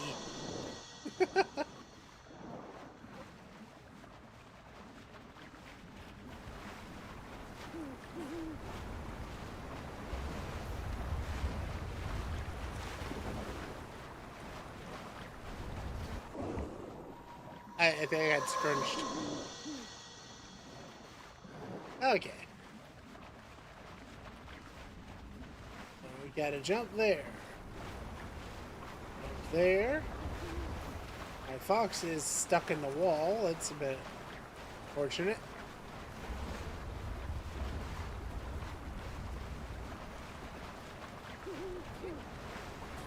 Ah, come on.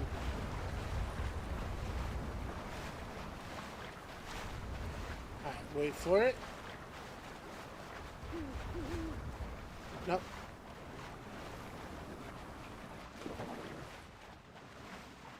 Not quite. This kind of reminds me of an old WiiWare game I can't recall the name of. Oh, really? I don't think I've ever seen a WiiWare game that had this kind of mechanics behind it, but to be fair though, I've never really played too many of them. You use the Wiimote to literally use the wind to guide your boy character through the levels. Oh.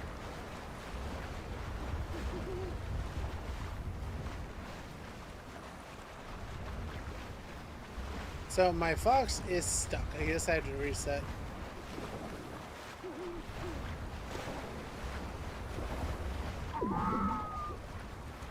Well, the sound presentation that reminds me of it. Ah, fair enough. Fair enough.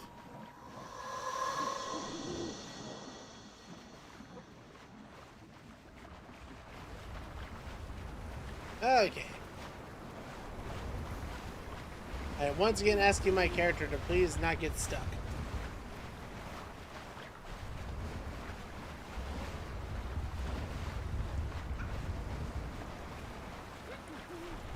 There we go.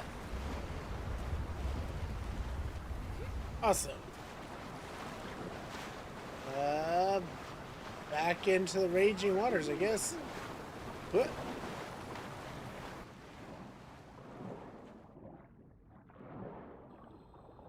Woo! Whoa, that's a lot of turbulent current.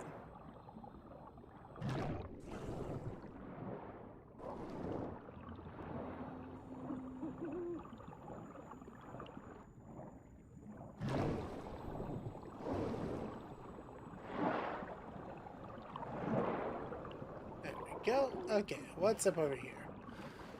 Sakuhuding utelukala sukimemi. Oh no. Our boat is... Ikayutik sangat sakbuksa. At jutigip lugu anek sutik sangat nek. Oh, Nuna, pick up the object.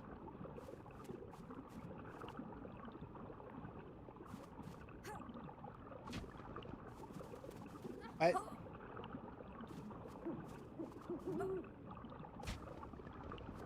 Oh.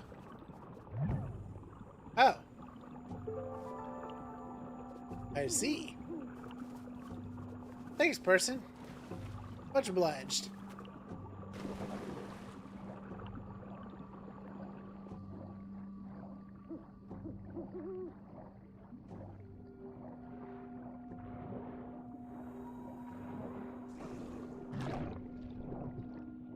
You know, for all the time that I've played Subnautica, you'd think I wouldn't be freaked out by this, but I am.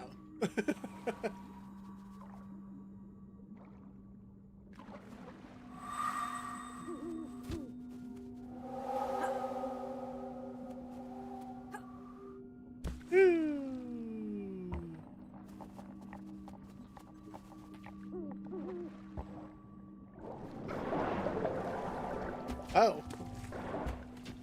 Oh, geez. Didn't expect that.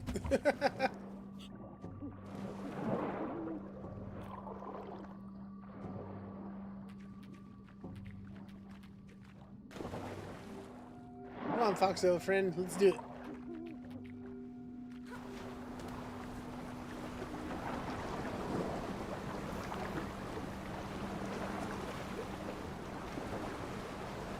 Oh, we can't pick up our object? Aw. Okay, fair enough. Gotta go back over here.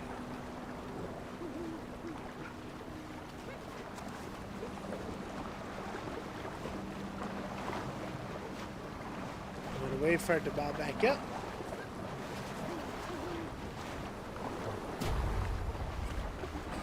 Well, that didn't sound good. Did our boat just get exploded?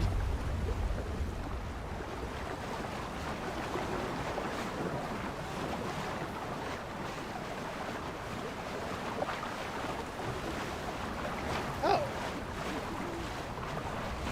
Okay, okay.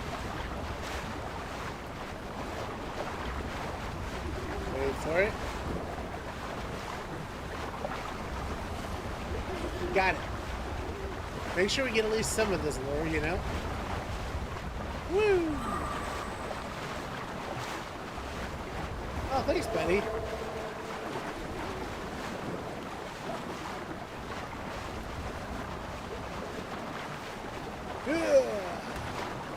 Oh. Okay, I did not expect that to be the outcome. Fair enough. Okay. Somebody stop that boat.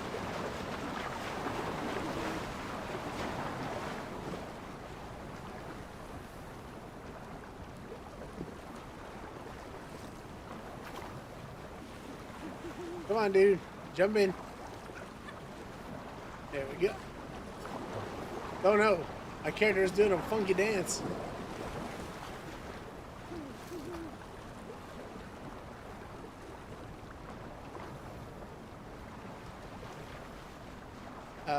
Okay.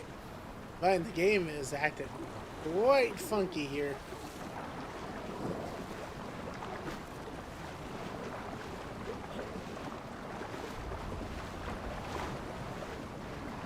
What is the point of me getting up here?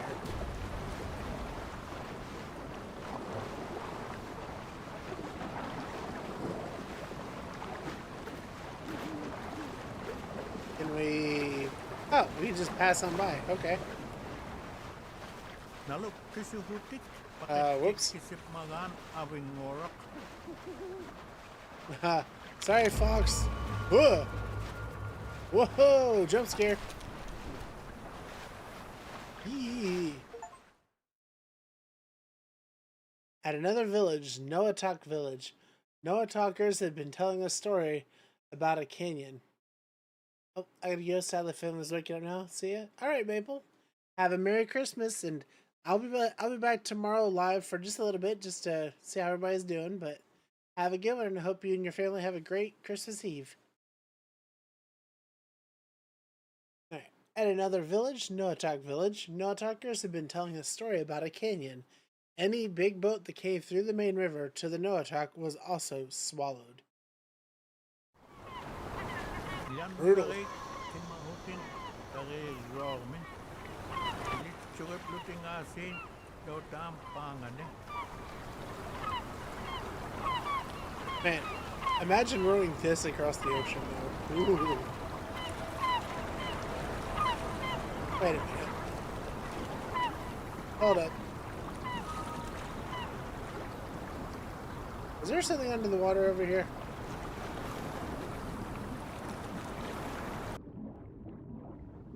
I felt like there was something. Nope, no secrets? Okay. About over here.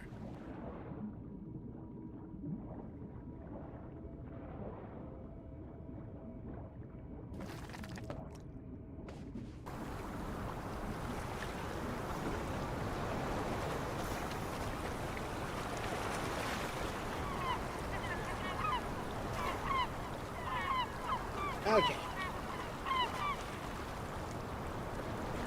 Inyek tulla päähutin, negesuhutin lo. Angohutin nunaktum tunganun. Akangata kotikanganik. Stop! Boo! We're going the wrong way. Wrong way! I am so bad at paddling a boat.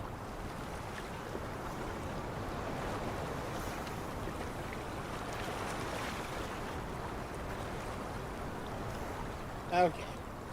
Mechanically smooth.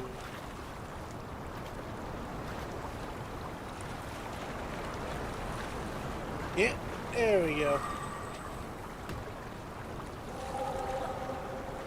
Thank you, spirits.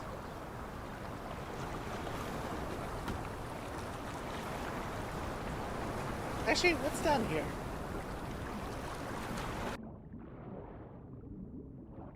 Oh, lots of coral.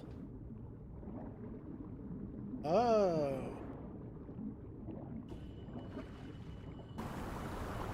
Understood, understood.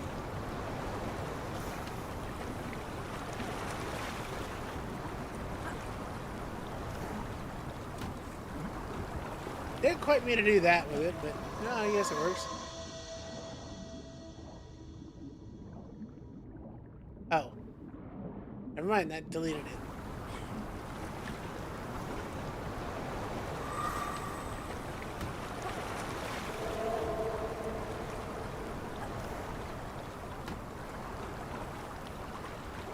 Okay, so we need to roll a little bit farther. One more. Go.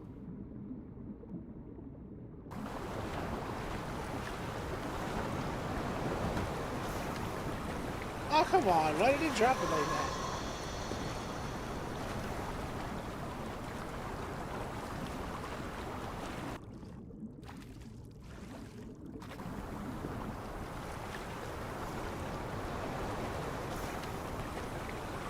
I'm sorry, spirits. I'm super bad at this, apparently.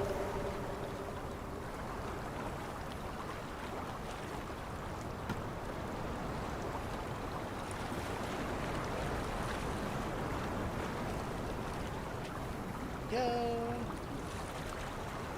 No. No. No. Reset from that side. There we go.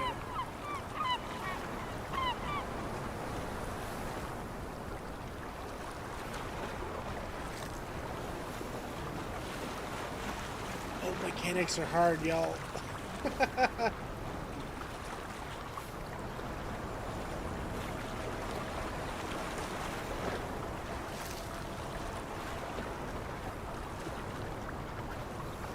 Nope.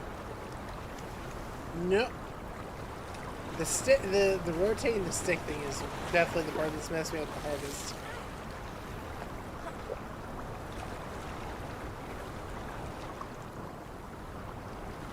Why are you continuing to float that way? Stop it. Stupid boat.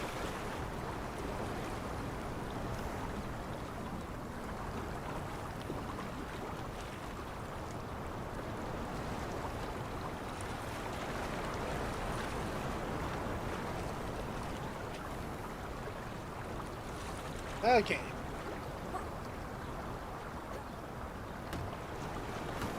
Thank you. Yeesh. Okay. thing I was trying to do. Let's do it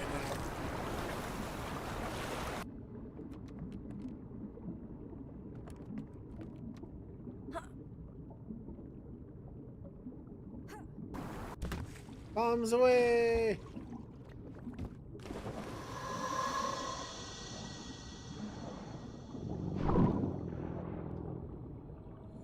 Something sounds angry.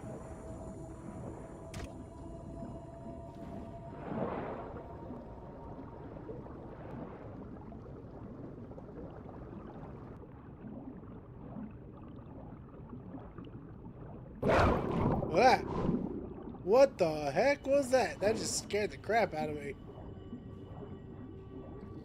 That was a Subnautica level scare, man. What the heck?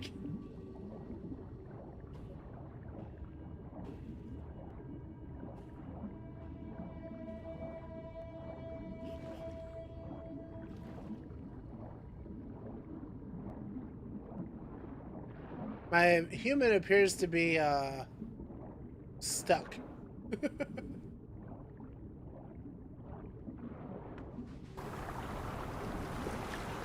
Okay.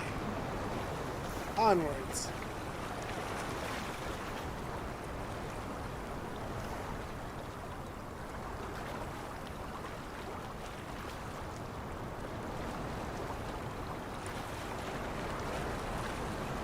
I just feel like we're about to get into a chase scene.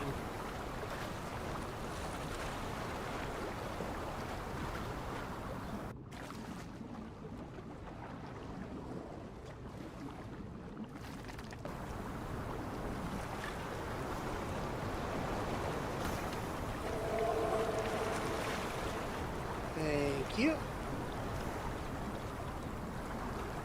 Okay, so drop it here. Okay, we cannot grab it when it hits the water. That's a bit unfortunate.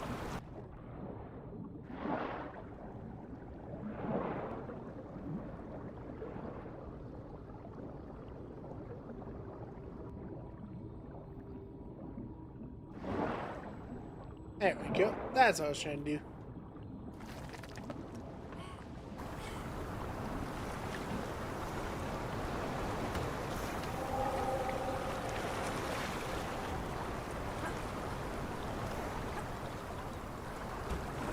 Whee!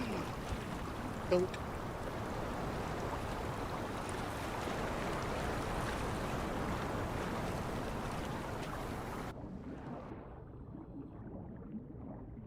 Okay, moving on over here. We need to get this guy.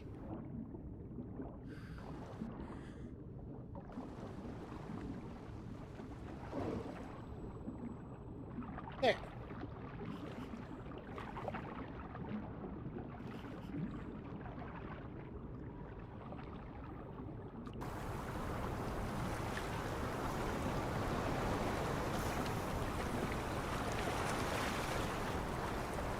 Alright, swiftly we pedal.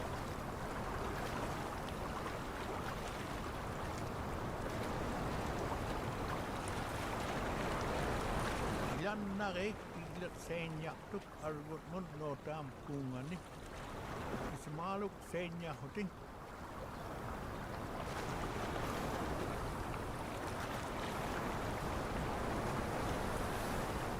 Yeah, the fact that this boat made it this far is genuinely impressive.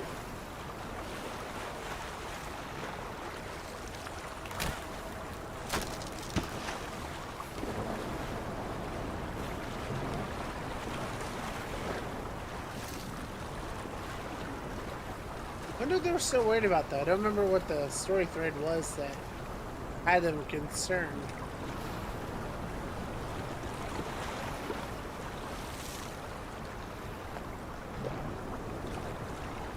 Pangarut munaktemun tikit mata inyuek somun.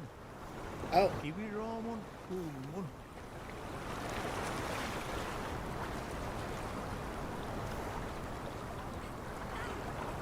Okay. We should have lots of rocks to throw around. Let's do it.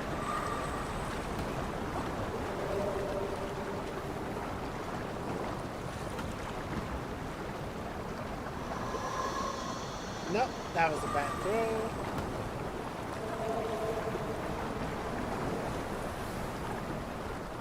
Oh, oh, it should make it to the boat. Nice. Nope. Nope, wrong way, wrong way. You know what? Can I grab two of these at once? I don't think I can.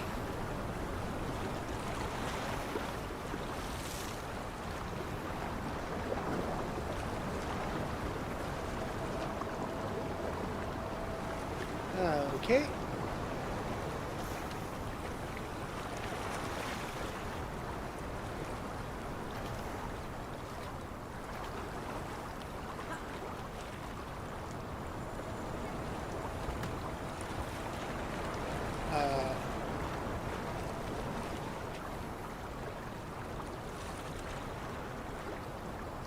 What? Why did you get stuck there?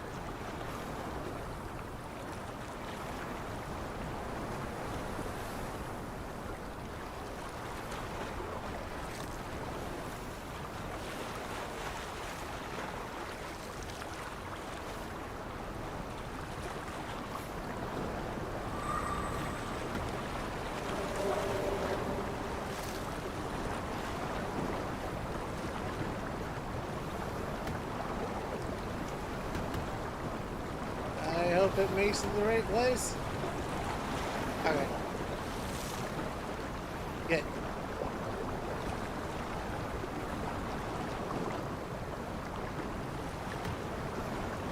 Okay, let's try this again.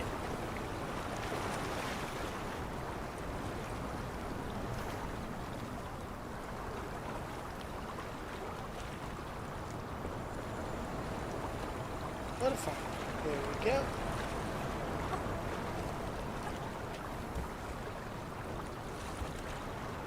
Boom. There we go.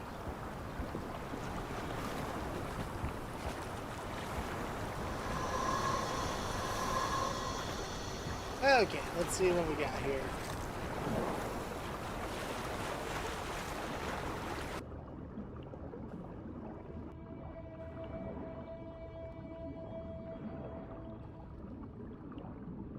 Weird little grabby monster. Not a fan of that guy.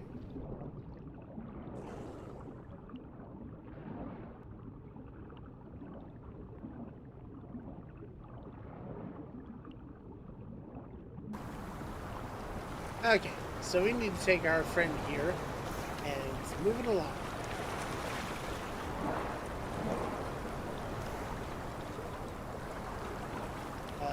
Can we grab it?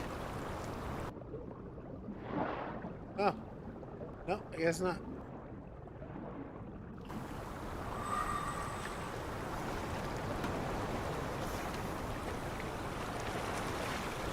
Oh, well, that was mighty kind of him. Got a hub, had to do actual work and speak to the bosses.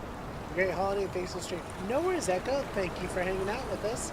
Have a Merry Christmas, and I hope everything goes great with the bosses. And again, we'll be live for a little tomorrow if you want it. If not, enjoy your holiday. Okay, so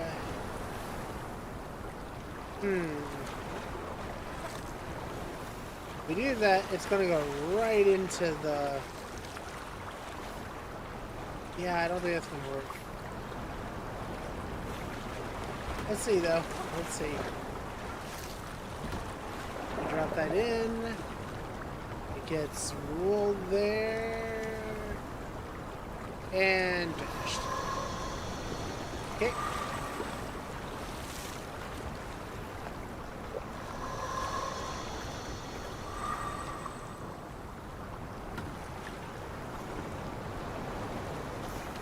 Okay. What can we do over here?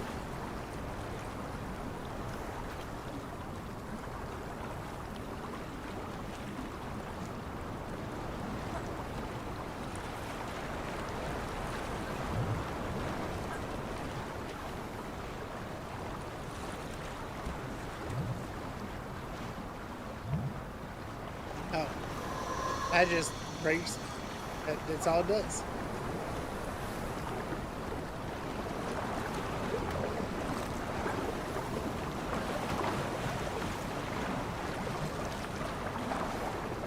Wait a minute. Wait a minute. There's a thing up there. I just saw that.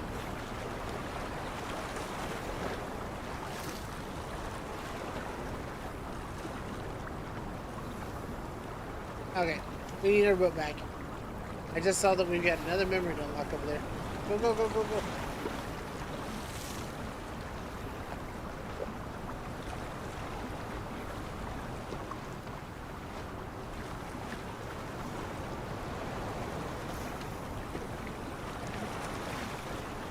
Go.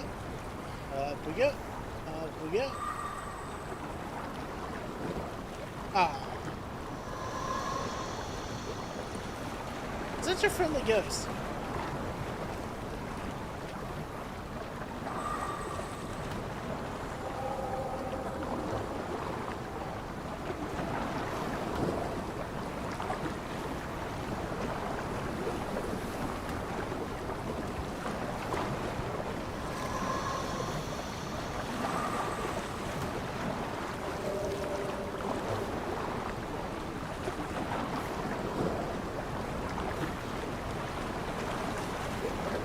Hold on a sec here. We got it. No.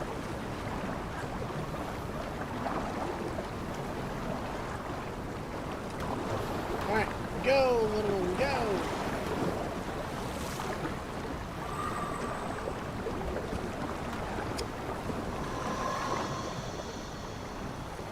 Okay, that did not work. Hey, wait a minute. That guy wasn't there before. I was wondering, I was like, there's got to be something we can do with that spot. There is. This guy wasn't there before.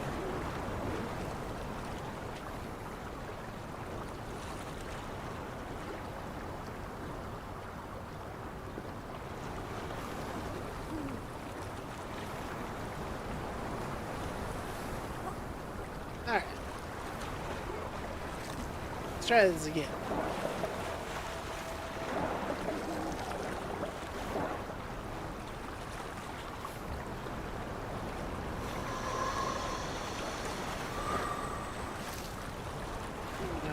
Okay. So now that's not going to do what it needs to do. So now you.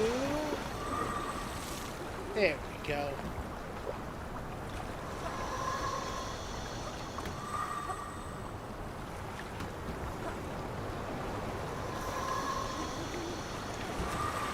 All right, go forth, little word.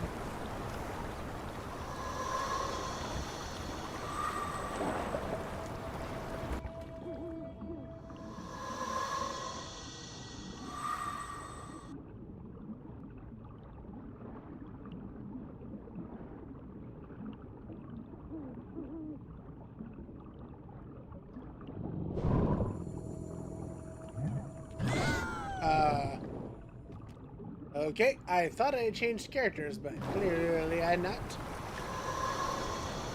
Y'all want to make me redo the whole segment? Really?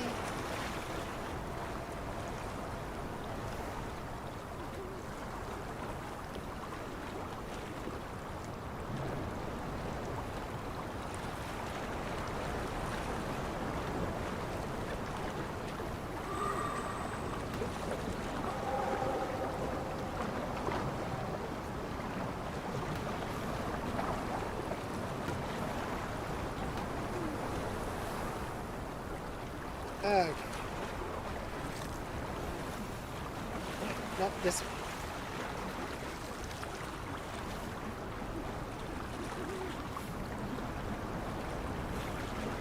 Grab the orb.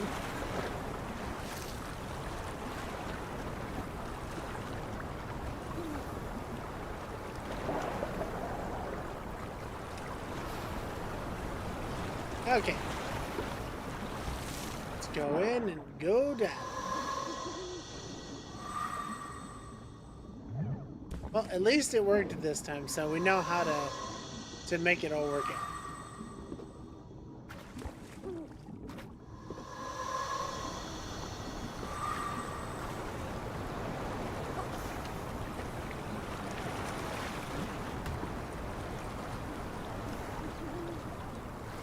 go.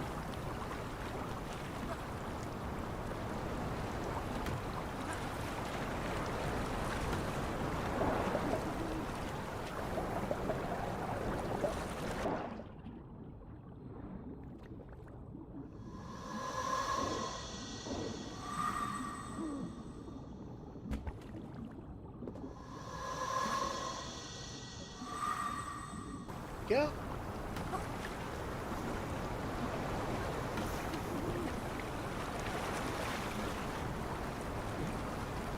Ah, let's try this again. I do love, even though if it's a little difficult to do, I do love the fact that it's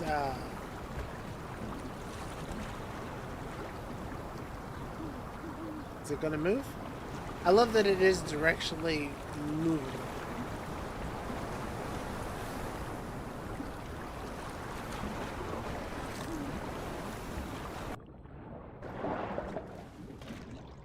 Okay, cool. Got that open. Let's go. Me and you, fox friend. Let's do it.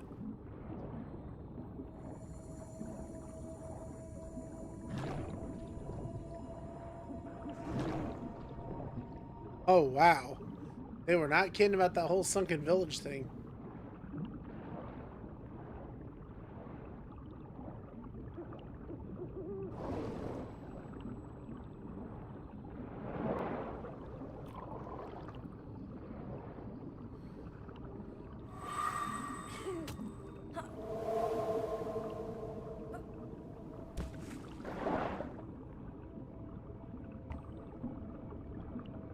Okay. I need you to move this over here. No. Do not. Okay.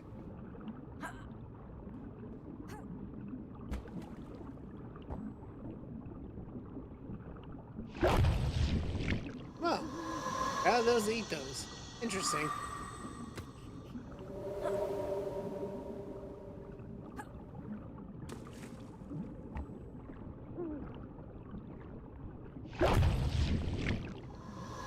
Okay, that's a touch annoying.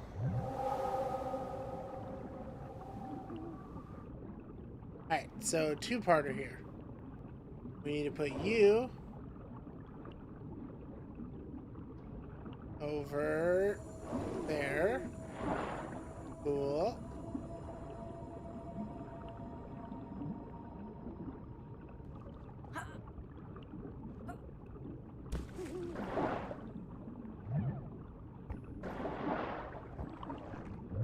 You do not throw my little fox in there.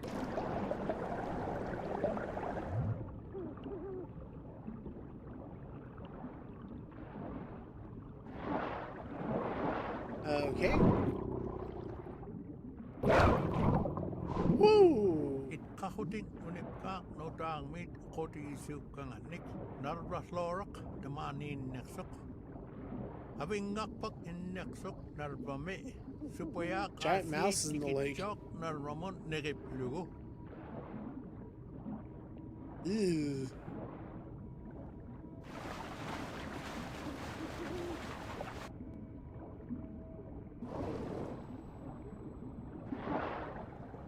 There we go.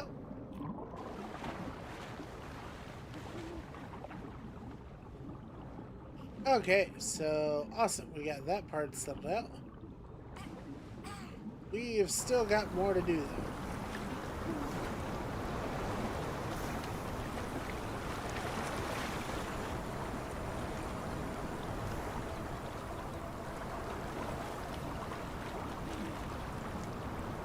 Okay.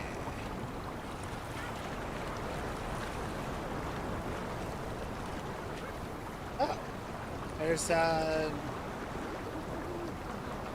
no more Yossies here. That was unexpected, actually. I felt like there was more to that area.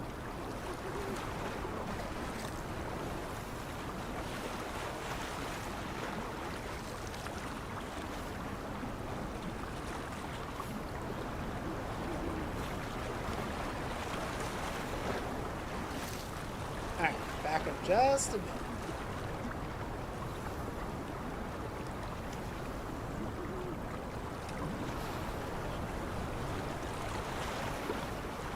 Alright, we are going to get this lure, dang it.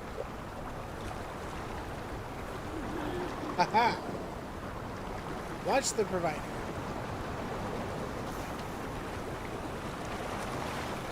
Huzzah!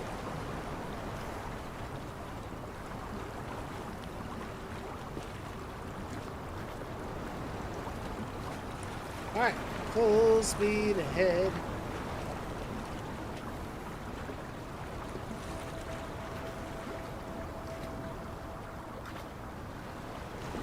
You know, thinking about it, if there's only 5 things you can watch,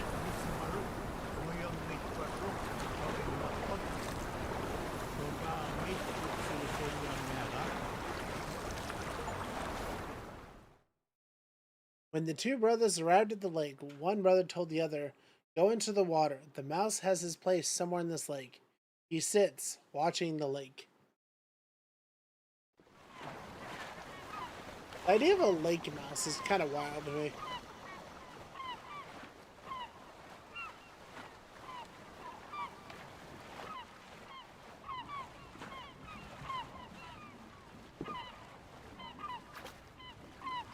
Okay.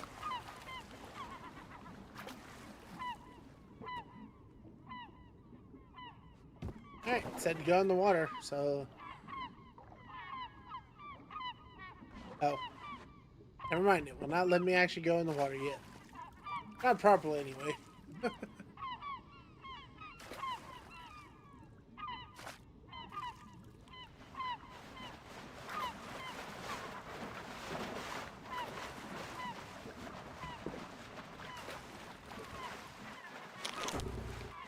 Uh-oh. Uh-oh.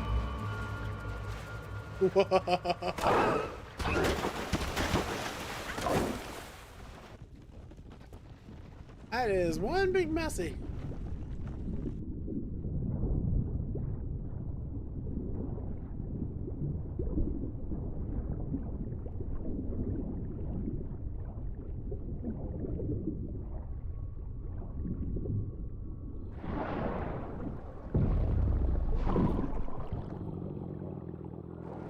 Oh.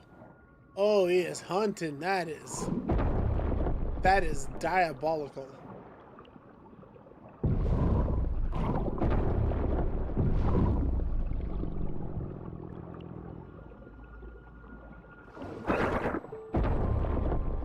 Oh.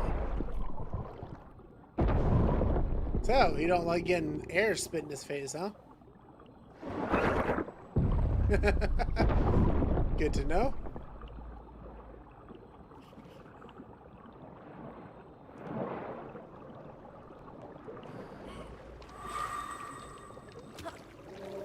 Yeah, what a spooky mouse.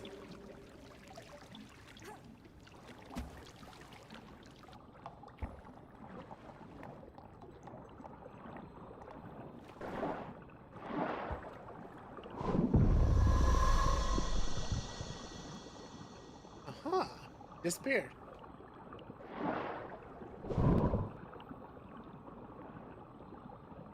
Oh. Oh, okay. Okay, we gotta throw it across, throw it across. Okay. Got it. What if we can clobber him in the head with it? That's not the throw. Up.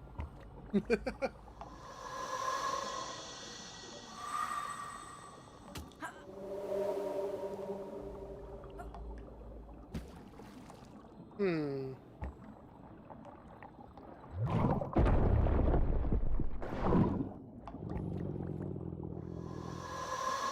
Okay. Ah! No, my fox.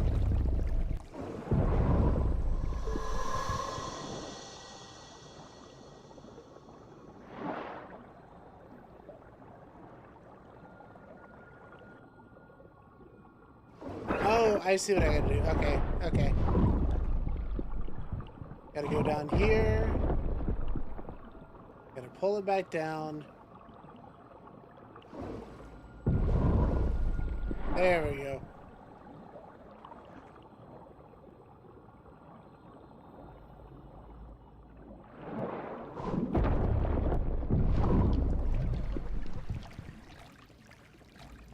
Okay, can we make the jump? Blah! Nope, he can eat me through the platform. Note to self.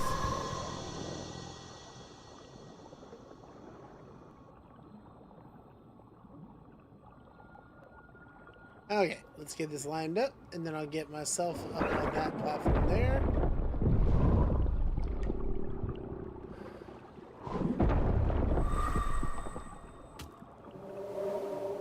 Beautiful.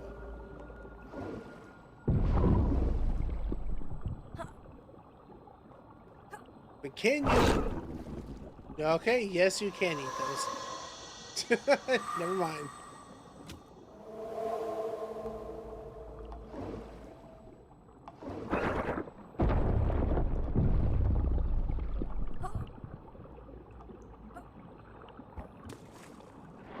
No!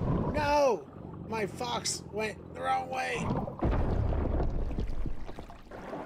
Oh, that's a wasted attempt. He got caught up when I was trying to just grab the spirit.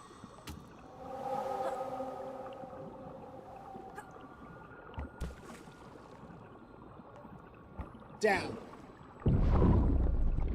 Down. Thank you.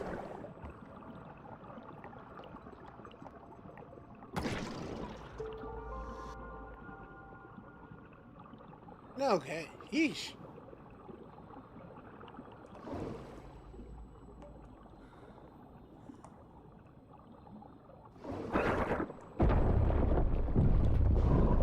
Okay.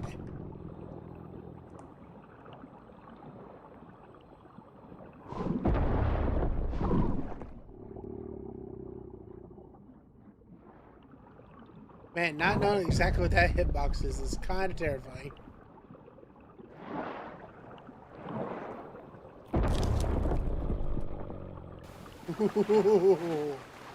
Oh, this guy.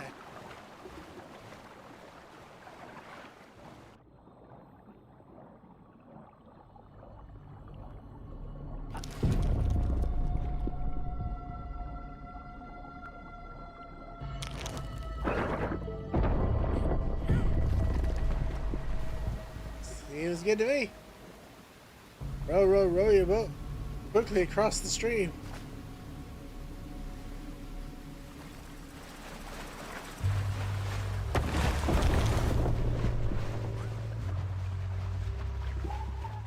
What?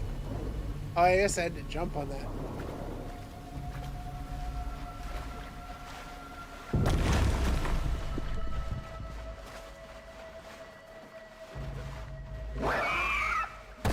Oh, wow. I didn't even catch it. That was his tail.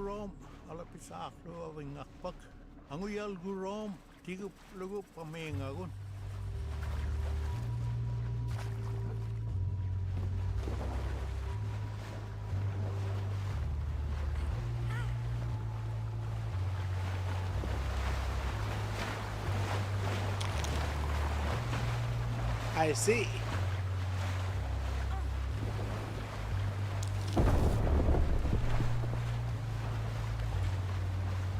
Okay.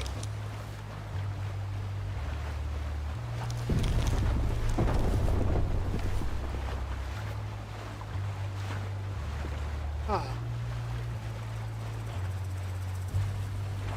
Okay, so you don't have the bullets. So what can we do here? Oh, there we go. There's a path down there. I wasn't able to see it first.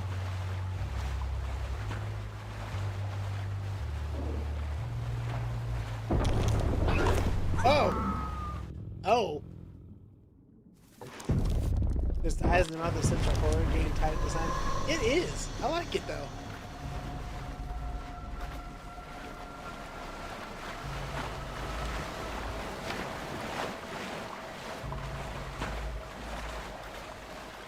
No, no, no. Do not. Okay. Whew.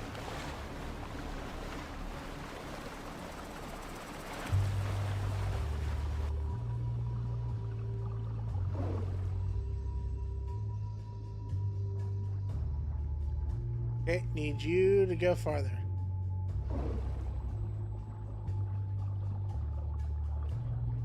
Okay. So. I need you.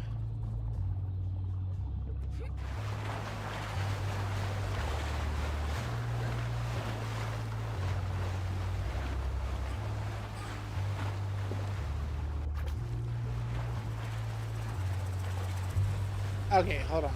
I see what I gotta do.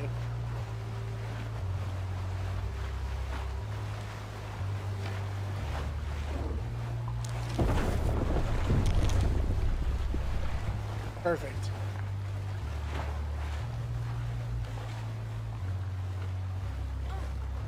No, not quite, not quite.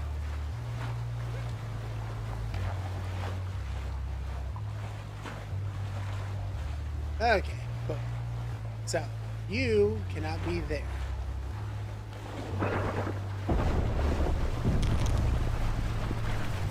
Got him. He did not appreciate that one bit. Also, Fox, what are you doing, bro? You got a thing to do still. Come on now. Auto pathing back to the boat like that. Stop it.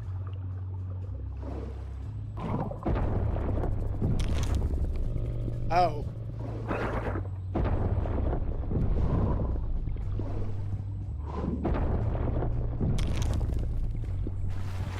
You know what? We'll take it.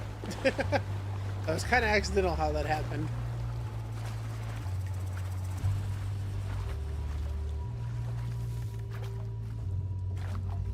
Yeah, this is giving me some good Little Nightmares vibes, actually.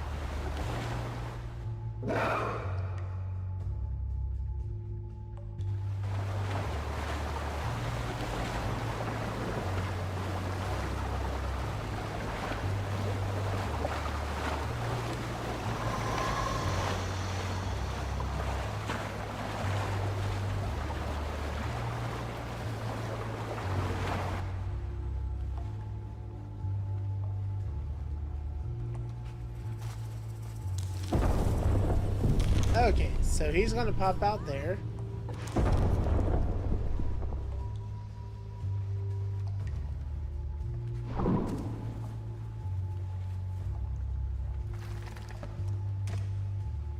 Alright. Let's go ahead and grab you. Pull you to the top. To the top. Come on. Top. Man. Bro got so stuck.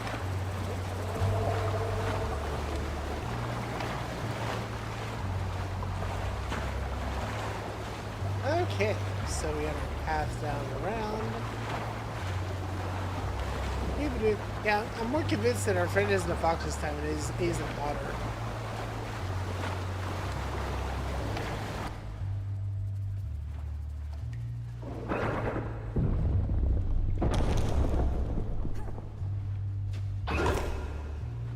Son of a biscuit. Okay. Got it. Okay.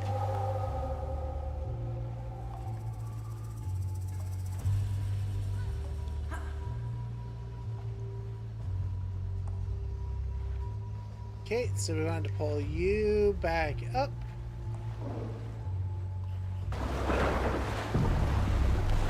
Because bro do not like.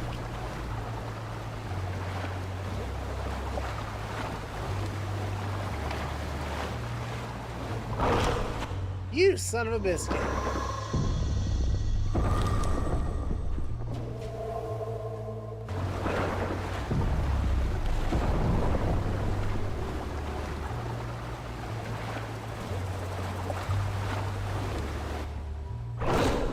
Man, it keeps catching me there. So annoying. It keeps catching in that second slot for some reason.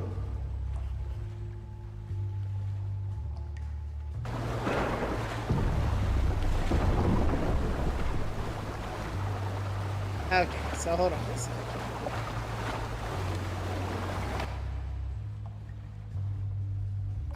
Okay, and now I'm seeing it.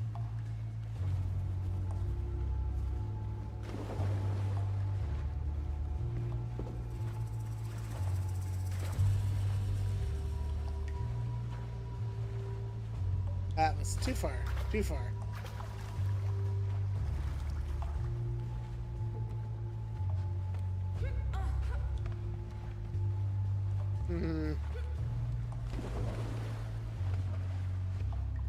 Okay, we need the boat to be there.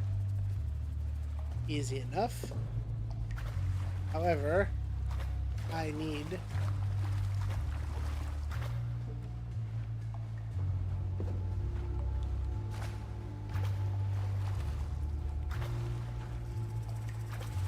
Okay, let's get some more momentum going.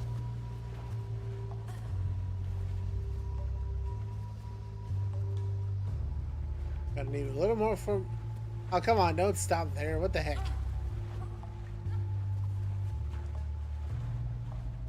Or said boat.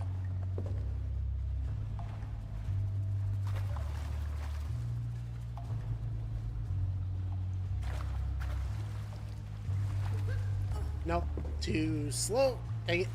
Alright. Yeah, we gotta give this thing some ramping speed so we can get this loaded. And also get off the boat fast enough.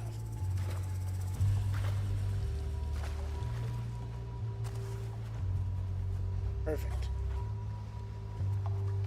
Looking good, looking good. In the boat. Nice.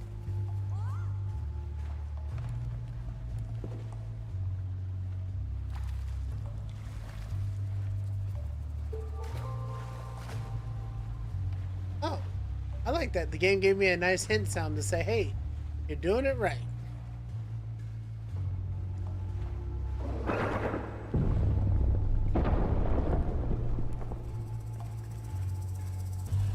Okay. I have the thing. There we go.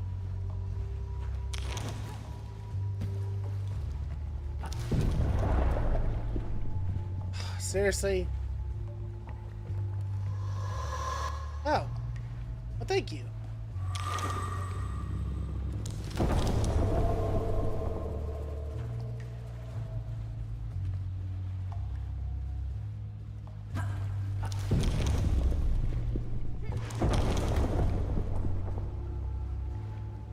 Oh, you know what? Accidentally, that'll work.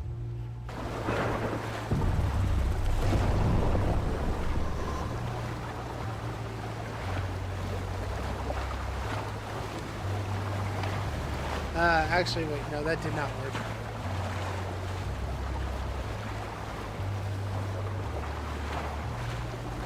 Why did that just open up? Anything? I don't know. Oh, wait. I think I know. Okay, hold on. Hold on.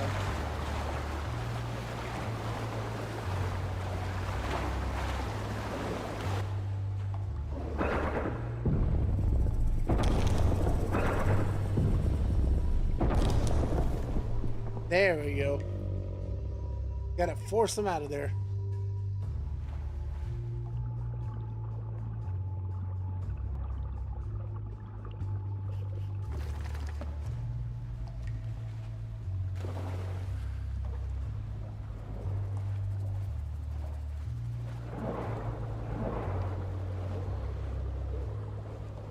Oh wait, but that's still not gonna work though, because I need to... I have to be able to get up.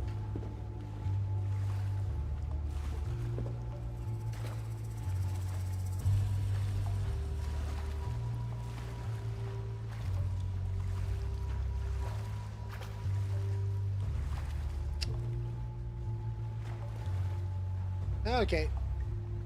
Heard. That's a bit unfortunate, but okay.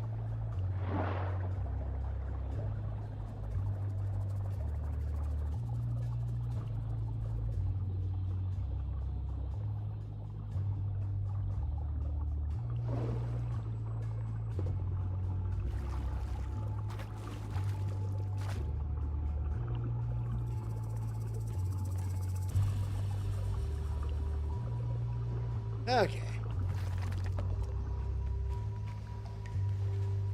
Boat, you have betrayed me, I swear.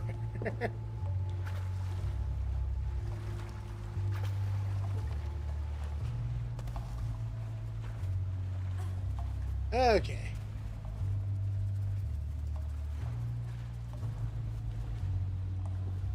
Gotta jump across there, and then up here, and then pull that thing like winner, winner, chicken dinner.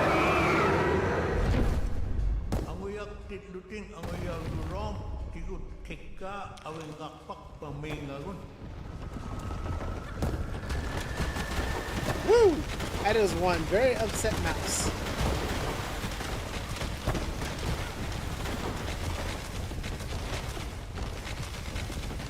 Well, I missed my jump.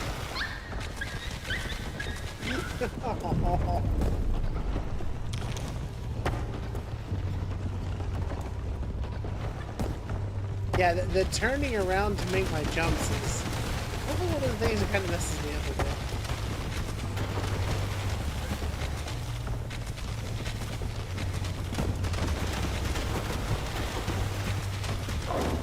Woo! Woo! Woo!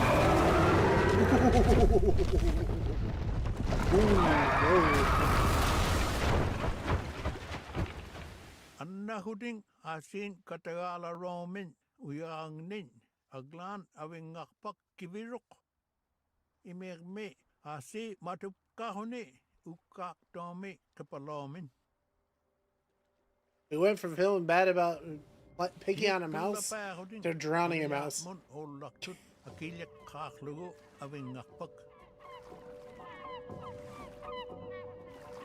Igling ngamin kubay chahutik pakan negat ilan norating anak si maromin tagaimin.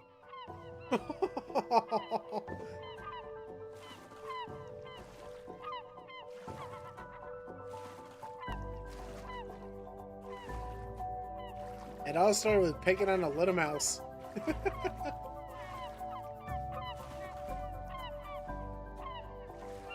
So that was it, huh? That was the end of the story? Davrani awing ngakpak si suruk kepalami na ramon. Si kubin lapak lu kepalok taman na. Huh. That is quite a lot of bank damage there. Uvona unipkak takna panigum ukoti isukanga.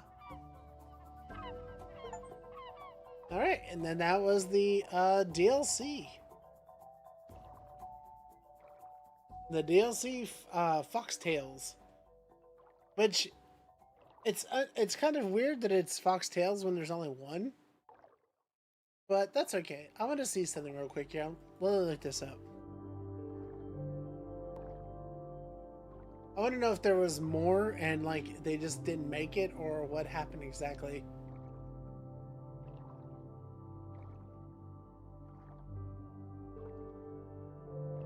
Let's see here.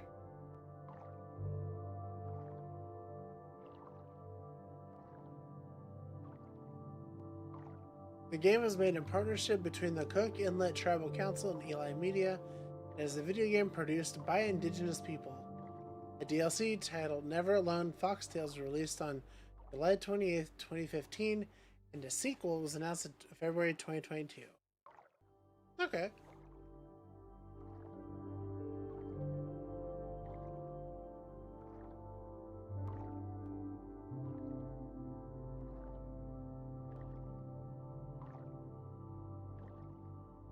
Wow. You know, reading the development on this, apparently Eline creative director Sean Vesk made over a dozen trips to Alaska to meet with community members and elders to gather stories and imagery. That's really, really cool.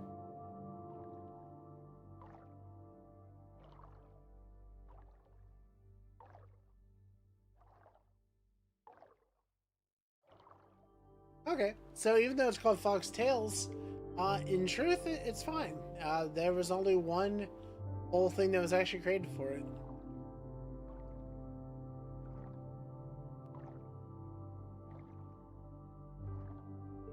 I do think it's a shame though. The game seems to have not done very well on Metacritic.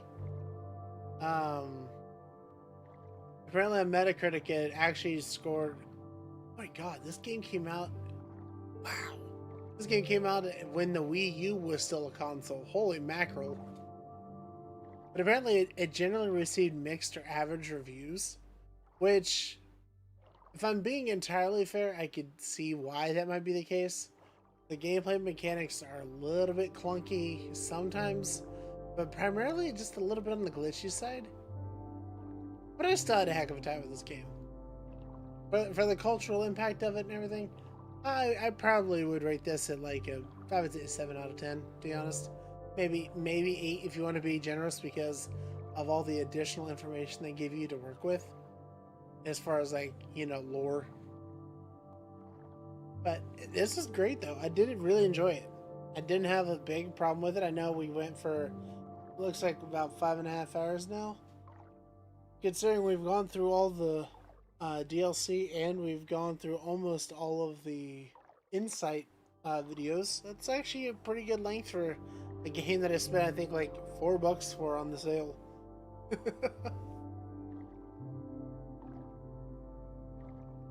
Okay. So we know there's not going to be anything after that, so let's just go ahead and look at the cultural insights. We did miss one. I know we missed it, and that upsets me because I saw it and I got forced out of it. Anyway. In 1964, my grandfather, Appa Willie Godun Sr., Punnik, he was invited by archaeologists and anthropologists from Brown University. He was invited to the Onion Portage site, this ancient sacred site of the Inupiaq people. And it was really special for my grandfather to be included in that kind of thing, because it showed the respect they had for him, for his knowledge, for what he had to offer. And while they were there, while they were camped out there, when they had some quiet time, he told some stories. One of the stories that my grandfather told was the story of the Coastal Brothers. These two brothers, they have their own particular skills. They go out to the Noatak River area, and they go to try to challenge and hopefully defeat this giant mouse who is destroying everything in its path. The development team really took a great interest in the story that my grandfather told, because it really enhances those themes that we found in Never Alone. One of interdependence, another of Inupiaq values, love of our elders and of our land and of our traditions. I mean, it helped to really bring that out, and so that's one reason why it really captivated the interest of the team.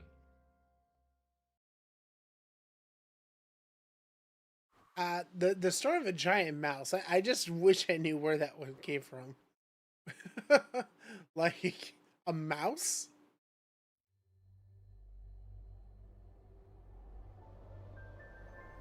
Hey, what just happened there?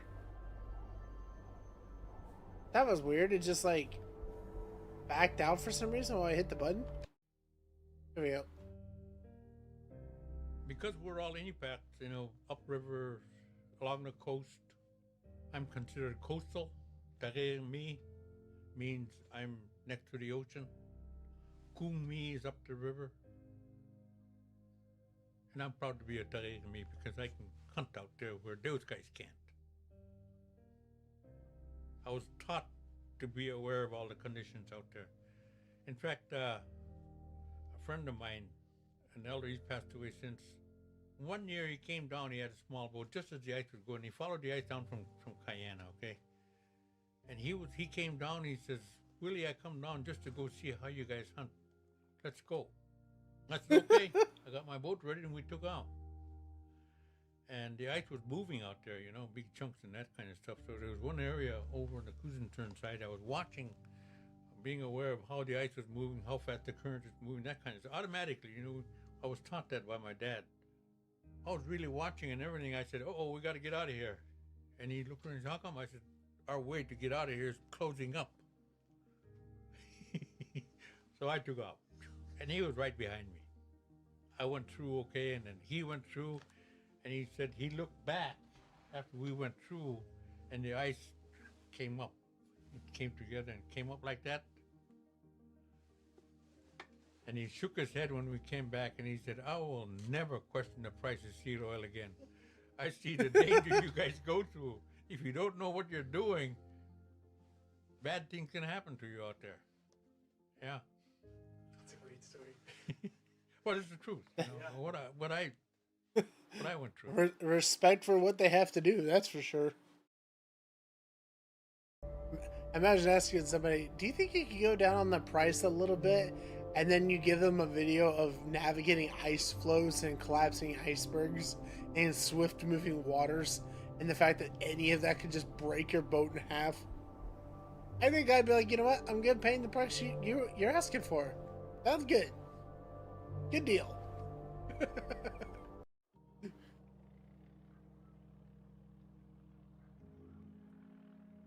That's my dad. Picture of my dad. Appa Willie, my grandfather Willie, he was a respected hunter, so he was the provider for the large family. My father embodied all the Inupiaq values. He used them all as much as he can every day, and he loved to talk to people. He shared a lot of stuff that he got from out, whether it be out in the ocean or in land. He shared with people. We all loved him because he treated us with respect, all of us kids. When we followed him, when I started to follow him with John to go hunt out in the ocean out here, he would talk to us while we're hunting and point things out to us. You know, how to expect things, how to do things out in the country, or... It teaches how to set traps, where to put the traps, how to bait them. My dad was born and raised in Selwick. He grew up in springtime and summertime using a kayak.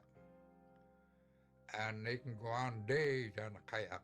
So he taught us all that about hunting seals, bearded seals, and then hunting beluga also. You know, he showed us how. I never forget my dad. Every time he said something, I honor what he say. I remember he'd wake me up after early in the morning, 5 o'clock, when it's still dark. He'd kiss me in his cheek, wake me up. I remember he said, "Bye, John, you behave now." I'll never forget that. So one day he did that. He said, "If anything happened to me, I want you to take care of Mom," like I did. But I see the affection there and the bond he had with me. He taught me. Man, that's the harsh reality, I imagine, though. Respect for all things. But started with chasing a little tiny mouse for fun. So to really reinforce Inupiaq values, the things that our elders identify that's important to them, we really thought of respect for all things, respect for the animals in particular in this case. And so we've added a prelude to the story. An experience with a little mouse is where Nuna and Fox, He's a cute they little forget to guy. respect this little mouse. Something that my Uncle John just told us is that you only go after animals if you intend to use it for food. You don't play with it. You don't mess around with it or tease it, even if it's all in fun. Well, once Nuna and Fox defeat the giant mouse, that's when they learn their lesson, where the mouse comes back to them, their little mouse, their friend. And this story really, it's about respect for all things, respecting all animals all the time, never forgetting to respect them. And that's an essential Inupiaq value. It's one of the key things that our elders always talk about. That's a good lesson. I think there's a bit of interesting understanding in that too. That you could say that they were not necessarily chasing the mouse, but at the same time, I feel like the hubris of that actually makes sense for it. So yeah, we did miss a few cultural insights, 3 of them total, but we got the vast majority of them, and I'm quite happy with that. I am also very happy to say that we completed the game pretty much. This is pretty awesome. So, not exactly your standard Christmas story, but I think this is a very informational and educational game, to be honest with you. And let me pull up the Steam page for it real quick. Just so I can put a comment for it real quick. Because I know there's a sequel that's out now, but I also know that it's on sale. And, like, yeah, show support to devs that do really cool things like this.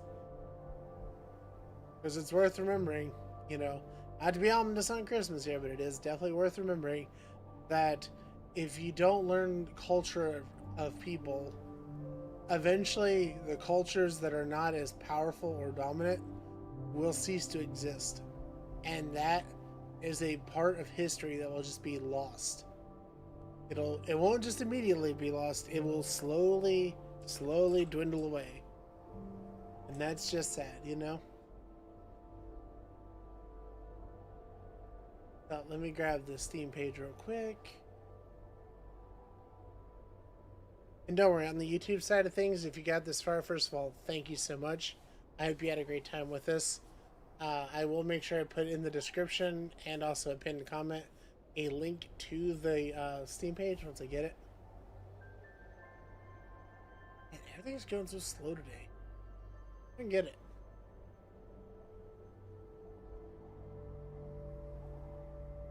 Nah, that's fine. Anyways, though, let me grab this here.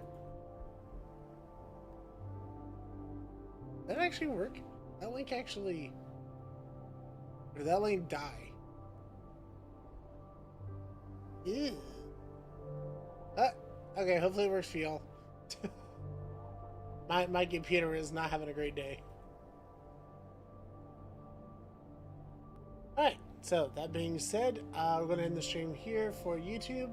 Thank y'all for being here. Have a Merry Christmas, and I'll be back tomorrow for a short stream just to see how everybody did. See what your plans are and how you plan on celebrating the new year, and maybe some plans of my own. I don't know. But y'all have a merry one. Make sure you stay safe and comfy. And YouTube, I'll see you guys on the next one. Bye.